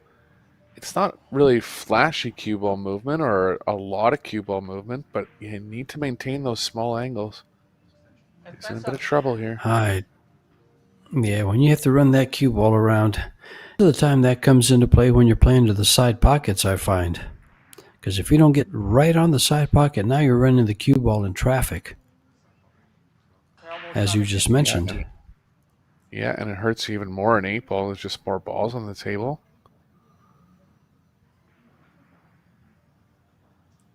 I think he's going to the side here. He's got a chance to turn out well. This turned out did. perfectly. What a shot. Yeah. He played very nice position there. It was hard for him not to get a shot there. The only thing that could have happened was maybe roll past that 4 and get behind the 7. That looked really good. 3 breaking runs to open. Impressive. Very impressive. Hey, Connor.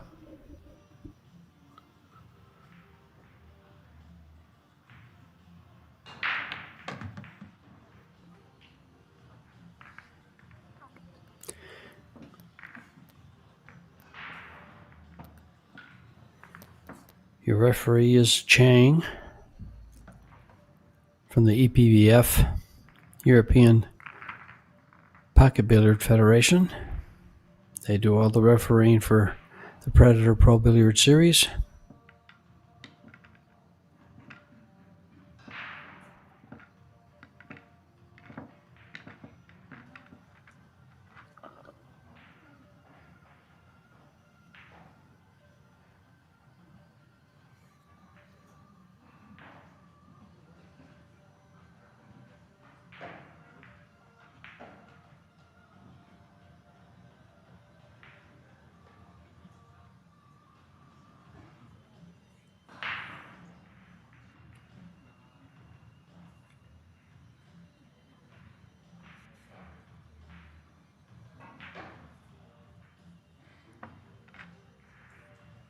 96 players started this men's 8-ball world championship. 32 will advance to stage 2.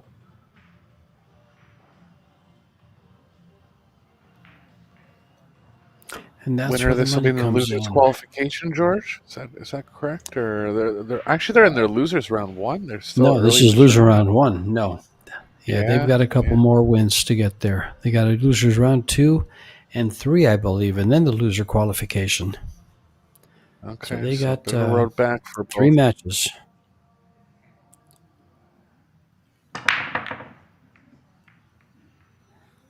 We might Let not me get make one sure this of time. that.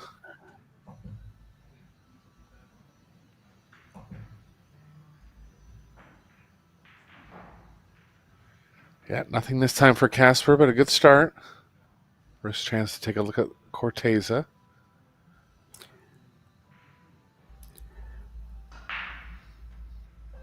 Two more matches to get into the final 32. They got loser round 2 and then the loser qualification. Okay.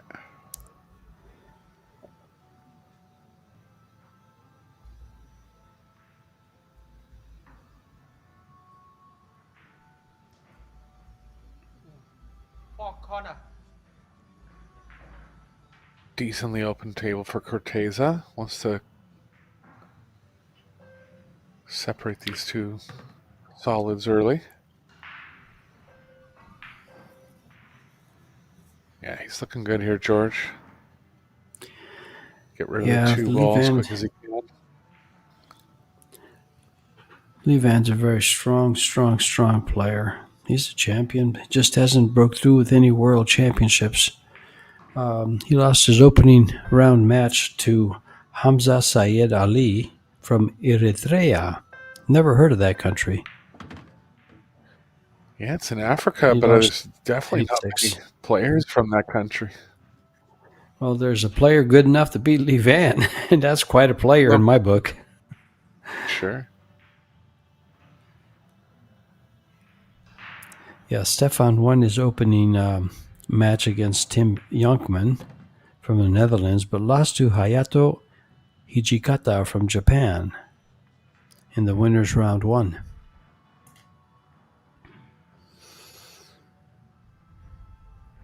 Yeah, Hijikata, a very strong player.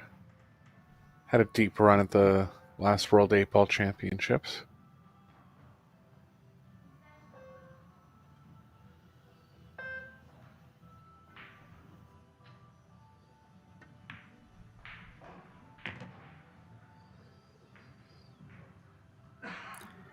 Looking good now on the toughest ball. 2 corner. Levan's a grinder. He's in it for the long haul. He'll stick with you no matter what.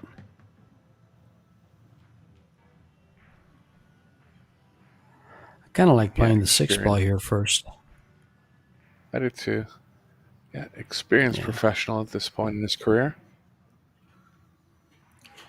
Yeah, he's 46 years of age.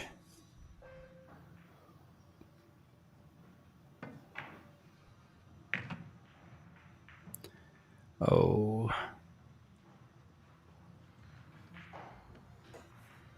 Want to be over top, but I think he still has the right side of the cue ball.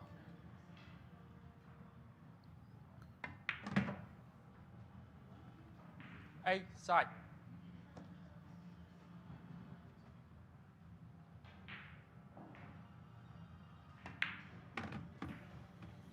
And down goes the 8-ball for his turn at the table. Table run off of a dry break.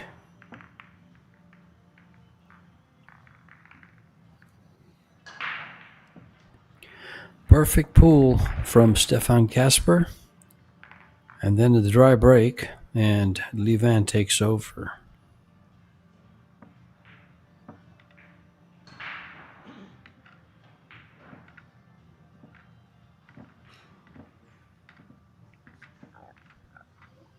Yeah, tables have been fairly open.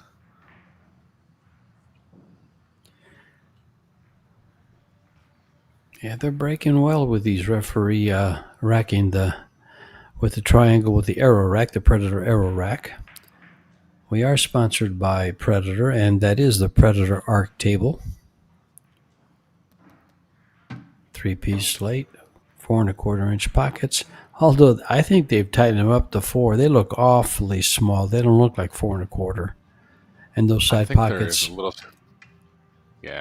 little smaller than a just quarter. sure.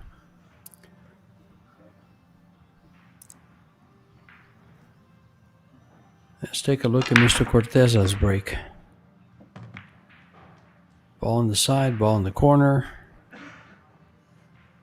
Opening Yeah, a little wild with the shots cue ball. on opening shots on the stripes,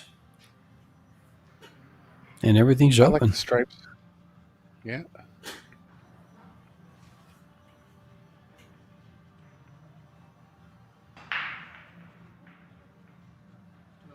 Well, 12 corner.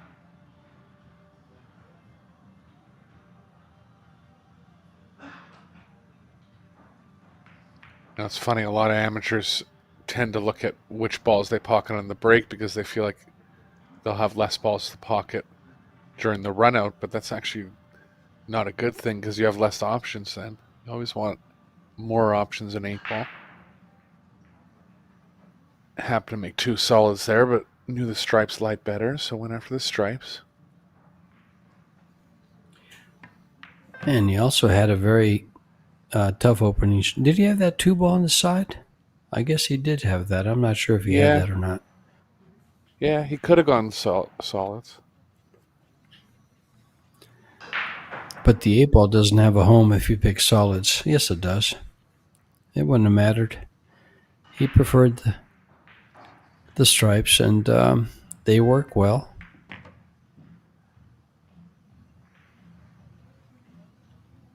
This is ideal. When you come up with a shot on 2 balls, your choice is one of 2 balls. Take the one that lays better for the position you want. Just make things easier. Yeah, he's going to be just most concerned about getting a proper angle on the 8. It's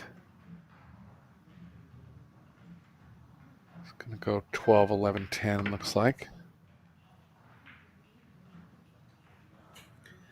The one advice I would give a lot of amateurs is your key shot before the 8-ball.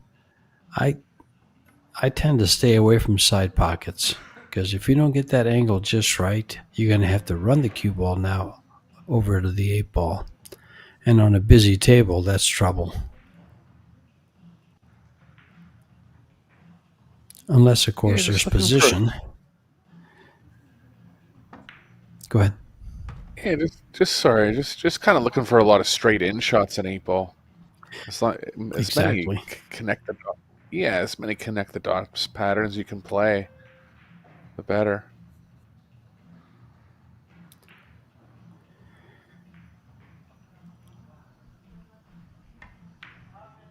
And Corteza fires back with a table run and a break and run, and still at the table to further his score.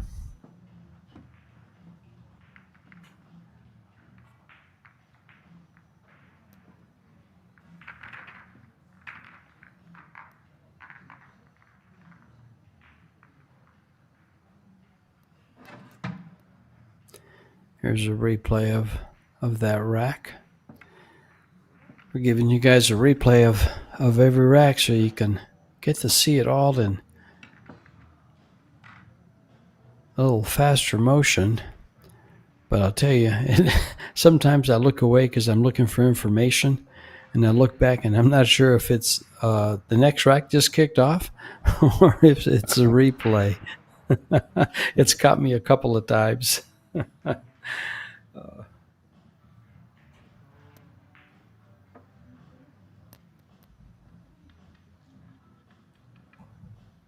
Corteza looking for his second break and run. Perfect match so far from both players.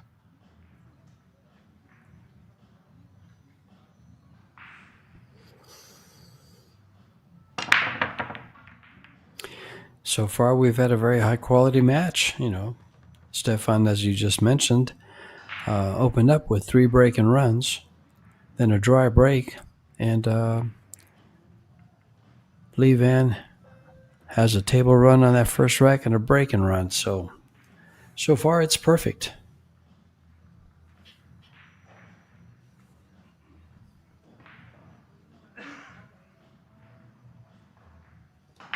He's got another Ben's going to open favor. table for the. Yeah, he's pretty open here. He's going to favor stripes because of where the 14 is.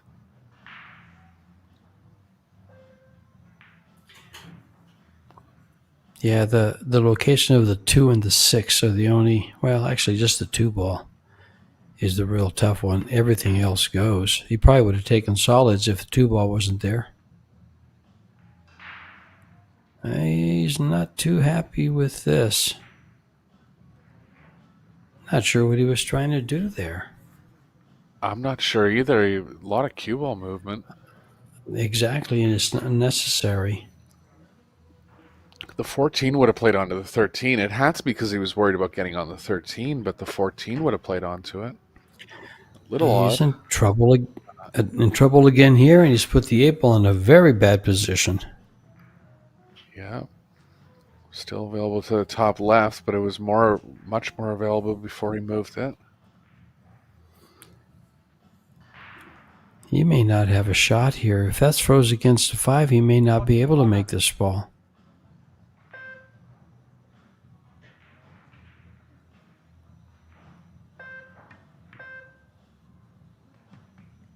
Just had enough. Yeah, but look what he has to do now to play position for the 8.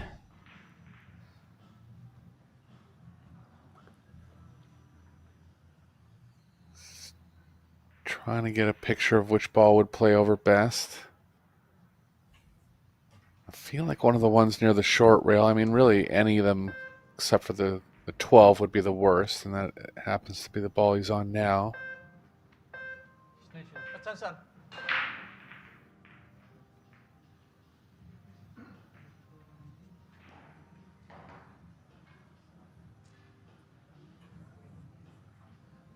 If he gets on the 11 with some angle going into the right long rail, he can play the cue ball 1 rail over. Looks like that's what he's going to do.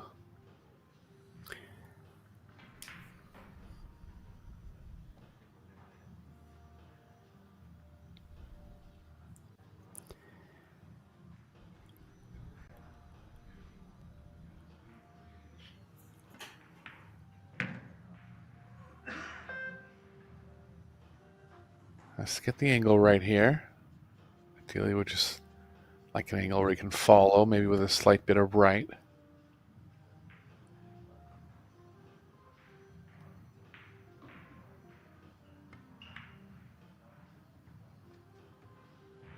He's Oh, undercut boy. it, so he's lost the speed.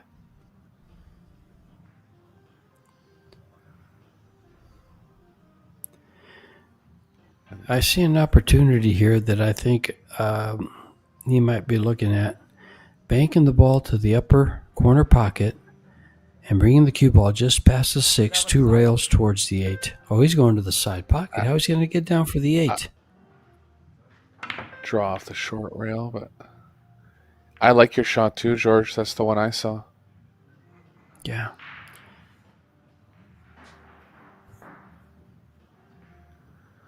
So, open table chance for Casper. First mistake in 5 games. Casper had 3 break-in runs his last offensive run. He'll be a big favorite here. Just has to figure out how to get onto the 6. You know, Eric, in 8 ball, I believe the mistake was made and on that second shot when he came all the way through all the balls with a lot of speed to get on that bottom ball instead of working his way down to it. Yeah, that was odd. Because after that, yeah, he was scrambling after that. I mean, and you don't scramble an 8 ball. As you mentioned, you just take the connect the dots routine and just let each ball lead you to your next one. Extension.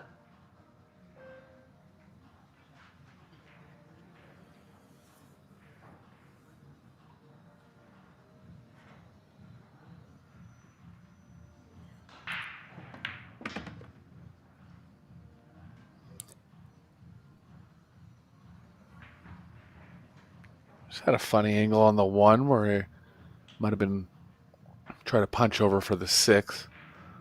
Just didn't get quite enough speed on it. Still time to get back to it.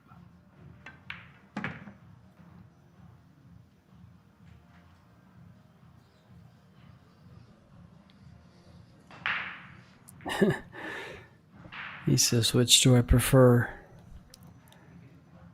I like this.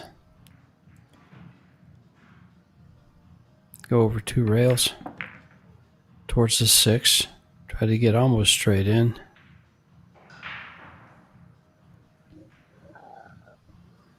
Yeah, just straight enough where he can hold on the right side of the table.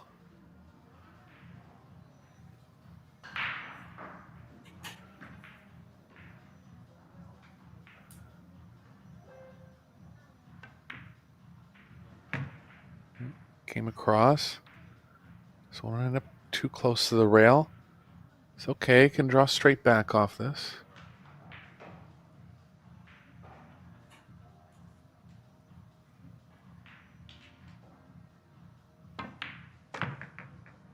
Hey, corner.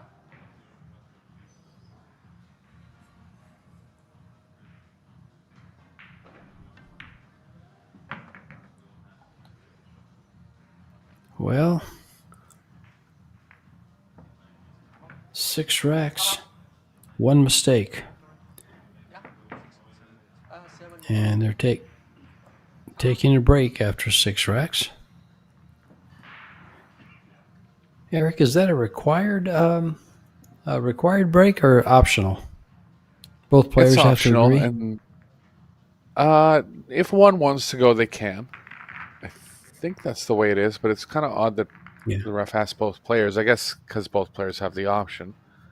And there's also a break after 12 games. Just not sure if you take the break in the first 6, if you can take one after 12 as well. In the last match between Kachi and Sanjin, they did take 2 breaks, one at 6 and then the other at 12.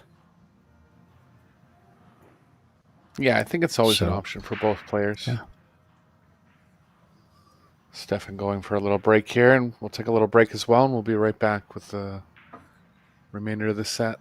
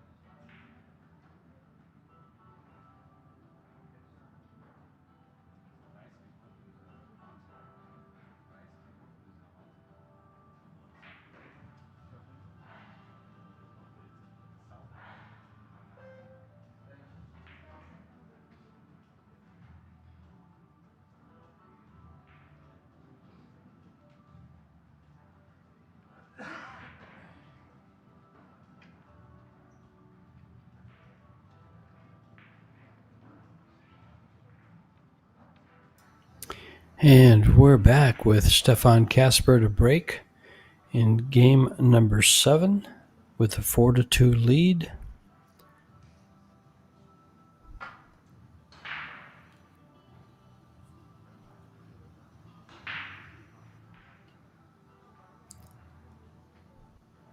Had some interesting stats for you guys to pick apart.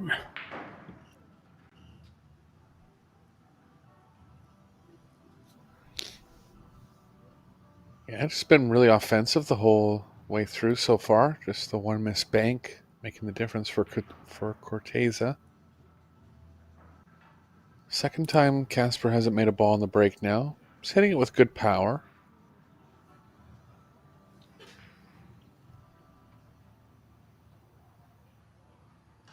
Eight ball's a bit of a problem for both players. Looks like Levan's going to consider taking the 7 and opening up the 4 here.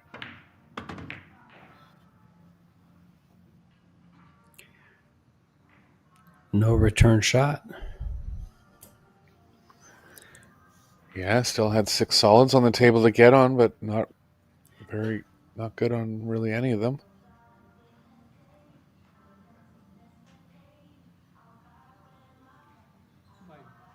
Fight corner.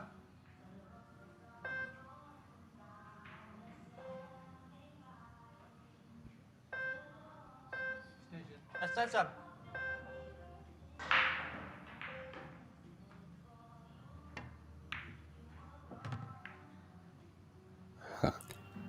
Pretty rare that you see a player call an extension and still stay down and then pull the trigger. Just wanted to get the beeping out of his ear, I guess.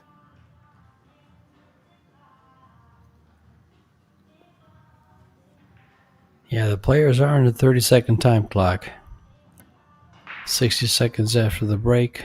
And for 8 ball, that's... I've heard some people say that for 8 ball, they want a longer clock.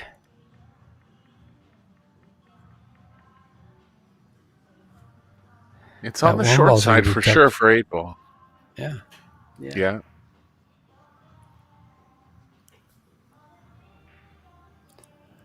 That's why I think the first 60 seconds after the break is really important because you have to consider all the options then. And it's a two-sided argument, but I think the better you know the game, the quicker you can make the decisions, and it favors people that are knowledgeable in the game. Sure, the quicker you recognize the pattern and go to work. But when you get old like me, you forget your pattern a couple shots into it. Oh, look how nice he got on just one ball. That was kind of looking at how he's going to get to that because it looked tough to get on. He figured it out. It looks like it goes. Yeah, he's okay, and he can miss the 10 coming off the long rail.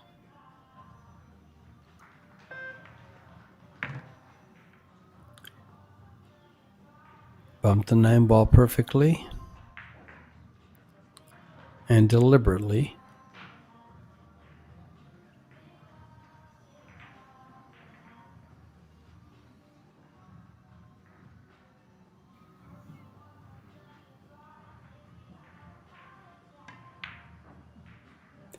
Another missed ball by Corteza.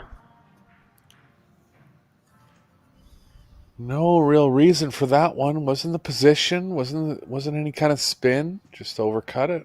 Players are human.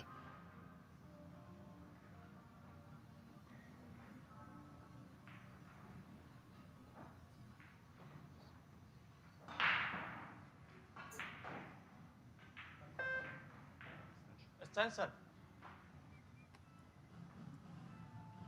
Any player in this World Championship is going to be a big favorite with only their balls on the table.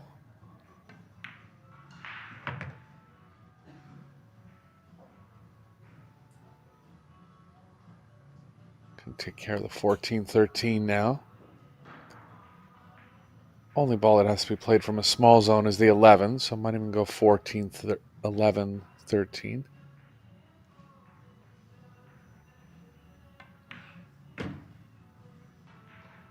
He was trying to get on it. Got behind the 6th now.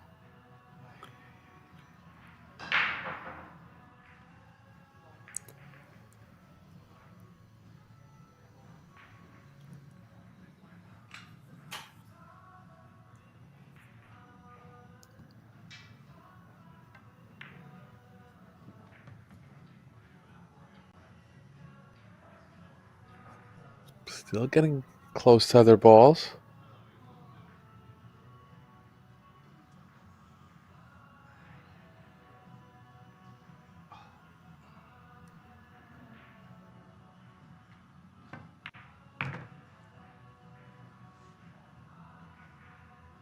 Before I could come up to the 11 now. 15-11-9 finish.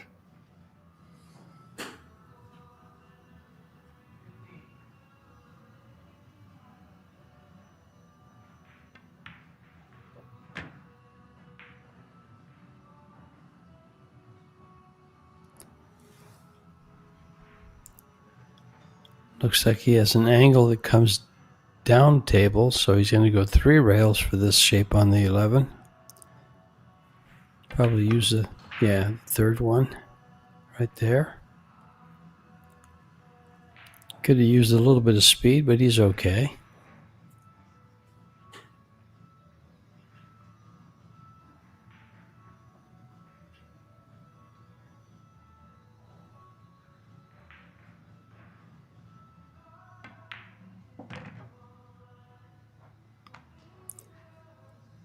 Well, that didn't catch. Now he's straight across. Problem. Yeah, the cue ball must have been going slightly forward from the angle because it looked like he did have some right spin on it, but I agree with his reaction. It kind of just slid across.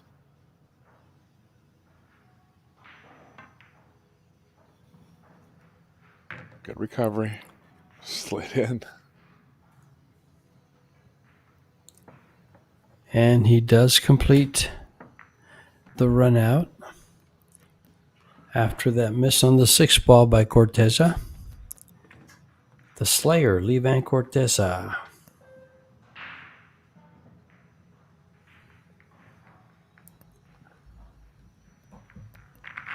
I think he's from Davao, Philippines.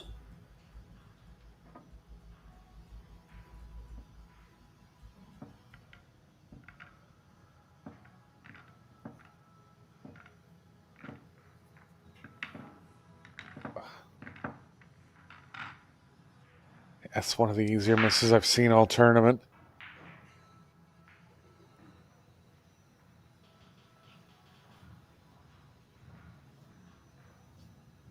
And if Casper is able to find his break again, his 8-ball knowledge looks more than sufficient here.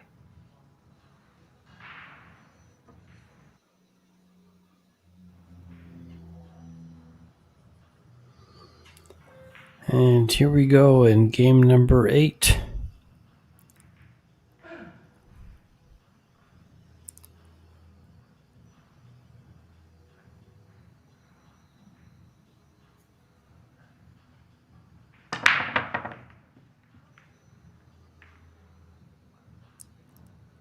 $14 maybe? 14? No.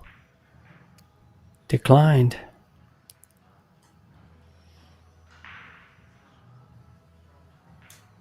Well, now this is a little jumbled. They're not so open. Yeah, it's a tougher rack here. I think he'll have to go for the 14 first, unless he decides to play a 3-ball combo later in the rack.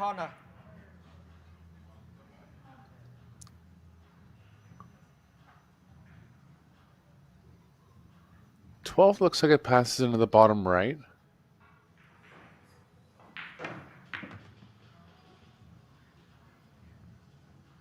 And he's on it right away. He's cleared out a lot of problems in the first 2 shots here, George. Nice play. Yeah, he made the table very runnable.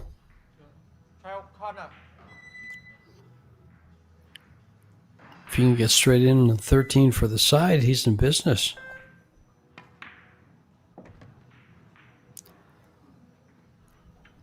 Underdrawn it a bit. Looks like the cue ball can play through the 3. Have to leave himself long on the 11, but still has a way to recover here.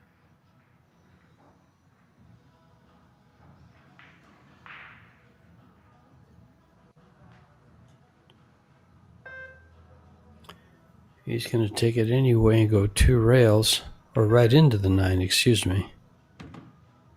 Yeah, just that was a good shot. Knew he was going into the proper part of the 9 to be safe, avoiding the distance on the 11.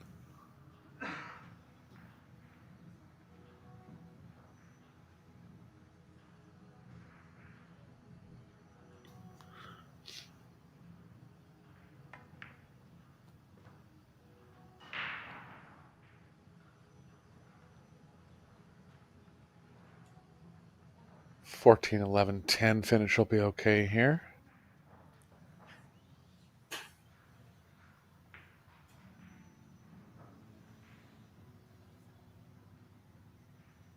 Just worried about how he's going to get back on the 8. Really, I think he just has to risk moving near the 4 off the right long rail.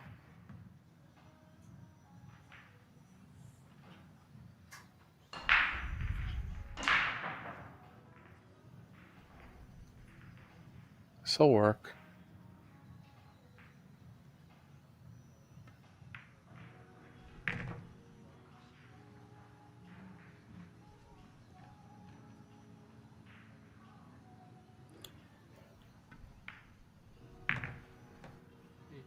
Hey, corner.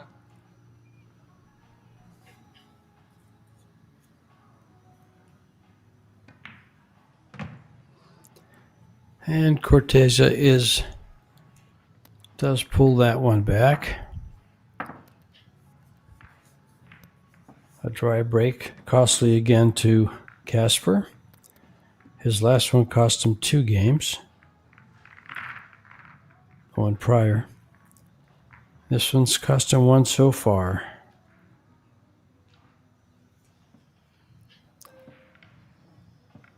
Two table ones and a break and run for Corteza. And then the missed ball on the 6.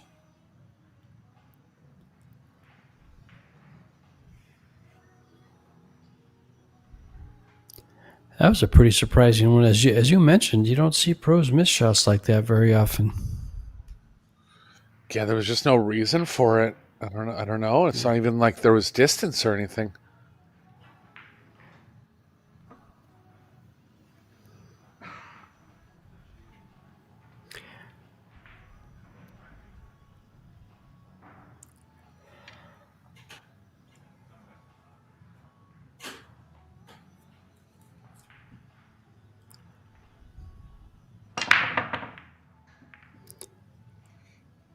Middle of the rack, not opening up ideally there, but the 11 ball down in the top right.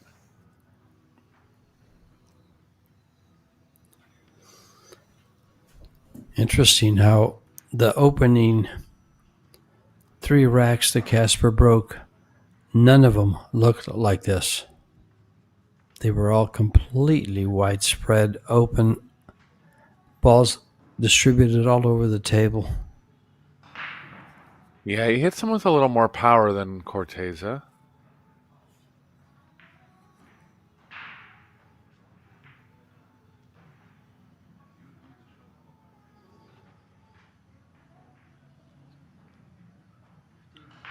Looking to run the cue ball into the 3 here.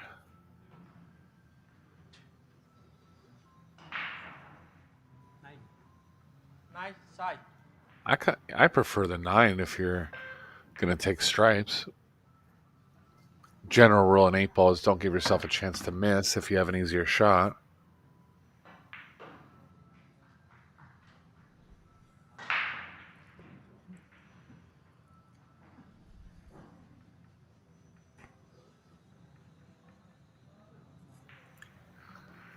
Ten ball's pretty tight with the 6-5.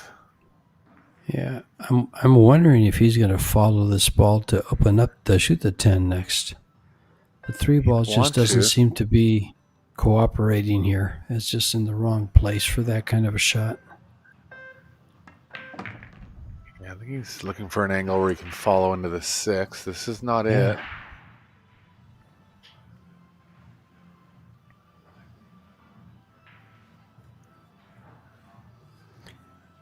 And the problem with leaving your shot, a shot like this 13, if that's not the angle to get there, he's going to have to try to force it or try to come back to it. And did you were actually right. have it. Yeah. I didn't like. I could see the thought process of wanting to go there. My first instinct was to go there. But as I saw how it laid, I was afraid of that right there. Yeah, I thought the cue ball was going a little more to the left. But 15 he's corner. going to have to recover here.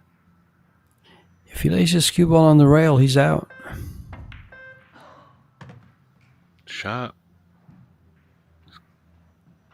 If he can get to that 10 ball, because it's just a little bit of a draw, and he's got the 14 to the corner pocket on the right. A rail first gets him there too. Yeah, I think he's forced to kick at 10 this. corner. Oh, excuse me. You mean rail first? Like that? There you go.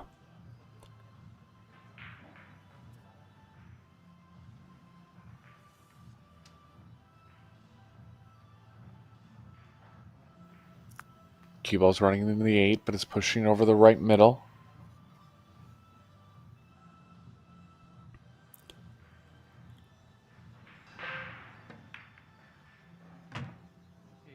A side.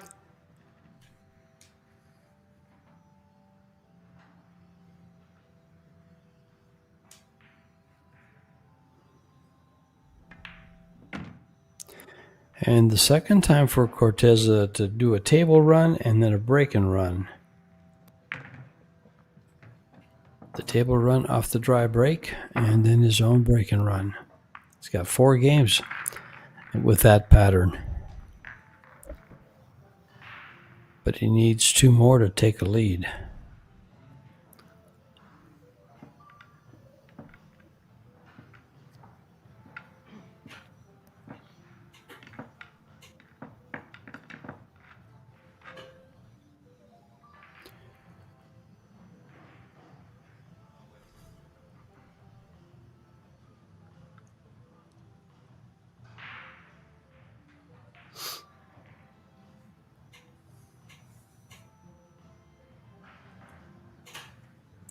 The ladies are getting deep into their WPA Predator Women's 10 Ball Championships.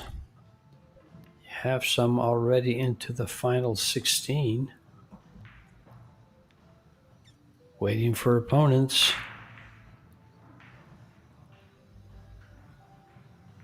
At the next racking time, I'll read those off for you.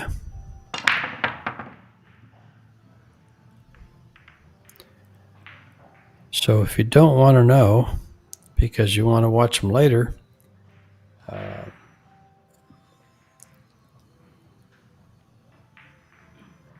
take a little break when I read them off.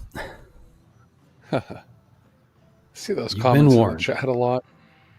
Yeah, I do too. That's why I kind of said something. You got fair warning.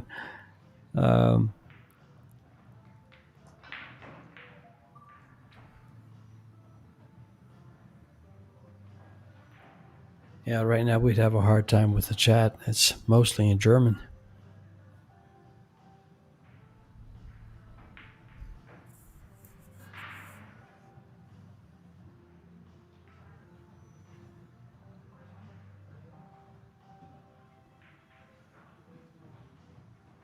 A lot of balls near the left long rail.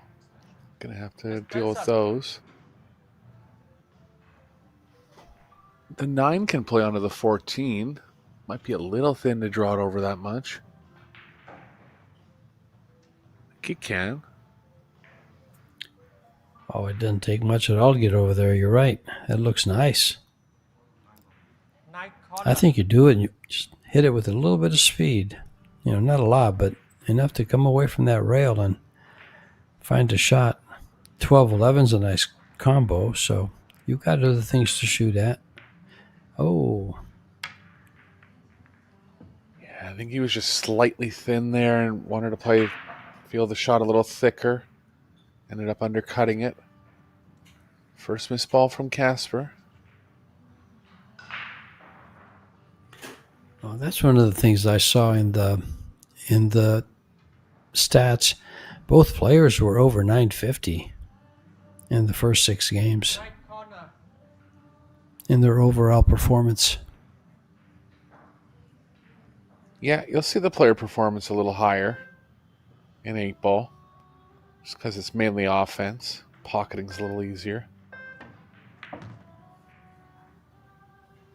But that is real high. Anything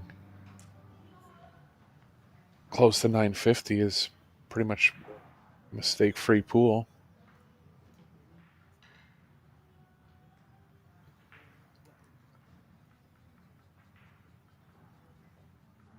$15's going to be the toughest stripe for Corteza. It's available in the right middle.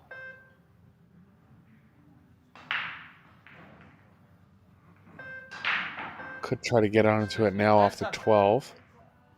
Oh, he has the 10. Perfect. 10 corner.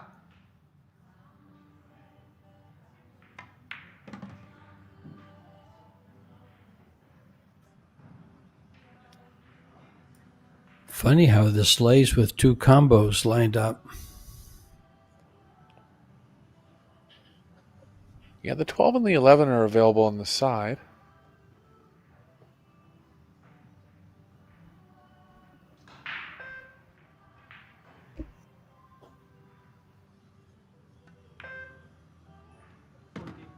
Fourteen corner.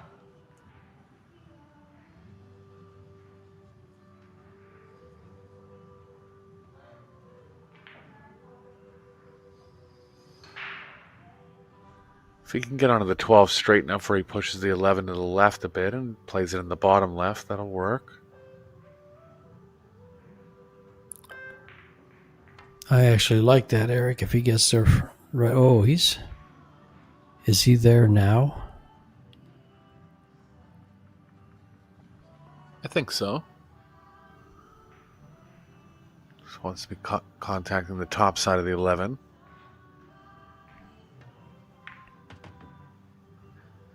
Good shot.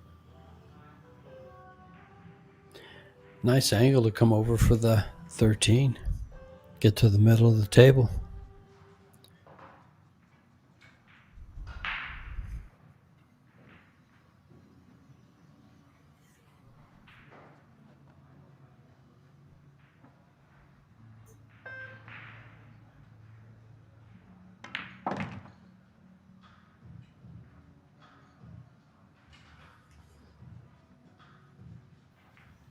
Has to be where the 2 ball coming across. Won't be able to hold without crossing it. There's room between the 2 and the 1. Eight corner.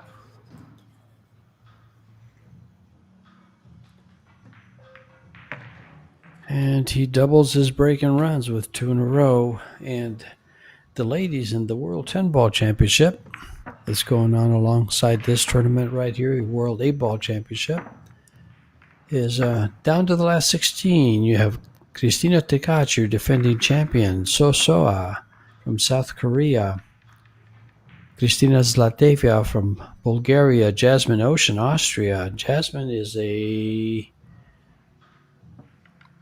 10-ball champion, as is Christina, of course. Cho Che-yu, Chinese Taipei 10-ball champion. Rubelin Amit, 2-time 10-ball champion. Chihiro Kawahara. Didn't she just win in Ho Chi Minh City? The Saigon Open? China, yeah. Yeah. The China Open And was the week before. Okay. And Cho Chia, which is Cho Che-yu's younger sister. So we have a female version of the Kachis, 10-ball champion, and the younger sibling coming up with those same tendencies.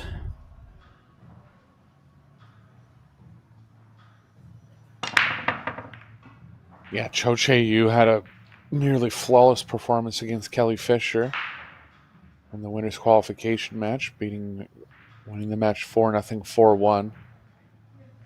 Overall performance was easily in the mid 900s.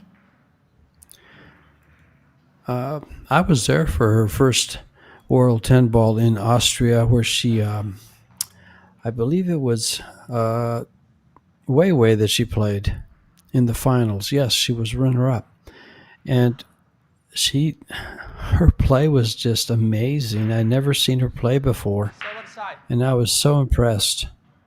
So impressed. Yeah, she's in stroke this week, so look for her to be a force. Needs to get on the 2 here. Still have the 3 if he's not. He might be forced to play the 3 ball.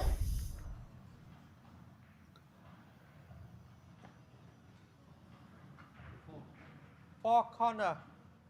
No, he's going to play the 4. Brave play here. 3 is much more makeable than the 4.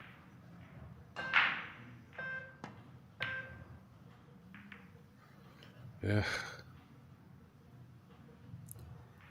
Never give it.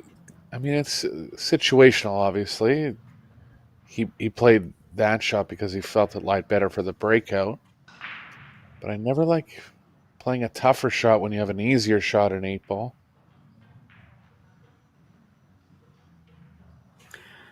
I agree. I like the 3, and plus the 3 ball lent itself to run the cue ball up and down the left side all you wanted, with just a hint of inside. That's what I was thinking. It must have been more right-left spin than we thought. Than he wanted to play. Yeah. Yeah. But yeah, I personally, I'm not a champion, of course, but I personally would have shot the 3 ball.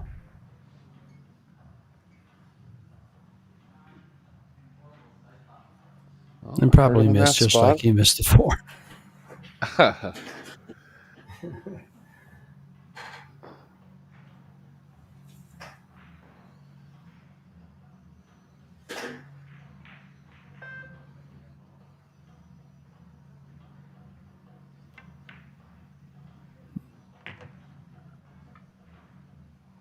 Has to find a way to get back for the 10.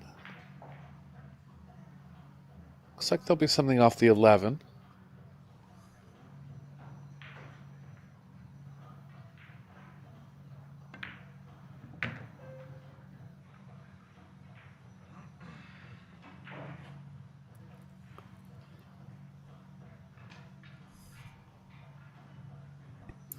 Like And he's staying got to above come this to the ball. left.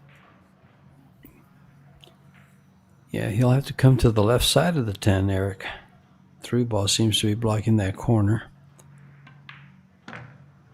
Yeah, there's room between the 3-5. Just to judge it properly. 8 ball has a slight problem. Might have to go on the top right.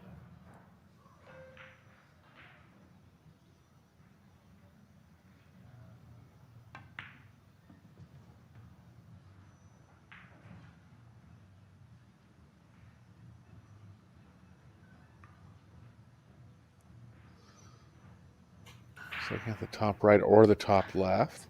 I think he'll favor the top right just so the 1 doesn't distract them. He looks almost straight in.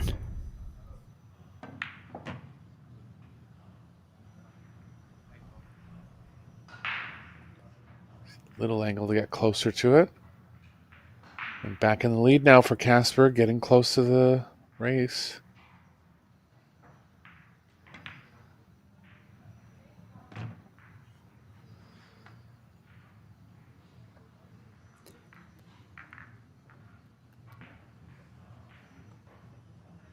With his body English, and then the referee picking up the cue ball, I thought he had fouled, maybe touched the ball.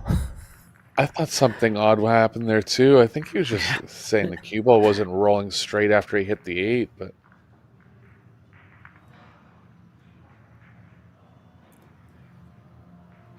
Yeah, if they show him when he pockets the 8-ball, it just looks like his body. He was just kind of said something was wrong, and then the referee picked up the cue ball and not an object ball first. I know, yeah.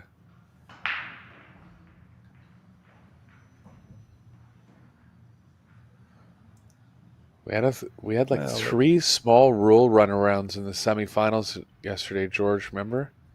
Calling the wrong pocket, Alex picking the cue ball up out of the pocket, or picking the balls out of the pocket too early, pointing on the He table. did. He did it in 2 consecutive matches, and he was Yeah, in called the on final. one. Yeah, Yeah. he was called on the final. He did it in the semifinal, and it was let go because of the other team. But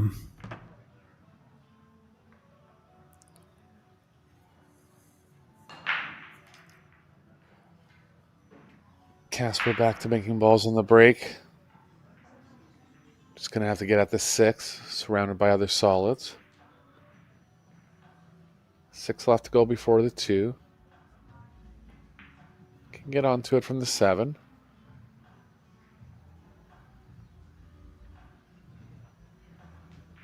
One's a good key ball for the 8.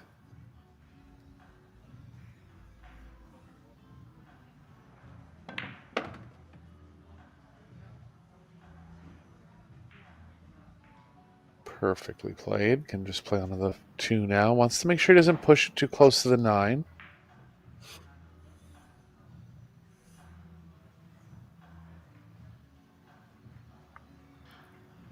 Just kind of nudge up to it if he's straight enough.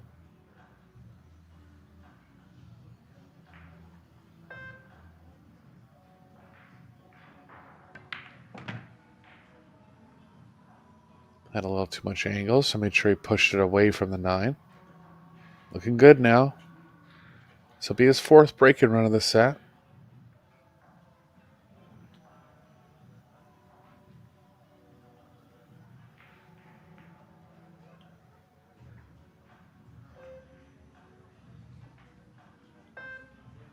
Stands up.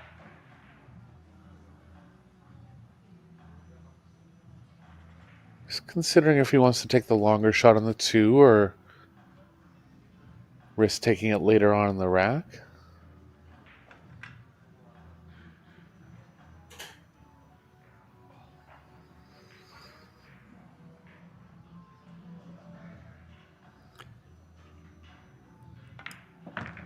is he going to come all the way around for the 2-ball, or is he playing for the 5? I thought he would play for the 2 there. Might have just thought the cue ball was coming off a little sharply and didn't want to land too close to it. That's too much angle on the 5 now.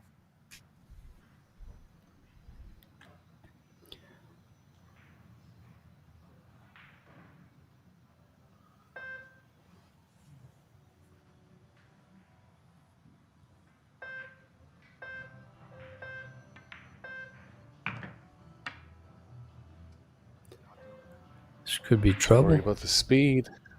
It is. It is trouble. I was thinking. Still on the 2. I was thinking he'd play the 1 ball and come up for those 2 balls because they were both there. It was a possibility for sure. Yeah. I think he might have been trying to run into the 2 there. Surprised he overhit the speed so much. Possibly. Oh, he's okay. But that's one of I think Casper's strengths, snooker background. Strong pocketer.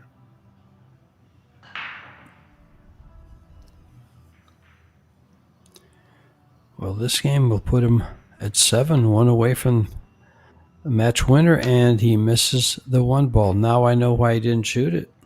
He didn't like the shot because that was closer than what he would have been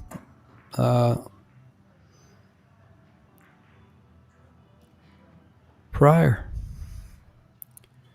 Big break for Levan. Big break.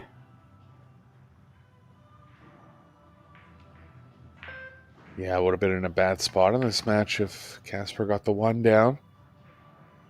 So let off for Cortezan, see what he can do with it. He needs to open up to 13-11. Doesn't quite have the angle right now. Would have to play real big speed. No, not really any other option though, and can't leave it too long. Not positive if he has any angle going to the left off the 12.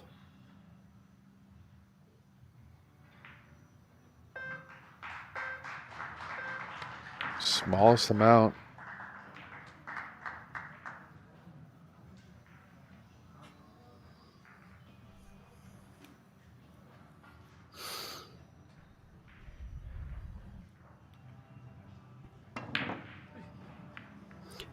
Oh, he was a little Again. straight there. Yeah, 3 missed balls for Cortez in this set. But he was just a little straight on that one, so tried to force something.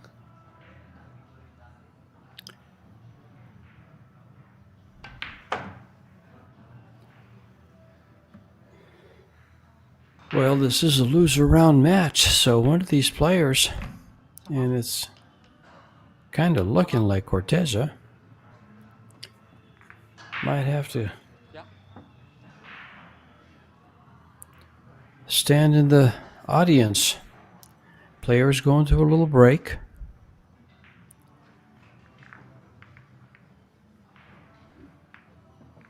And we'll be back with the conclusion.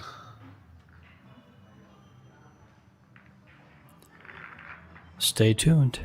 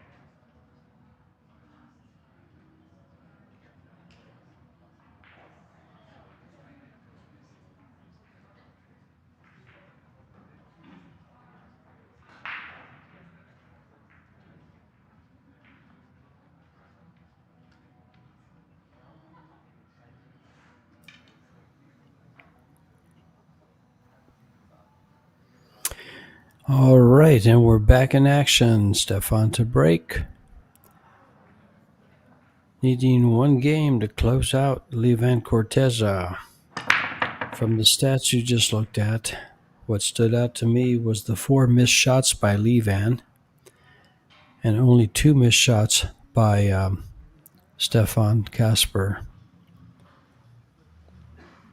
Yeah, the breaks have been about even, but Corteza just missing more balls.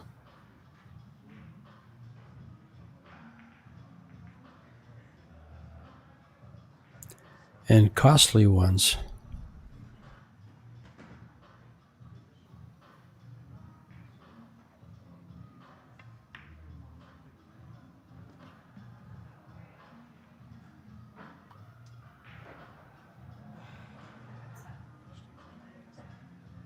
Rack looking good.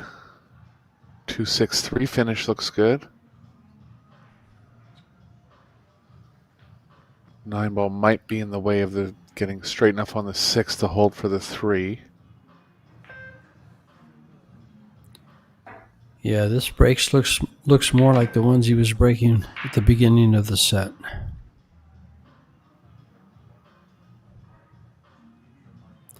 Oh wow, this lays very, very well. I just don't see he's him wide open. not running out here. He just has to get an angle slightly to the left of the 9 so he can get straight enough on the 6. Just to the right of where the cue ball is right now.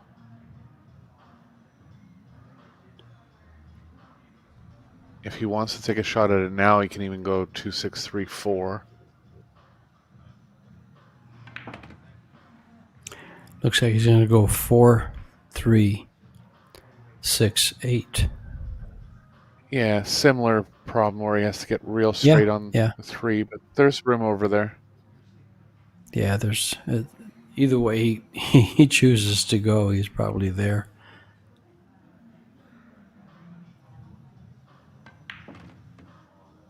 Oh, he's short. He's going to have to run into the 8. Yeah.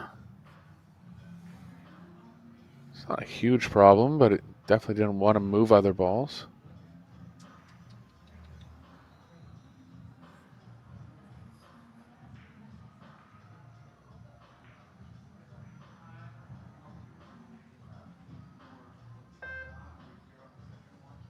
Extension.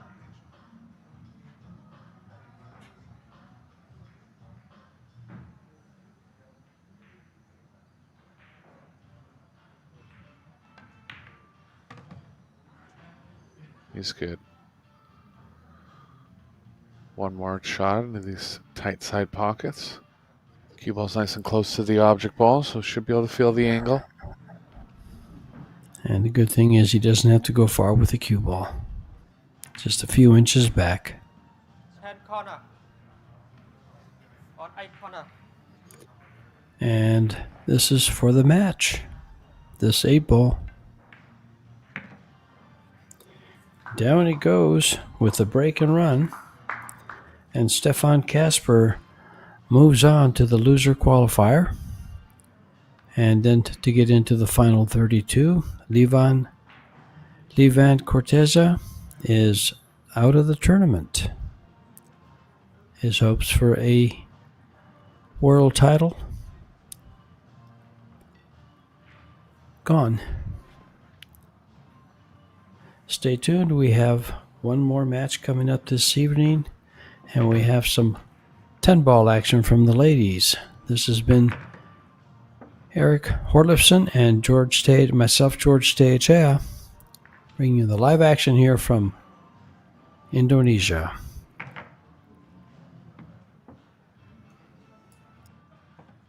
Talk to you guys soon.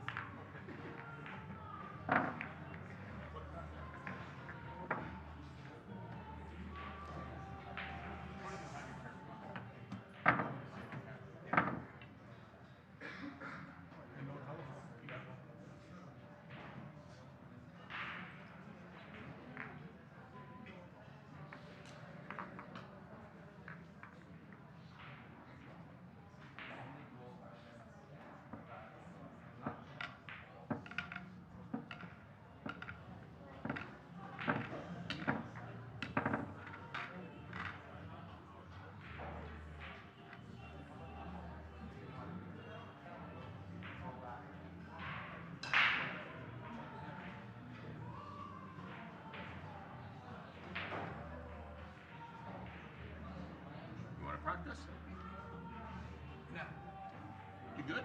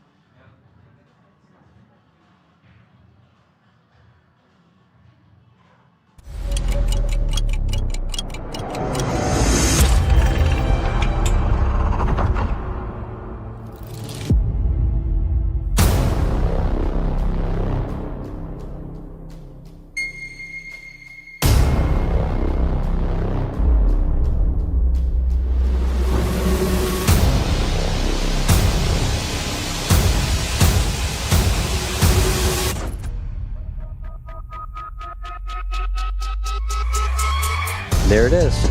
Just like that.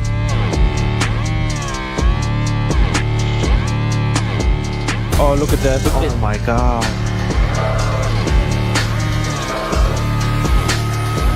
Wow. Final 2 shots, Jim. I shall leave it to you.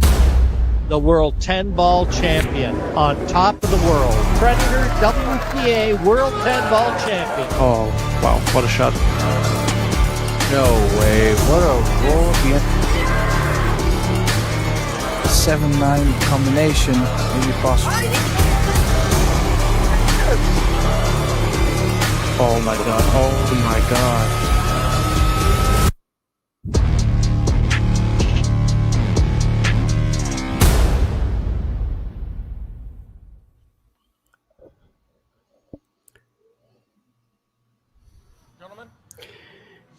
And welcome everyone to Indonesia with 3 world titles.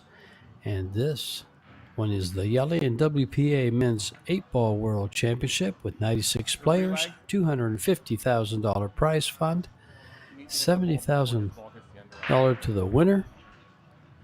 And it looks like they're going to re-lag. But your contestants, on the left there, you have Hamka Jaya from Indonesia. Not much known about this player, so he's a sleeper, but his opponent is very well known. Now, Yuki Oi from Japan, character extraordinaire, and also a runner-up in... Where did we go here? A runner-up in the World 10-Ball Championships, de Carlo Viado.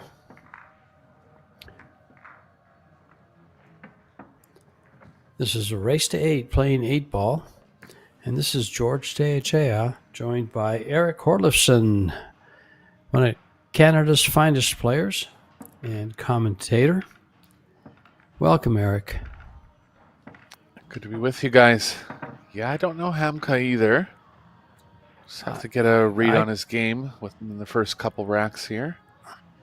Yeah, I couldn't find a thing on the young man. But Oi, we have quite a bit on. He's a WPA ranked player. He's ranked 5th in the world, 825 Fargo, 42 years of age, from Japan. And his nickname is Sushi Boom.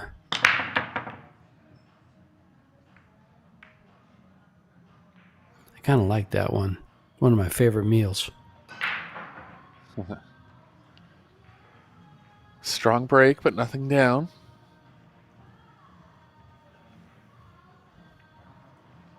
Four and the 11 tied up on the right long rail.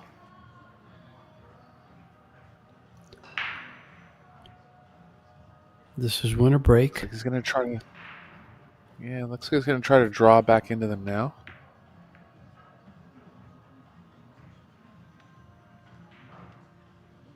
Angle on the 14 would have worked, but he doesn't have it.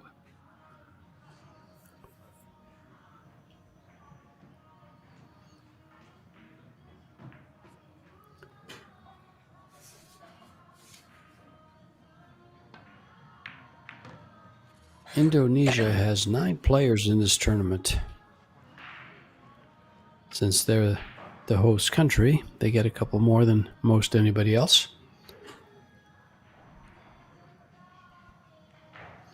Players are selected by their WPA rankings, their player federations, and a couple of wild cards. Aggressive. I'll give him that.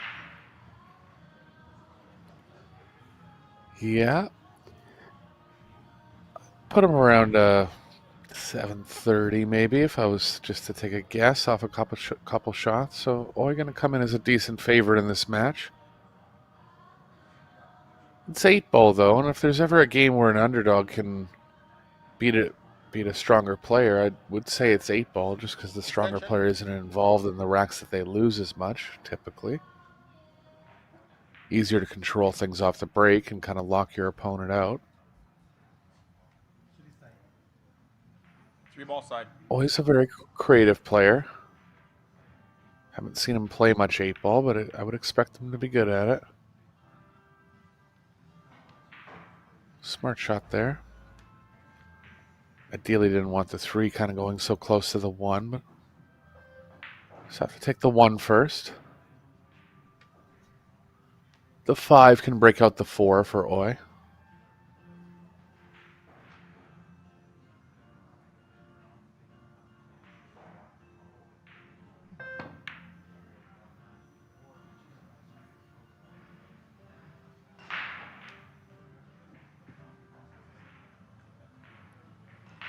These kind of games happen in snooker sometimes. Bunch of reds getting pushed up table and players playing back to the short rail near where the balls are racked.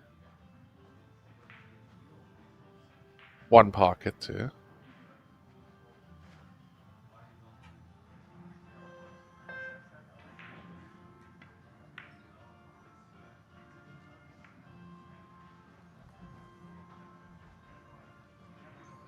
Oh, he's just going to try to maintain his advantage. Really only 3, maybe 4 stripes open for Hamka.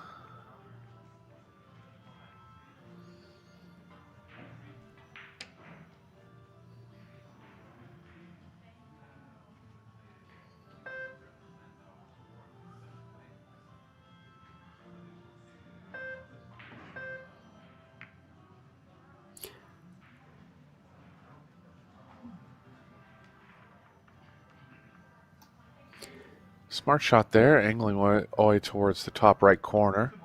Doesn't look like there's anything available. Oh, the 2 real thin in the side. This is a thin one, George. Cue ball's gonna. Will he miss the 6 ball? Looks like he will. No, he caught it full and he scratches. Oh boy! And your referee is from the EPB. Yeah. I was wondering if he was going to catch that 6 ball, and once he did, it went right into the rail, then off the 1 to the corner pocket. Brings Mr. Jaya back to the table.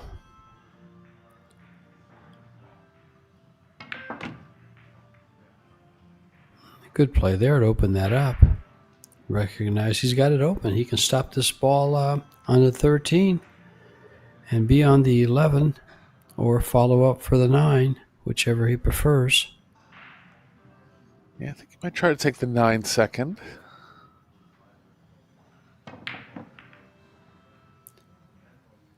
Didn't want to roll at it.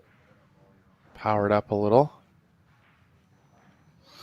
Yeah, these pockets aren't very friendly on this Predator Arc table. They're not very friendly to speed and not hitting dead center.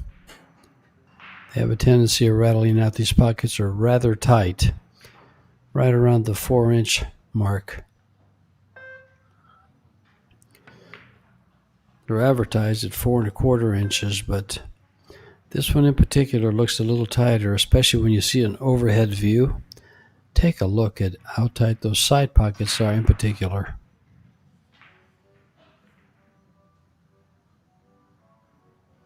Oh, he was trying to open up the 5-6. Got a little unlucky. Double kissed the 5 and didn't open up.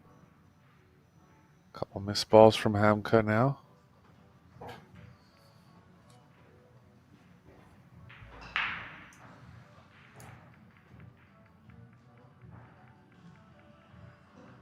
This doesn't really have the 3. It's not a ball that can open up the 5-6, so it really only has 2 balls after the 1 to get onto the breakout. Unless he chooses to bank the 3. He's going to go at it now.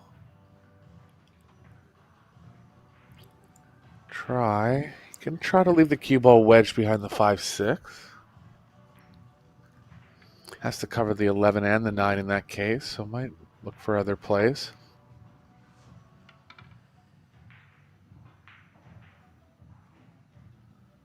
Doesn't have to cover the 9 as much as I thought, actually. It's on the rail, not available on the side.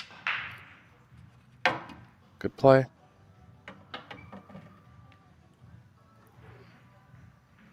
The referee was right on top of that. That's Mr. Mike Wasaloo.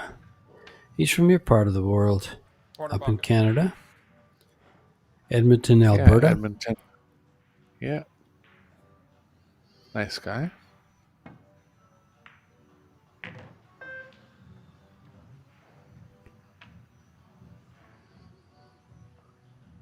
Gonna have to fall down for the 14 here. It's gonna have too much angle on the 11. Too risky to draw back.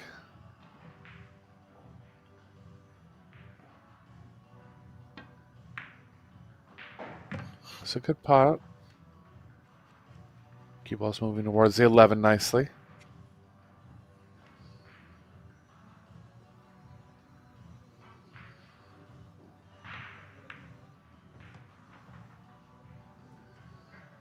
Oh boy, it kept going.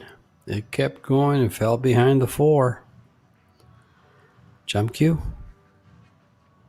Yeah, he's left-handed, so a little tough to get up there and jump. Even tough to swerve.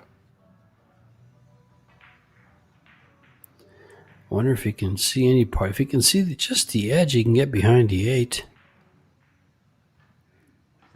Extension. But that 1 ball's still going to play to the side, even though it's a tough shot. Player's on a time clock, so they're 30 seconds. There you go.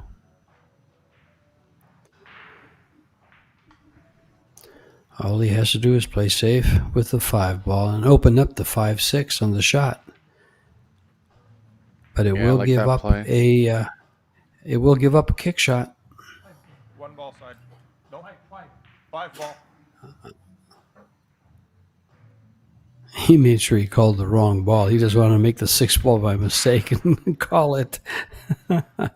So he calls the 5. No way it's going to go. This 6 ball, this kick shot could go. 11 ball corner. Stay on the upper side of the side pocket, in my opinion, with some spin. Right from there. Yep.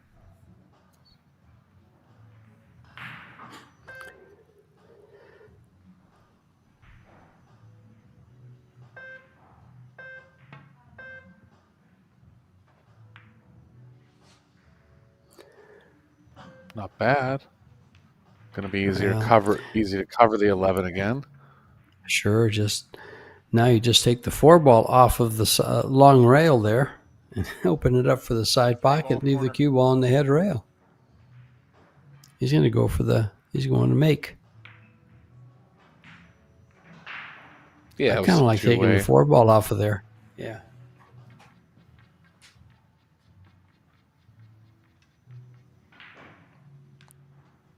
Probably actually was playing safe the whole way because he couldn't get the cue ball moving to the left enough if he tried pocketing it. Oh, this could scratch if he catches enough ball. Oh, he doesn't have enough ball to catch. He's just going to thin it real good and catch that. Look at that shot. Good shot. Left a little distance, but he'll be happy to make that one.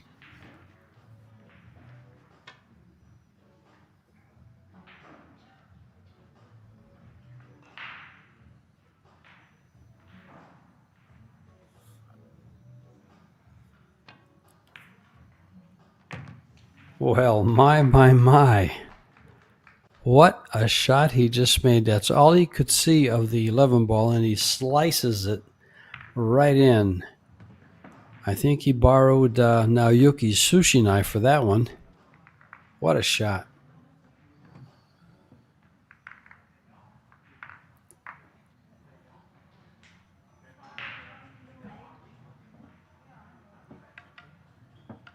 Yeah, a couple missed balls from Hamka on this rack.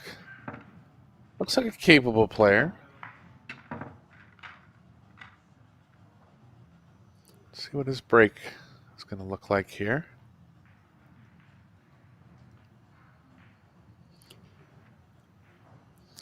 Well, on the world stage, I've never seen him. In fact, I've never seen him, period, and there's no information available on him, so...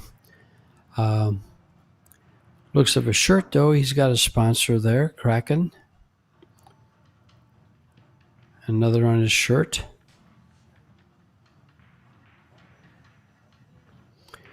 And I'm sure Indonesia just didn't send him in there to rack balls, so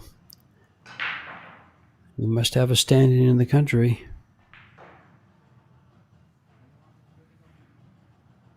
Going from the middle. Offensive chances. Kind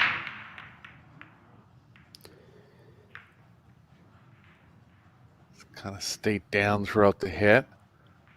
Not much power.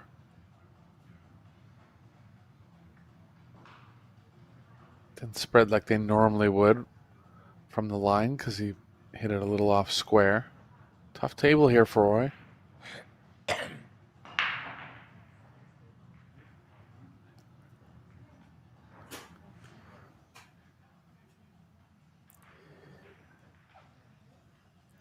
Now Yuki has 15 titles, tournament titles. One of the bigger ones is his Japan Open in 2019.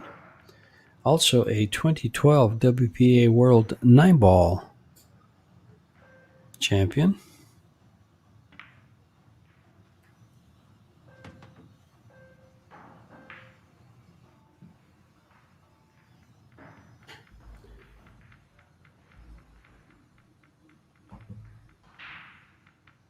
Has to find a way to open up 2 sets of balls, the 2-14 and the 10-4.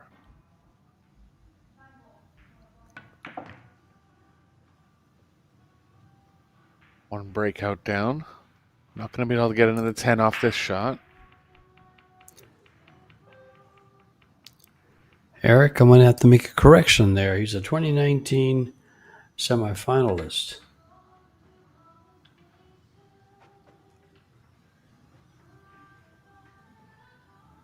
Yeah, he's been one of the strongest players in Japan for a good 15 years.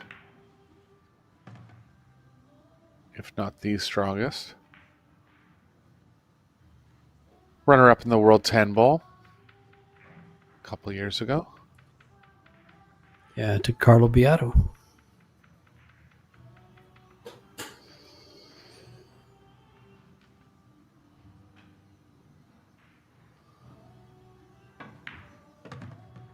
Saw him play a great match in Vietnam last week. I think you and I might have been doing that one, George. Oh, did they? Yeah, I think we were. Ended up losing the final 32 to Shane Van Boning, but the way he was playing in that match, I liked him to go far. Nice breakout. Let's see if I can find my notes on that.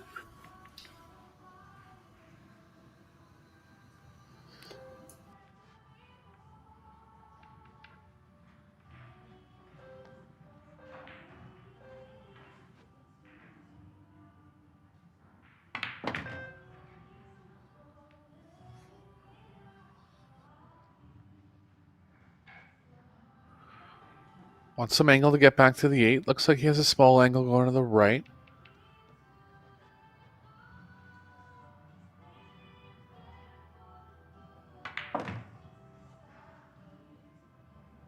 Eight ball corner.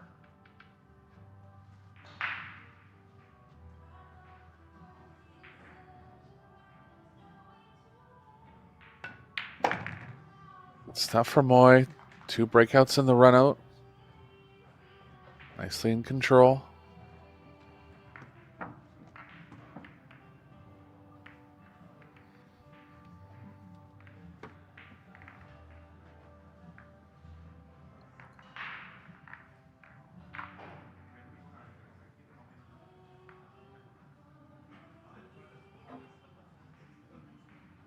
Yeah, I'd like to see Jaya put a little more power into the break overall.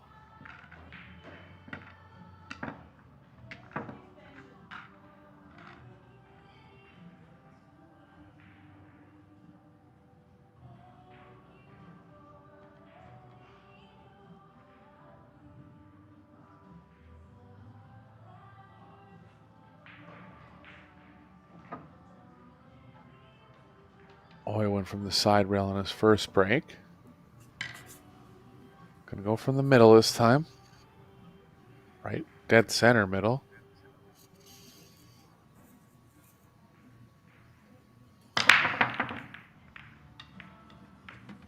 Big smash, 14 down. 11 ball can play him into the 13-15. 12's only available in the top right. We'll see how the 11 ball 13-15 develops here.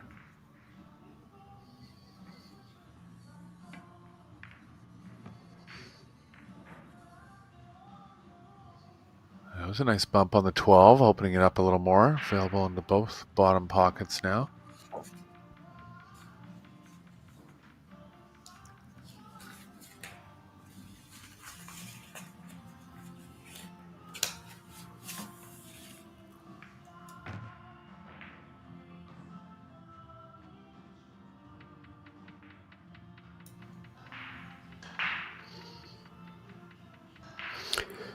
Well, Eric, the match was against Eklund Kachi. He was supposed to have played Shane, and we got called off that match to do another one due to some technical difficulties, I believe. Yeah, I think the match I was thinking of was with Kachi, and I was just mentioning that once he made the redraw, he played Shane. But yeah, he played great in that match. Yeah, beat him 4-1, 4-1. Straight sets. Yeah, and I remember us thinking that Kachi didn't do much wrong. It's just real strong play from Oi throughout the 2 sets.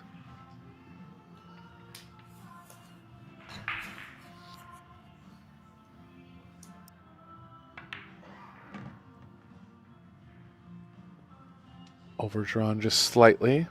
Cue ball's playing comfortably into the left long rail.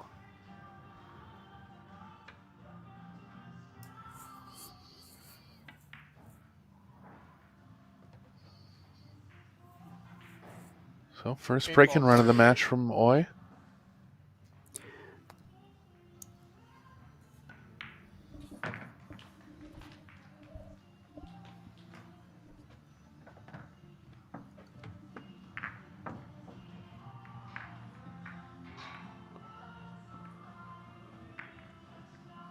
Hit them a little off square, but had good power and spread overall.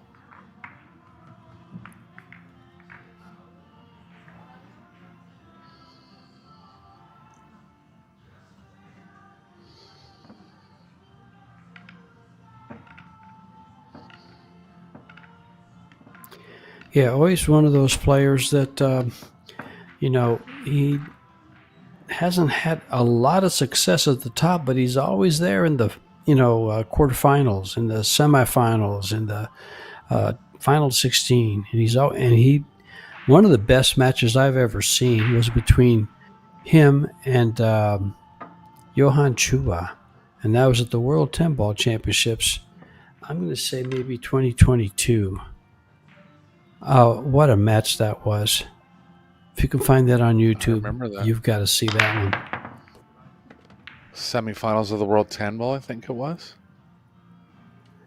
I believe, I think it was, yes.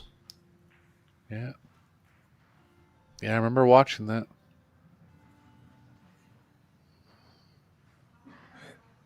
Bit of problem with the 11-14-3 down at the short rail.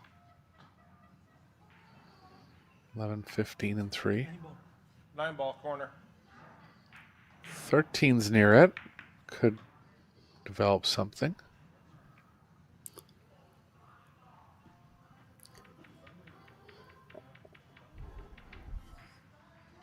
I think he'll have to break into them. Actually, if he gets right on the short rail, he might be able to combo the 15 in.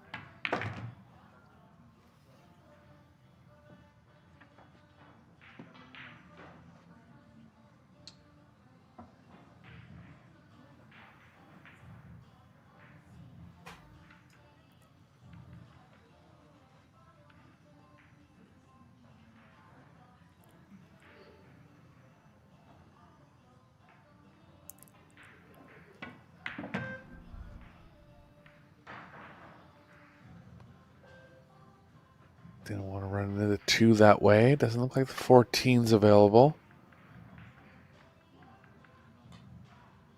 Small chance that he can play off. Oh, he's going at the 14 like it is. No chance to get through the rack still. Playing into the thick part of the pocket. Felt nicely. Gonna have to put some spin on this ball to get underneath the 3. Or does he have the combo?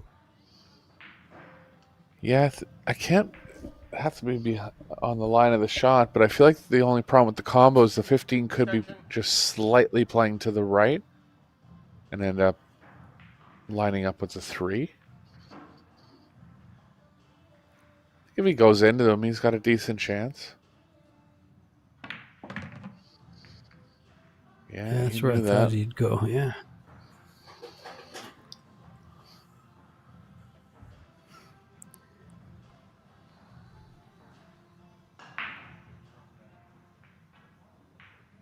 Gonna have to leave himself some angle on the 15.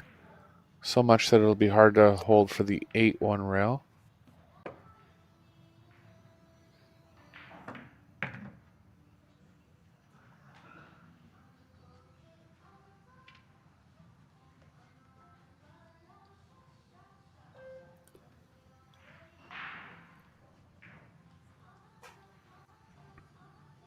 Looking for a second break-in run in a row here. Looks like he is thick enough that he can hold one rail.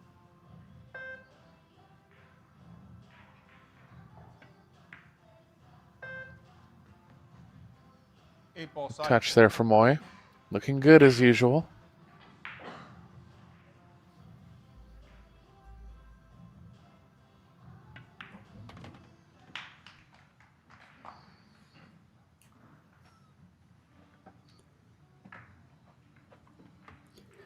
And is that his second break-in run in a row? It is, yeah.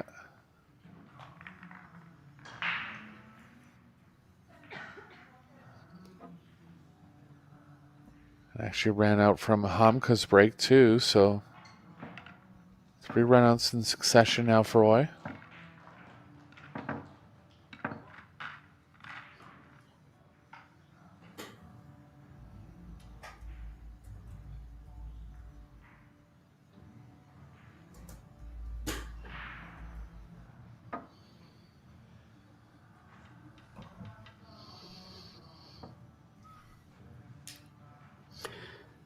Breaking in game number 5.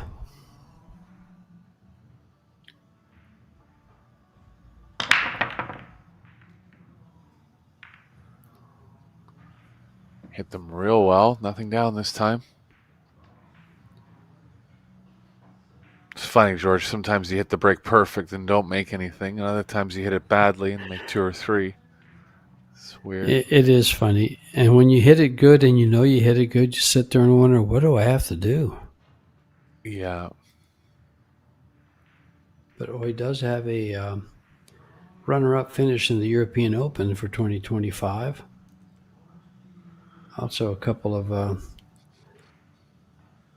quarterfinals in China Open, the Zen Yuan 8-Ball Open.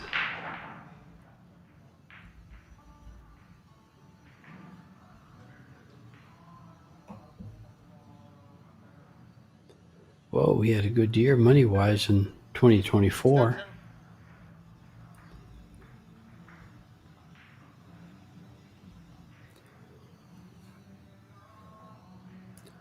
Semifinals, China Open, and of course runner-up in the World 10-Ball. In the World 10-Ball Championships to Beato.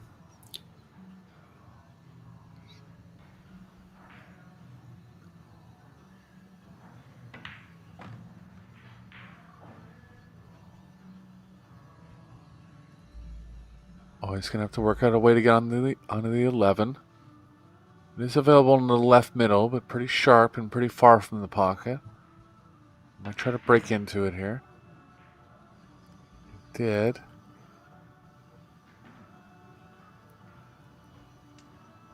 Far from ideal result. He's going to hope that the cue ball slides past the 2-8. He's able to get at the 10. He's called it, so he does have room.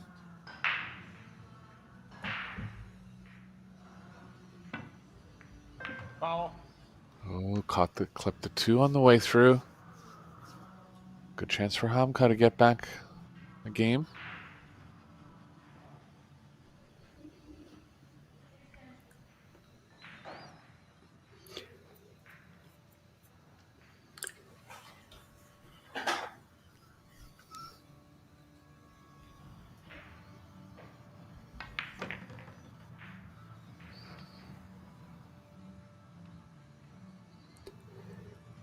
Well, this is our first look at Hamka here with an open rack. Out there in the first game.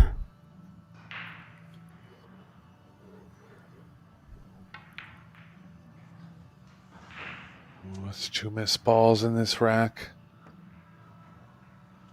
He missed a few in the first game too. Been feeling more nerves than playing on the outside tables, knowing he's on the stream table. So has to settle himself. But boy, looking good, so have to hope that his opportunity comes sooner than later.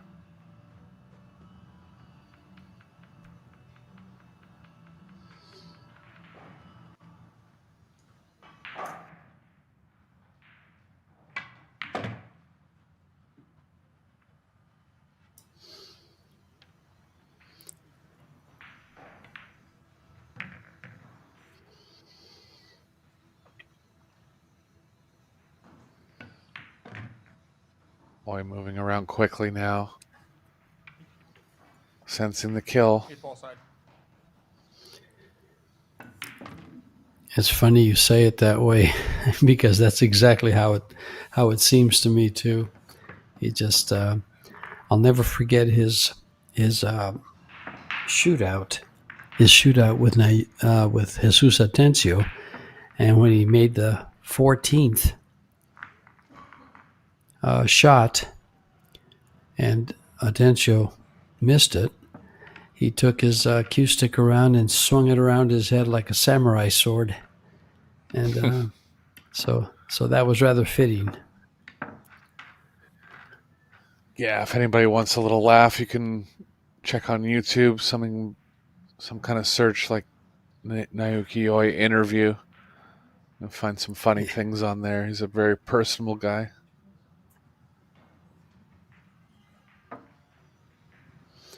Well, here he is for rack number 6.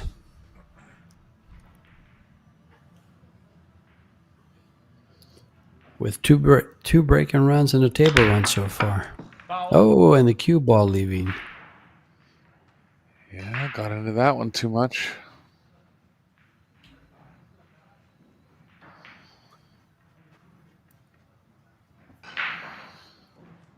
Hamka really has to assert himself here.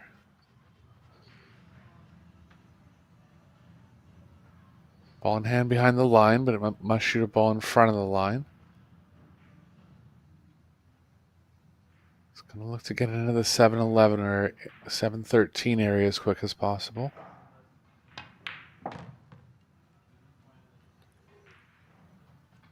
Reminds me of kind of a Filipino style. Real loose grip. Kind of loose on the stroke a bit.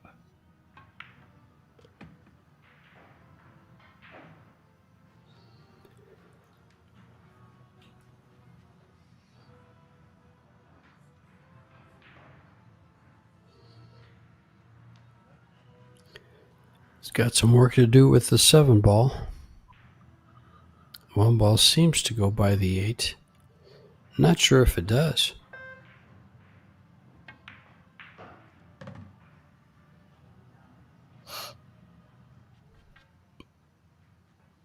Well, he's Yeah, I on don't the mind 6 going ball into it now. now. Yeah, it's can definitely shoot the 6 first. You always want more balls on the table before you take the breakout. He does have the 4 ball down here as kind of like an insurance ball. But he's got to go for this breakout right here.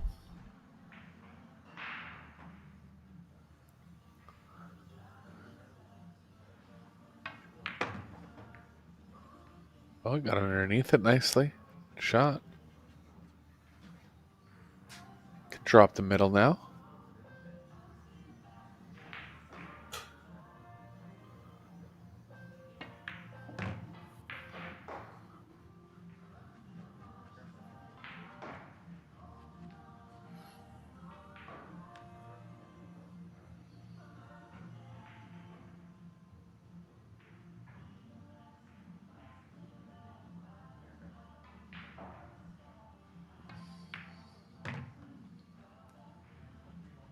8 ball corner.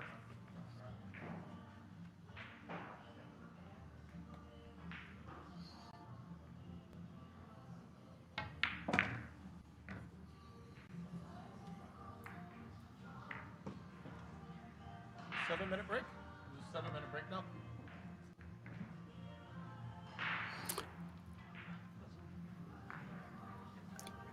And the players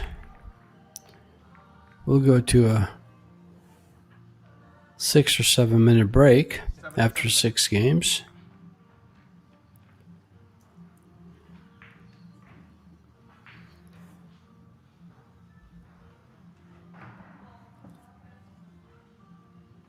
We're going to take a little break ourselves. We'll be back for the conclusion of this match.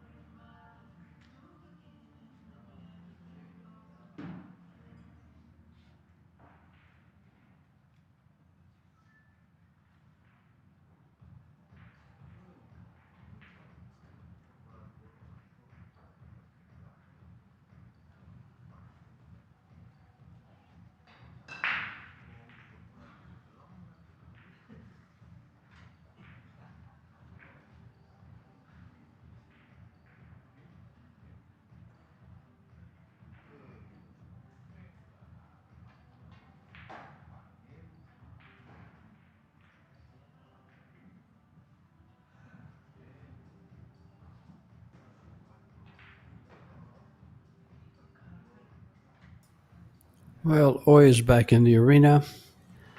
Going on at the same time this tournament is going on here, we have the WPA Predators Women 10-Ball World Championship.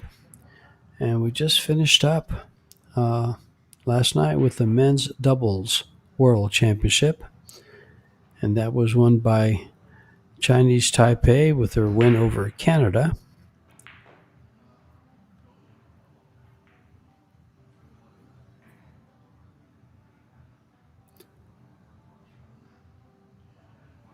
That had a $190,000 prize fund, so 24 of the elite teams from around the world in a 2-day tournament with almost 200 grand added prize fund. That's not any chicken feed there. That's some pretty good money. This tournament right here pays $70,000 to the winner. It has $250,000 of a prize fund attached to it. Second place money is what most big tournaments pay, $40,000. Yeah, Predator really stepping up the overall prize money. A lot of sponsors getting involved now, too. PBC on board with this one. Yeah. 2 weeks ago, we had a great event in Ho Chi Minh City that had the Men's World 10 Ball, the Saigon Women's Open. Cue ball with the head of the head string. Oh, tough call. Head of the head string. He was looking for that earlier. His cue ball was sitting right there. Ball in hand behind the head string. Behind the head string. Ball in hand behind string. The language barrier. Mm-hmm. Still looking in front of the head string. He better put it behind. Still looking in front. There he goes back. Just has the cue ball in hand with him. You know, sometimes you put the cue ball down, and if the nerves are running high, you come back to it and you take the shot right where you put it down. You ever done that? Yeah, So maybe. he's smart to keep it in his hand. He's smart to keep it in his hand.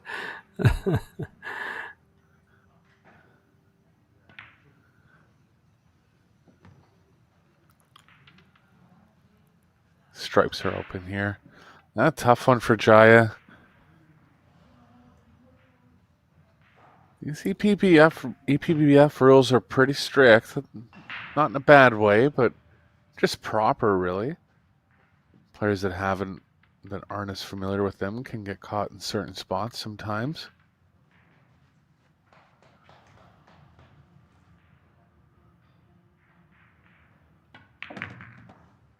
And if I'm not mistaken, it's only the center of the ball that has to be behind the head string. So the very, quarter of the ball can be over the head string. As long as That's the it's when it's, typical rule. where it's sitting, it has to be behind. In other words, some people call it the base of the ball. Has to be behind the head string.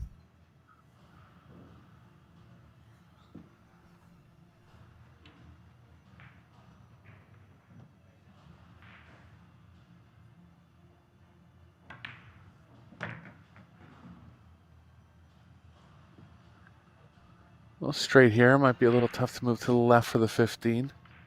Worst case, he can draw back and take a little more angle. He'll need some angle to get to the 8 regardless. And just worried about the cue ball maybe playing to the right a little, so 15 first.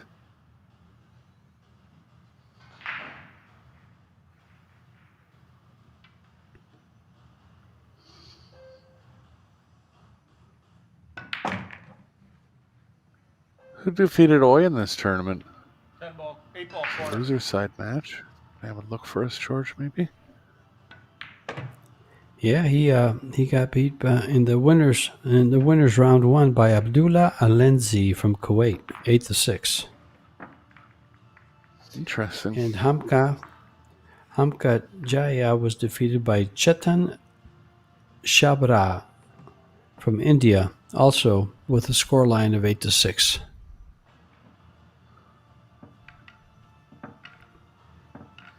Yeah, tough for Jaya. It was perfect break, made a ball.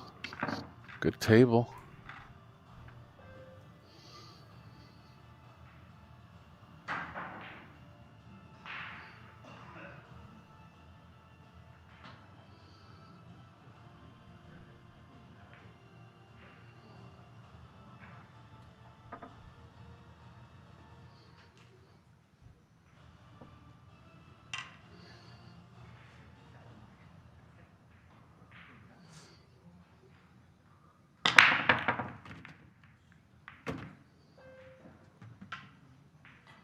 Another strong break from Oy, keeping the ball on the table this time. Went over to the side rail after losing it off the table.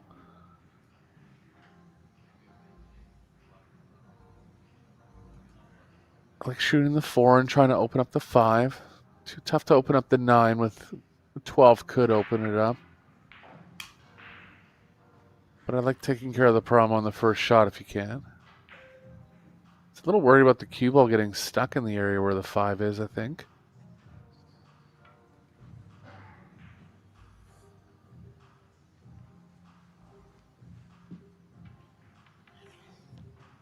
If he hits it with enough speed, he should be able to come out of it.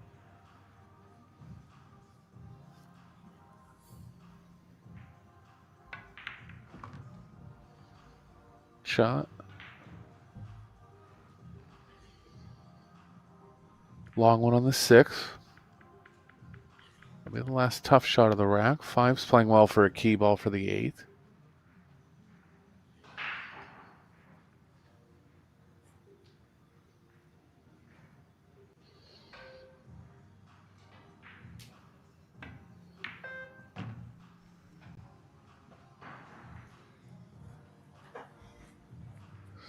Looks like he's going to punish Jaya for 2 racks minimum after the slight misstep on the break.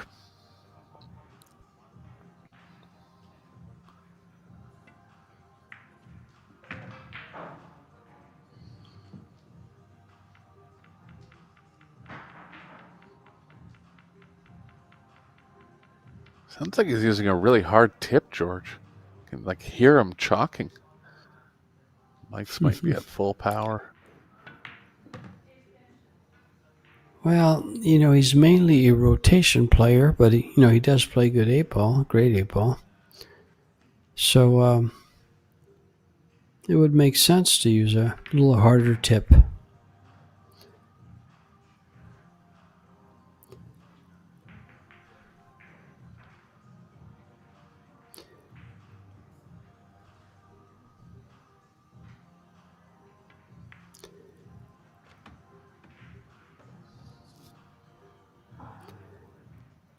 He's moving around nicely. 8-ball corner. Expect him to be a good favorite to come all the way back to stage 2.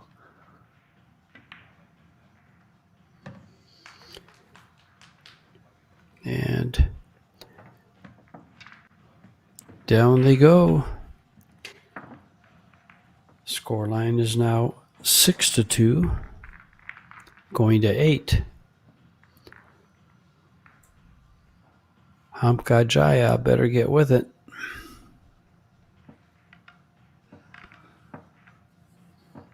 Three stripes down on that break.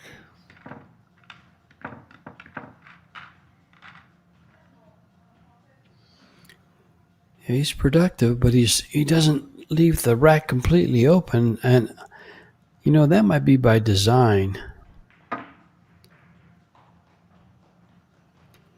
He'd rather maneuver a little bit, thinking his opponent maybe with a tough out. He gives him the advantage. Balls were fighting to go into the side in the corner. Jai doesn't realize that the 10 ball slid I in. think so. I heard something. I heard a sound. The 10's in the corner. 10-ball.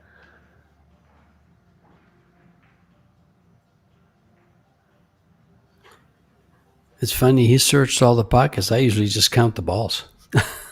I look for 7 stripes and 7 solids. Of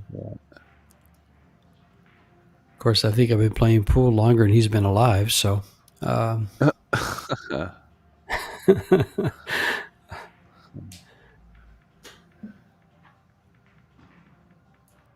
he's going to hope this free passes in the top right.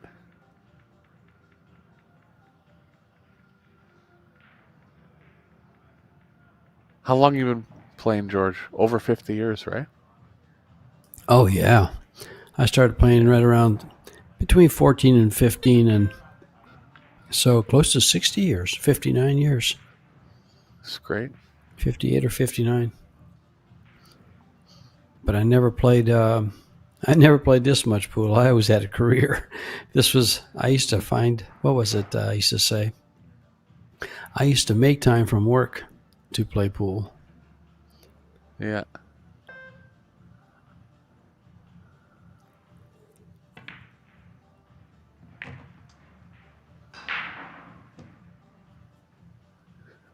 Little out of line here. I think he was playing for the 7. Still has the 2. Just finding a way to get back to the 3.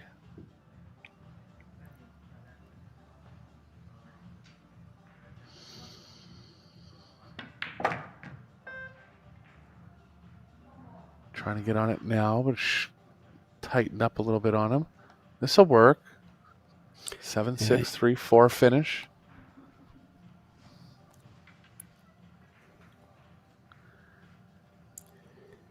Wasting no time at all. Feeling completely comfortable and confident.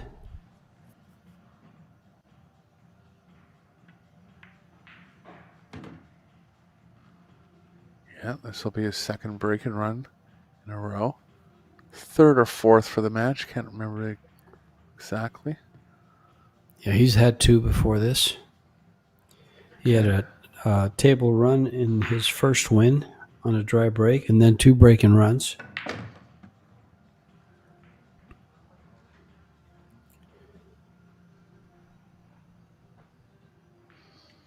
Extension.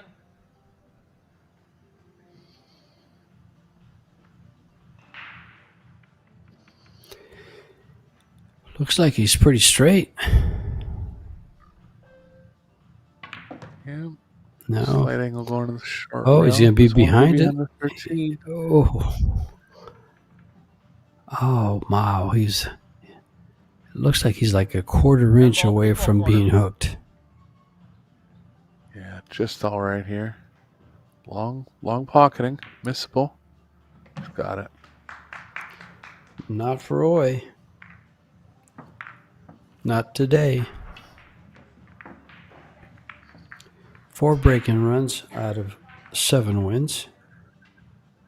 1 table run. Did he have a table run off of a dry break in his opening racks here before the break-in runs? He did. Yeah, he did, I and then there thought was so, the break line foul. headstring foul. Yeah. Yeah, so he's basically been perfect through 6 racks.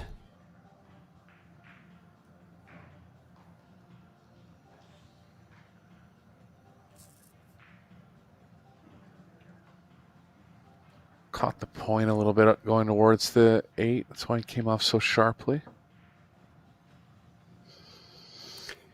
And breaking to win the match. And send Hamka in support of his other 8 countrymen here that are playing.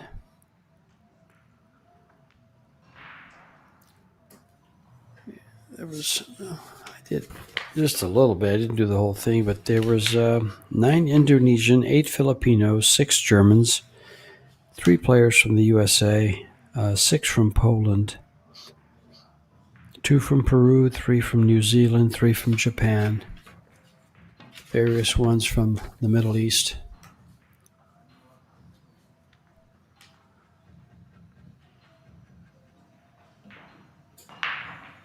Canada had 3. Canada? Yeah, did I not say Canada? I didn't. Yeah, Alex Pagulayan lost the match 8-7 this afternoon.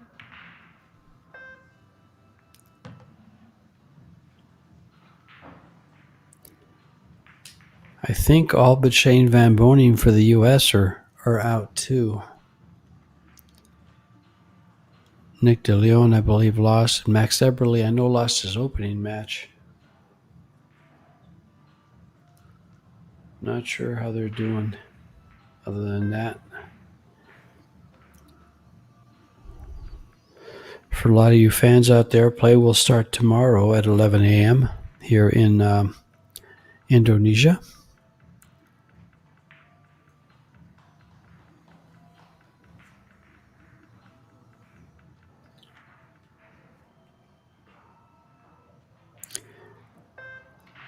And there's one of the Peruvian players in the olive t-shirt on the left of your screen. Gerson Martinez.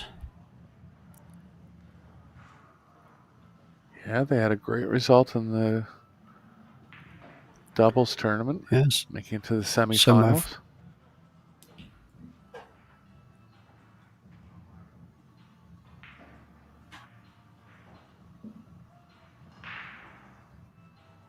Koi has to go into the 3 here. He's trying to... Really just has to... Must have been a save. He wouldn't have missed a ball like that.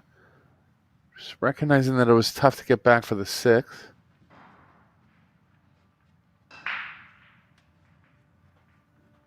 Well, 3 of Jaya's balls are tied up now.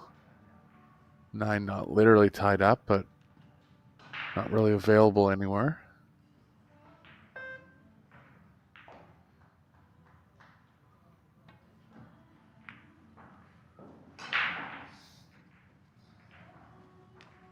opened up a pocket for the 9 at least.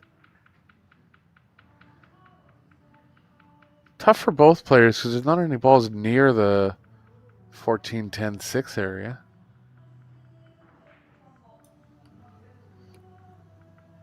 He could go after that 6 ball if he wanted to right here, but he's still got the 3 ball tied up. There's no insurance shot. Yeah, I was just slightly surprised he didn't open up the try to open up the 3 off the last shot. Yeah, It's going to be a problem that caught, for the rest of the rack. yeah, that caught my attention too, Eric.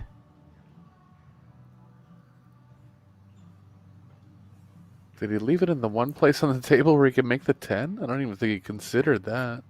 It might go. Into the side? It looks like it. Yeah. It sure does look like it. You can also cut the 13. But those aren't gimmies.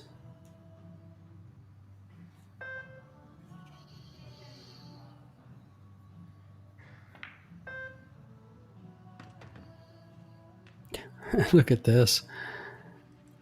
Played safe. I never thought that ball would go.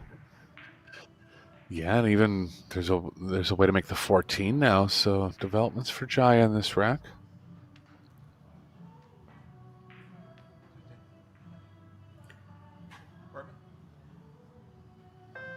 He can't make that ball. I was going to say. Looks like he was getting ready to cut the 13 ball in. Well, now he can cut it in. 13 corner. Will he catch a piece of the 1? It's going to be real close.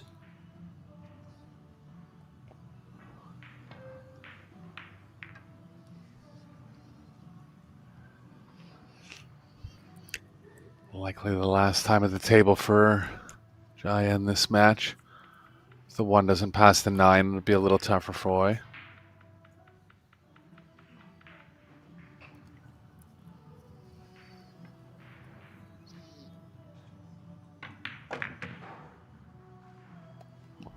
Just has to open up the 3 now. He's looking good, George. Yeah, this looks real solid. And the nice thing about opening up the 3 is he had insurance balls. He has that 2 ball laying right over the pocket. 2 more rounds back to the single elimination stage of the tournament for Roy.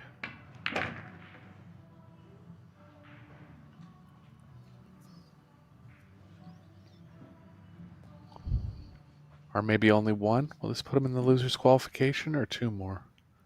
No, I think he had 1 more.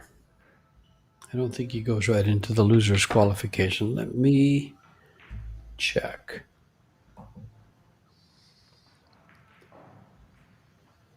What? There we go. Loser round 1.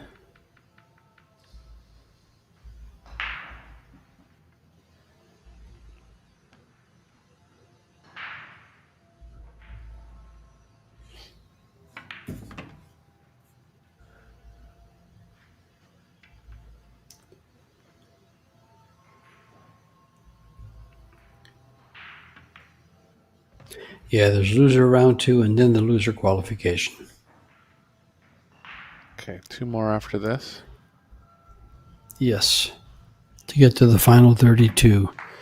The final 32 has a little bit of money involved. There's $2,188.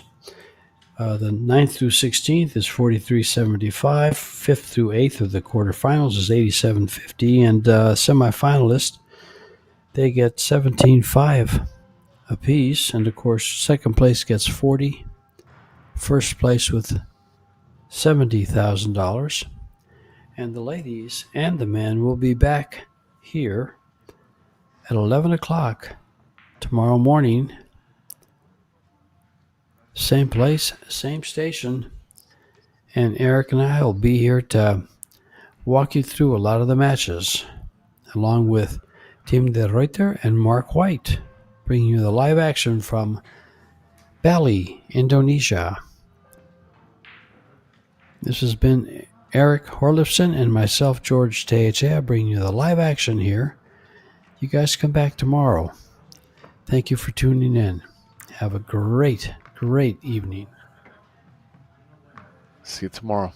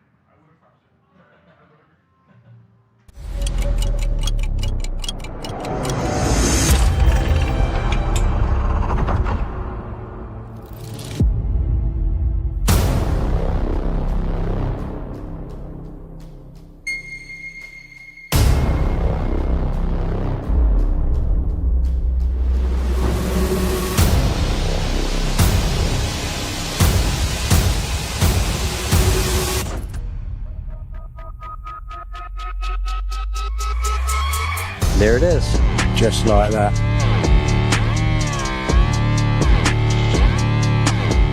Oh, look at that. Oh my god.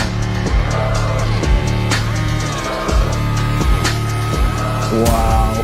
Final 2 shots, Jim. I shall leave it to you. The world 10-ball champion on top of the world. Predator WPA World 10-ball champion. Oh, wow. What a shot. No way. What a roll again. 7-9 combination. Maybe possible. Oh my god. Oh my god.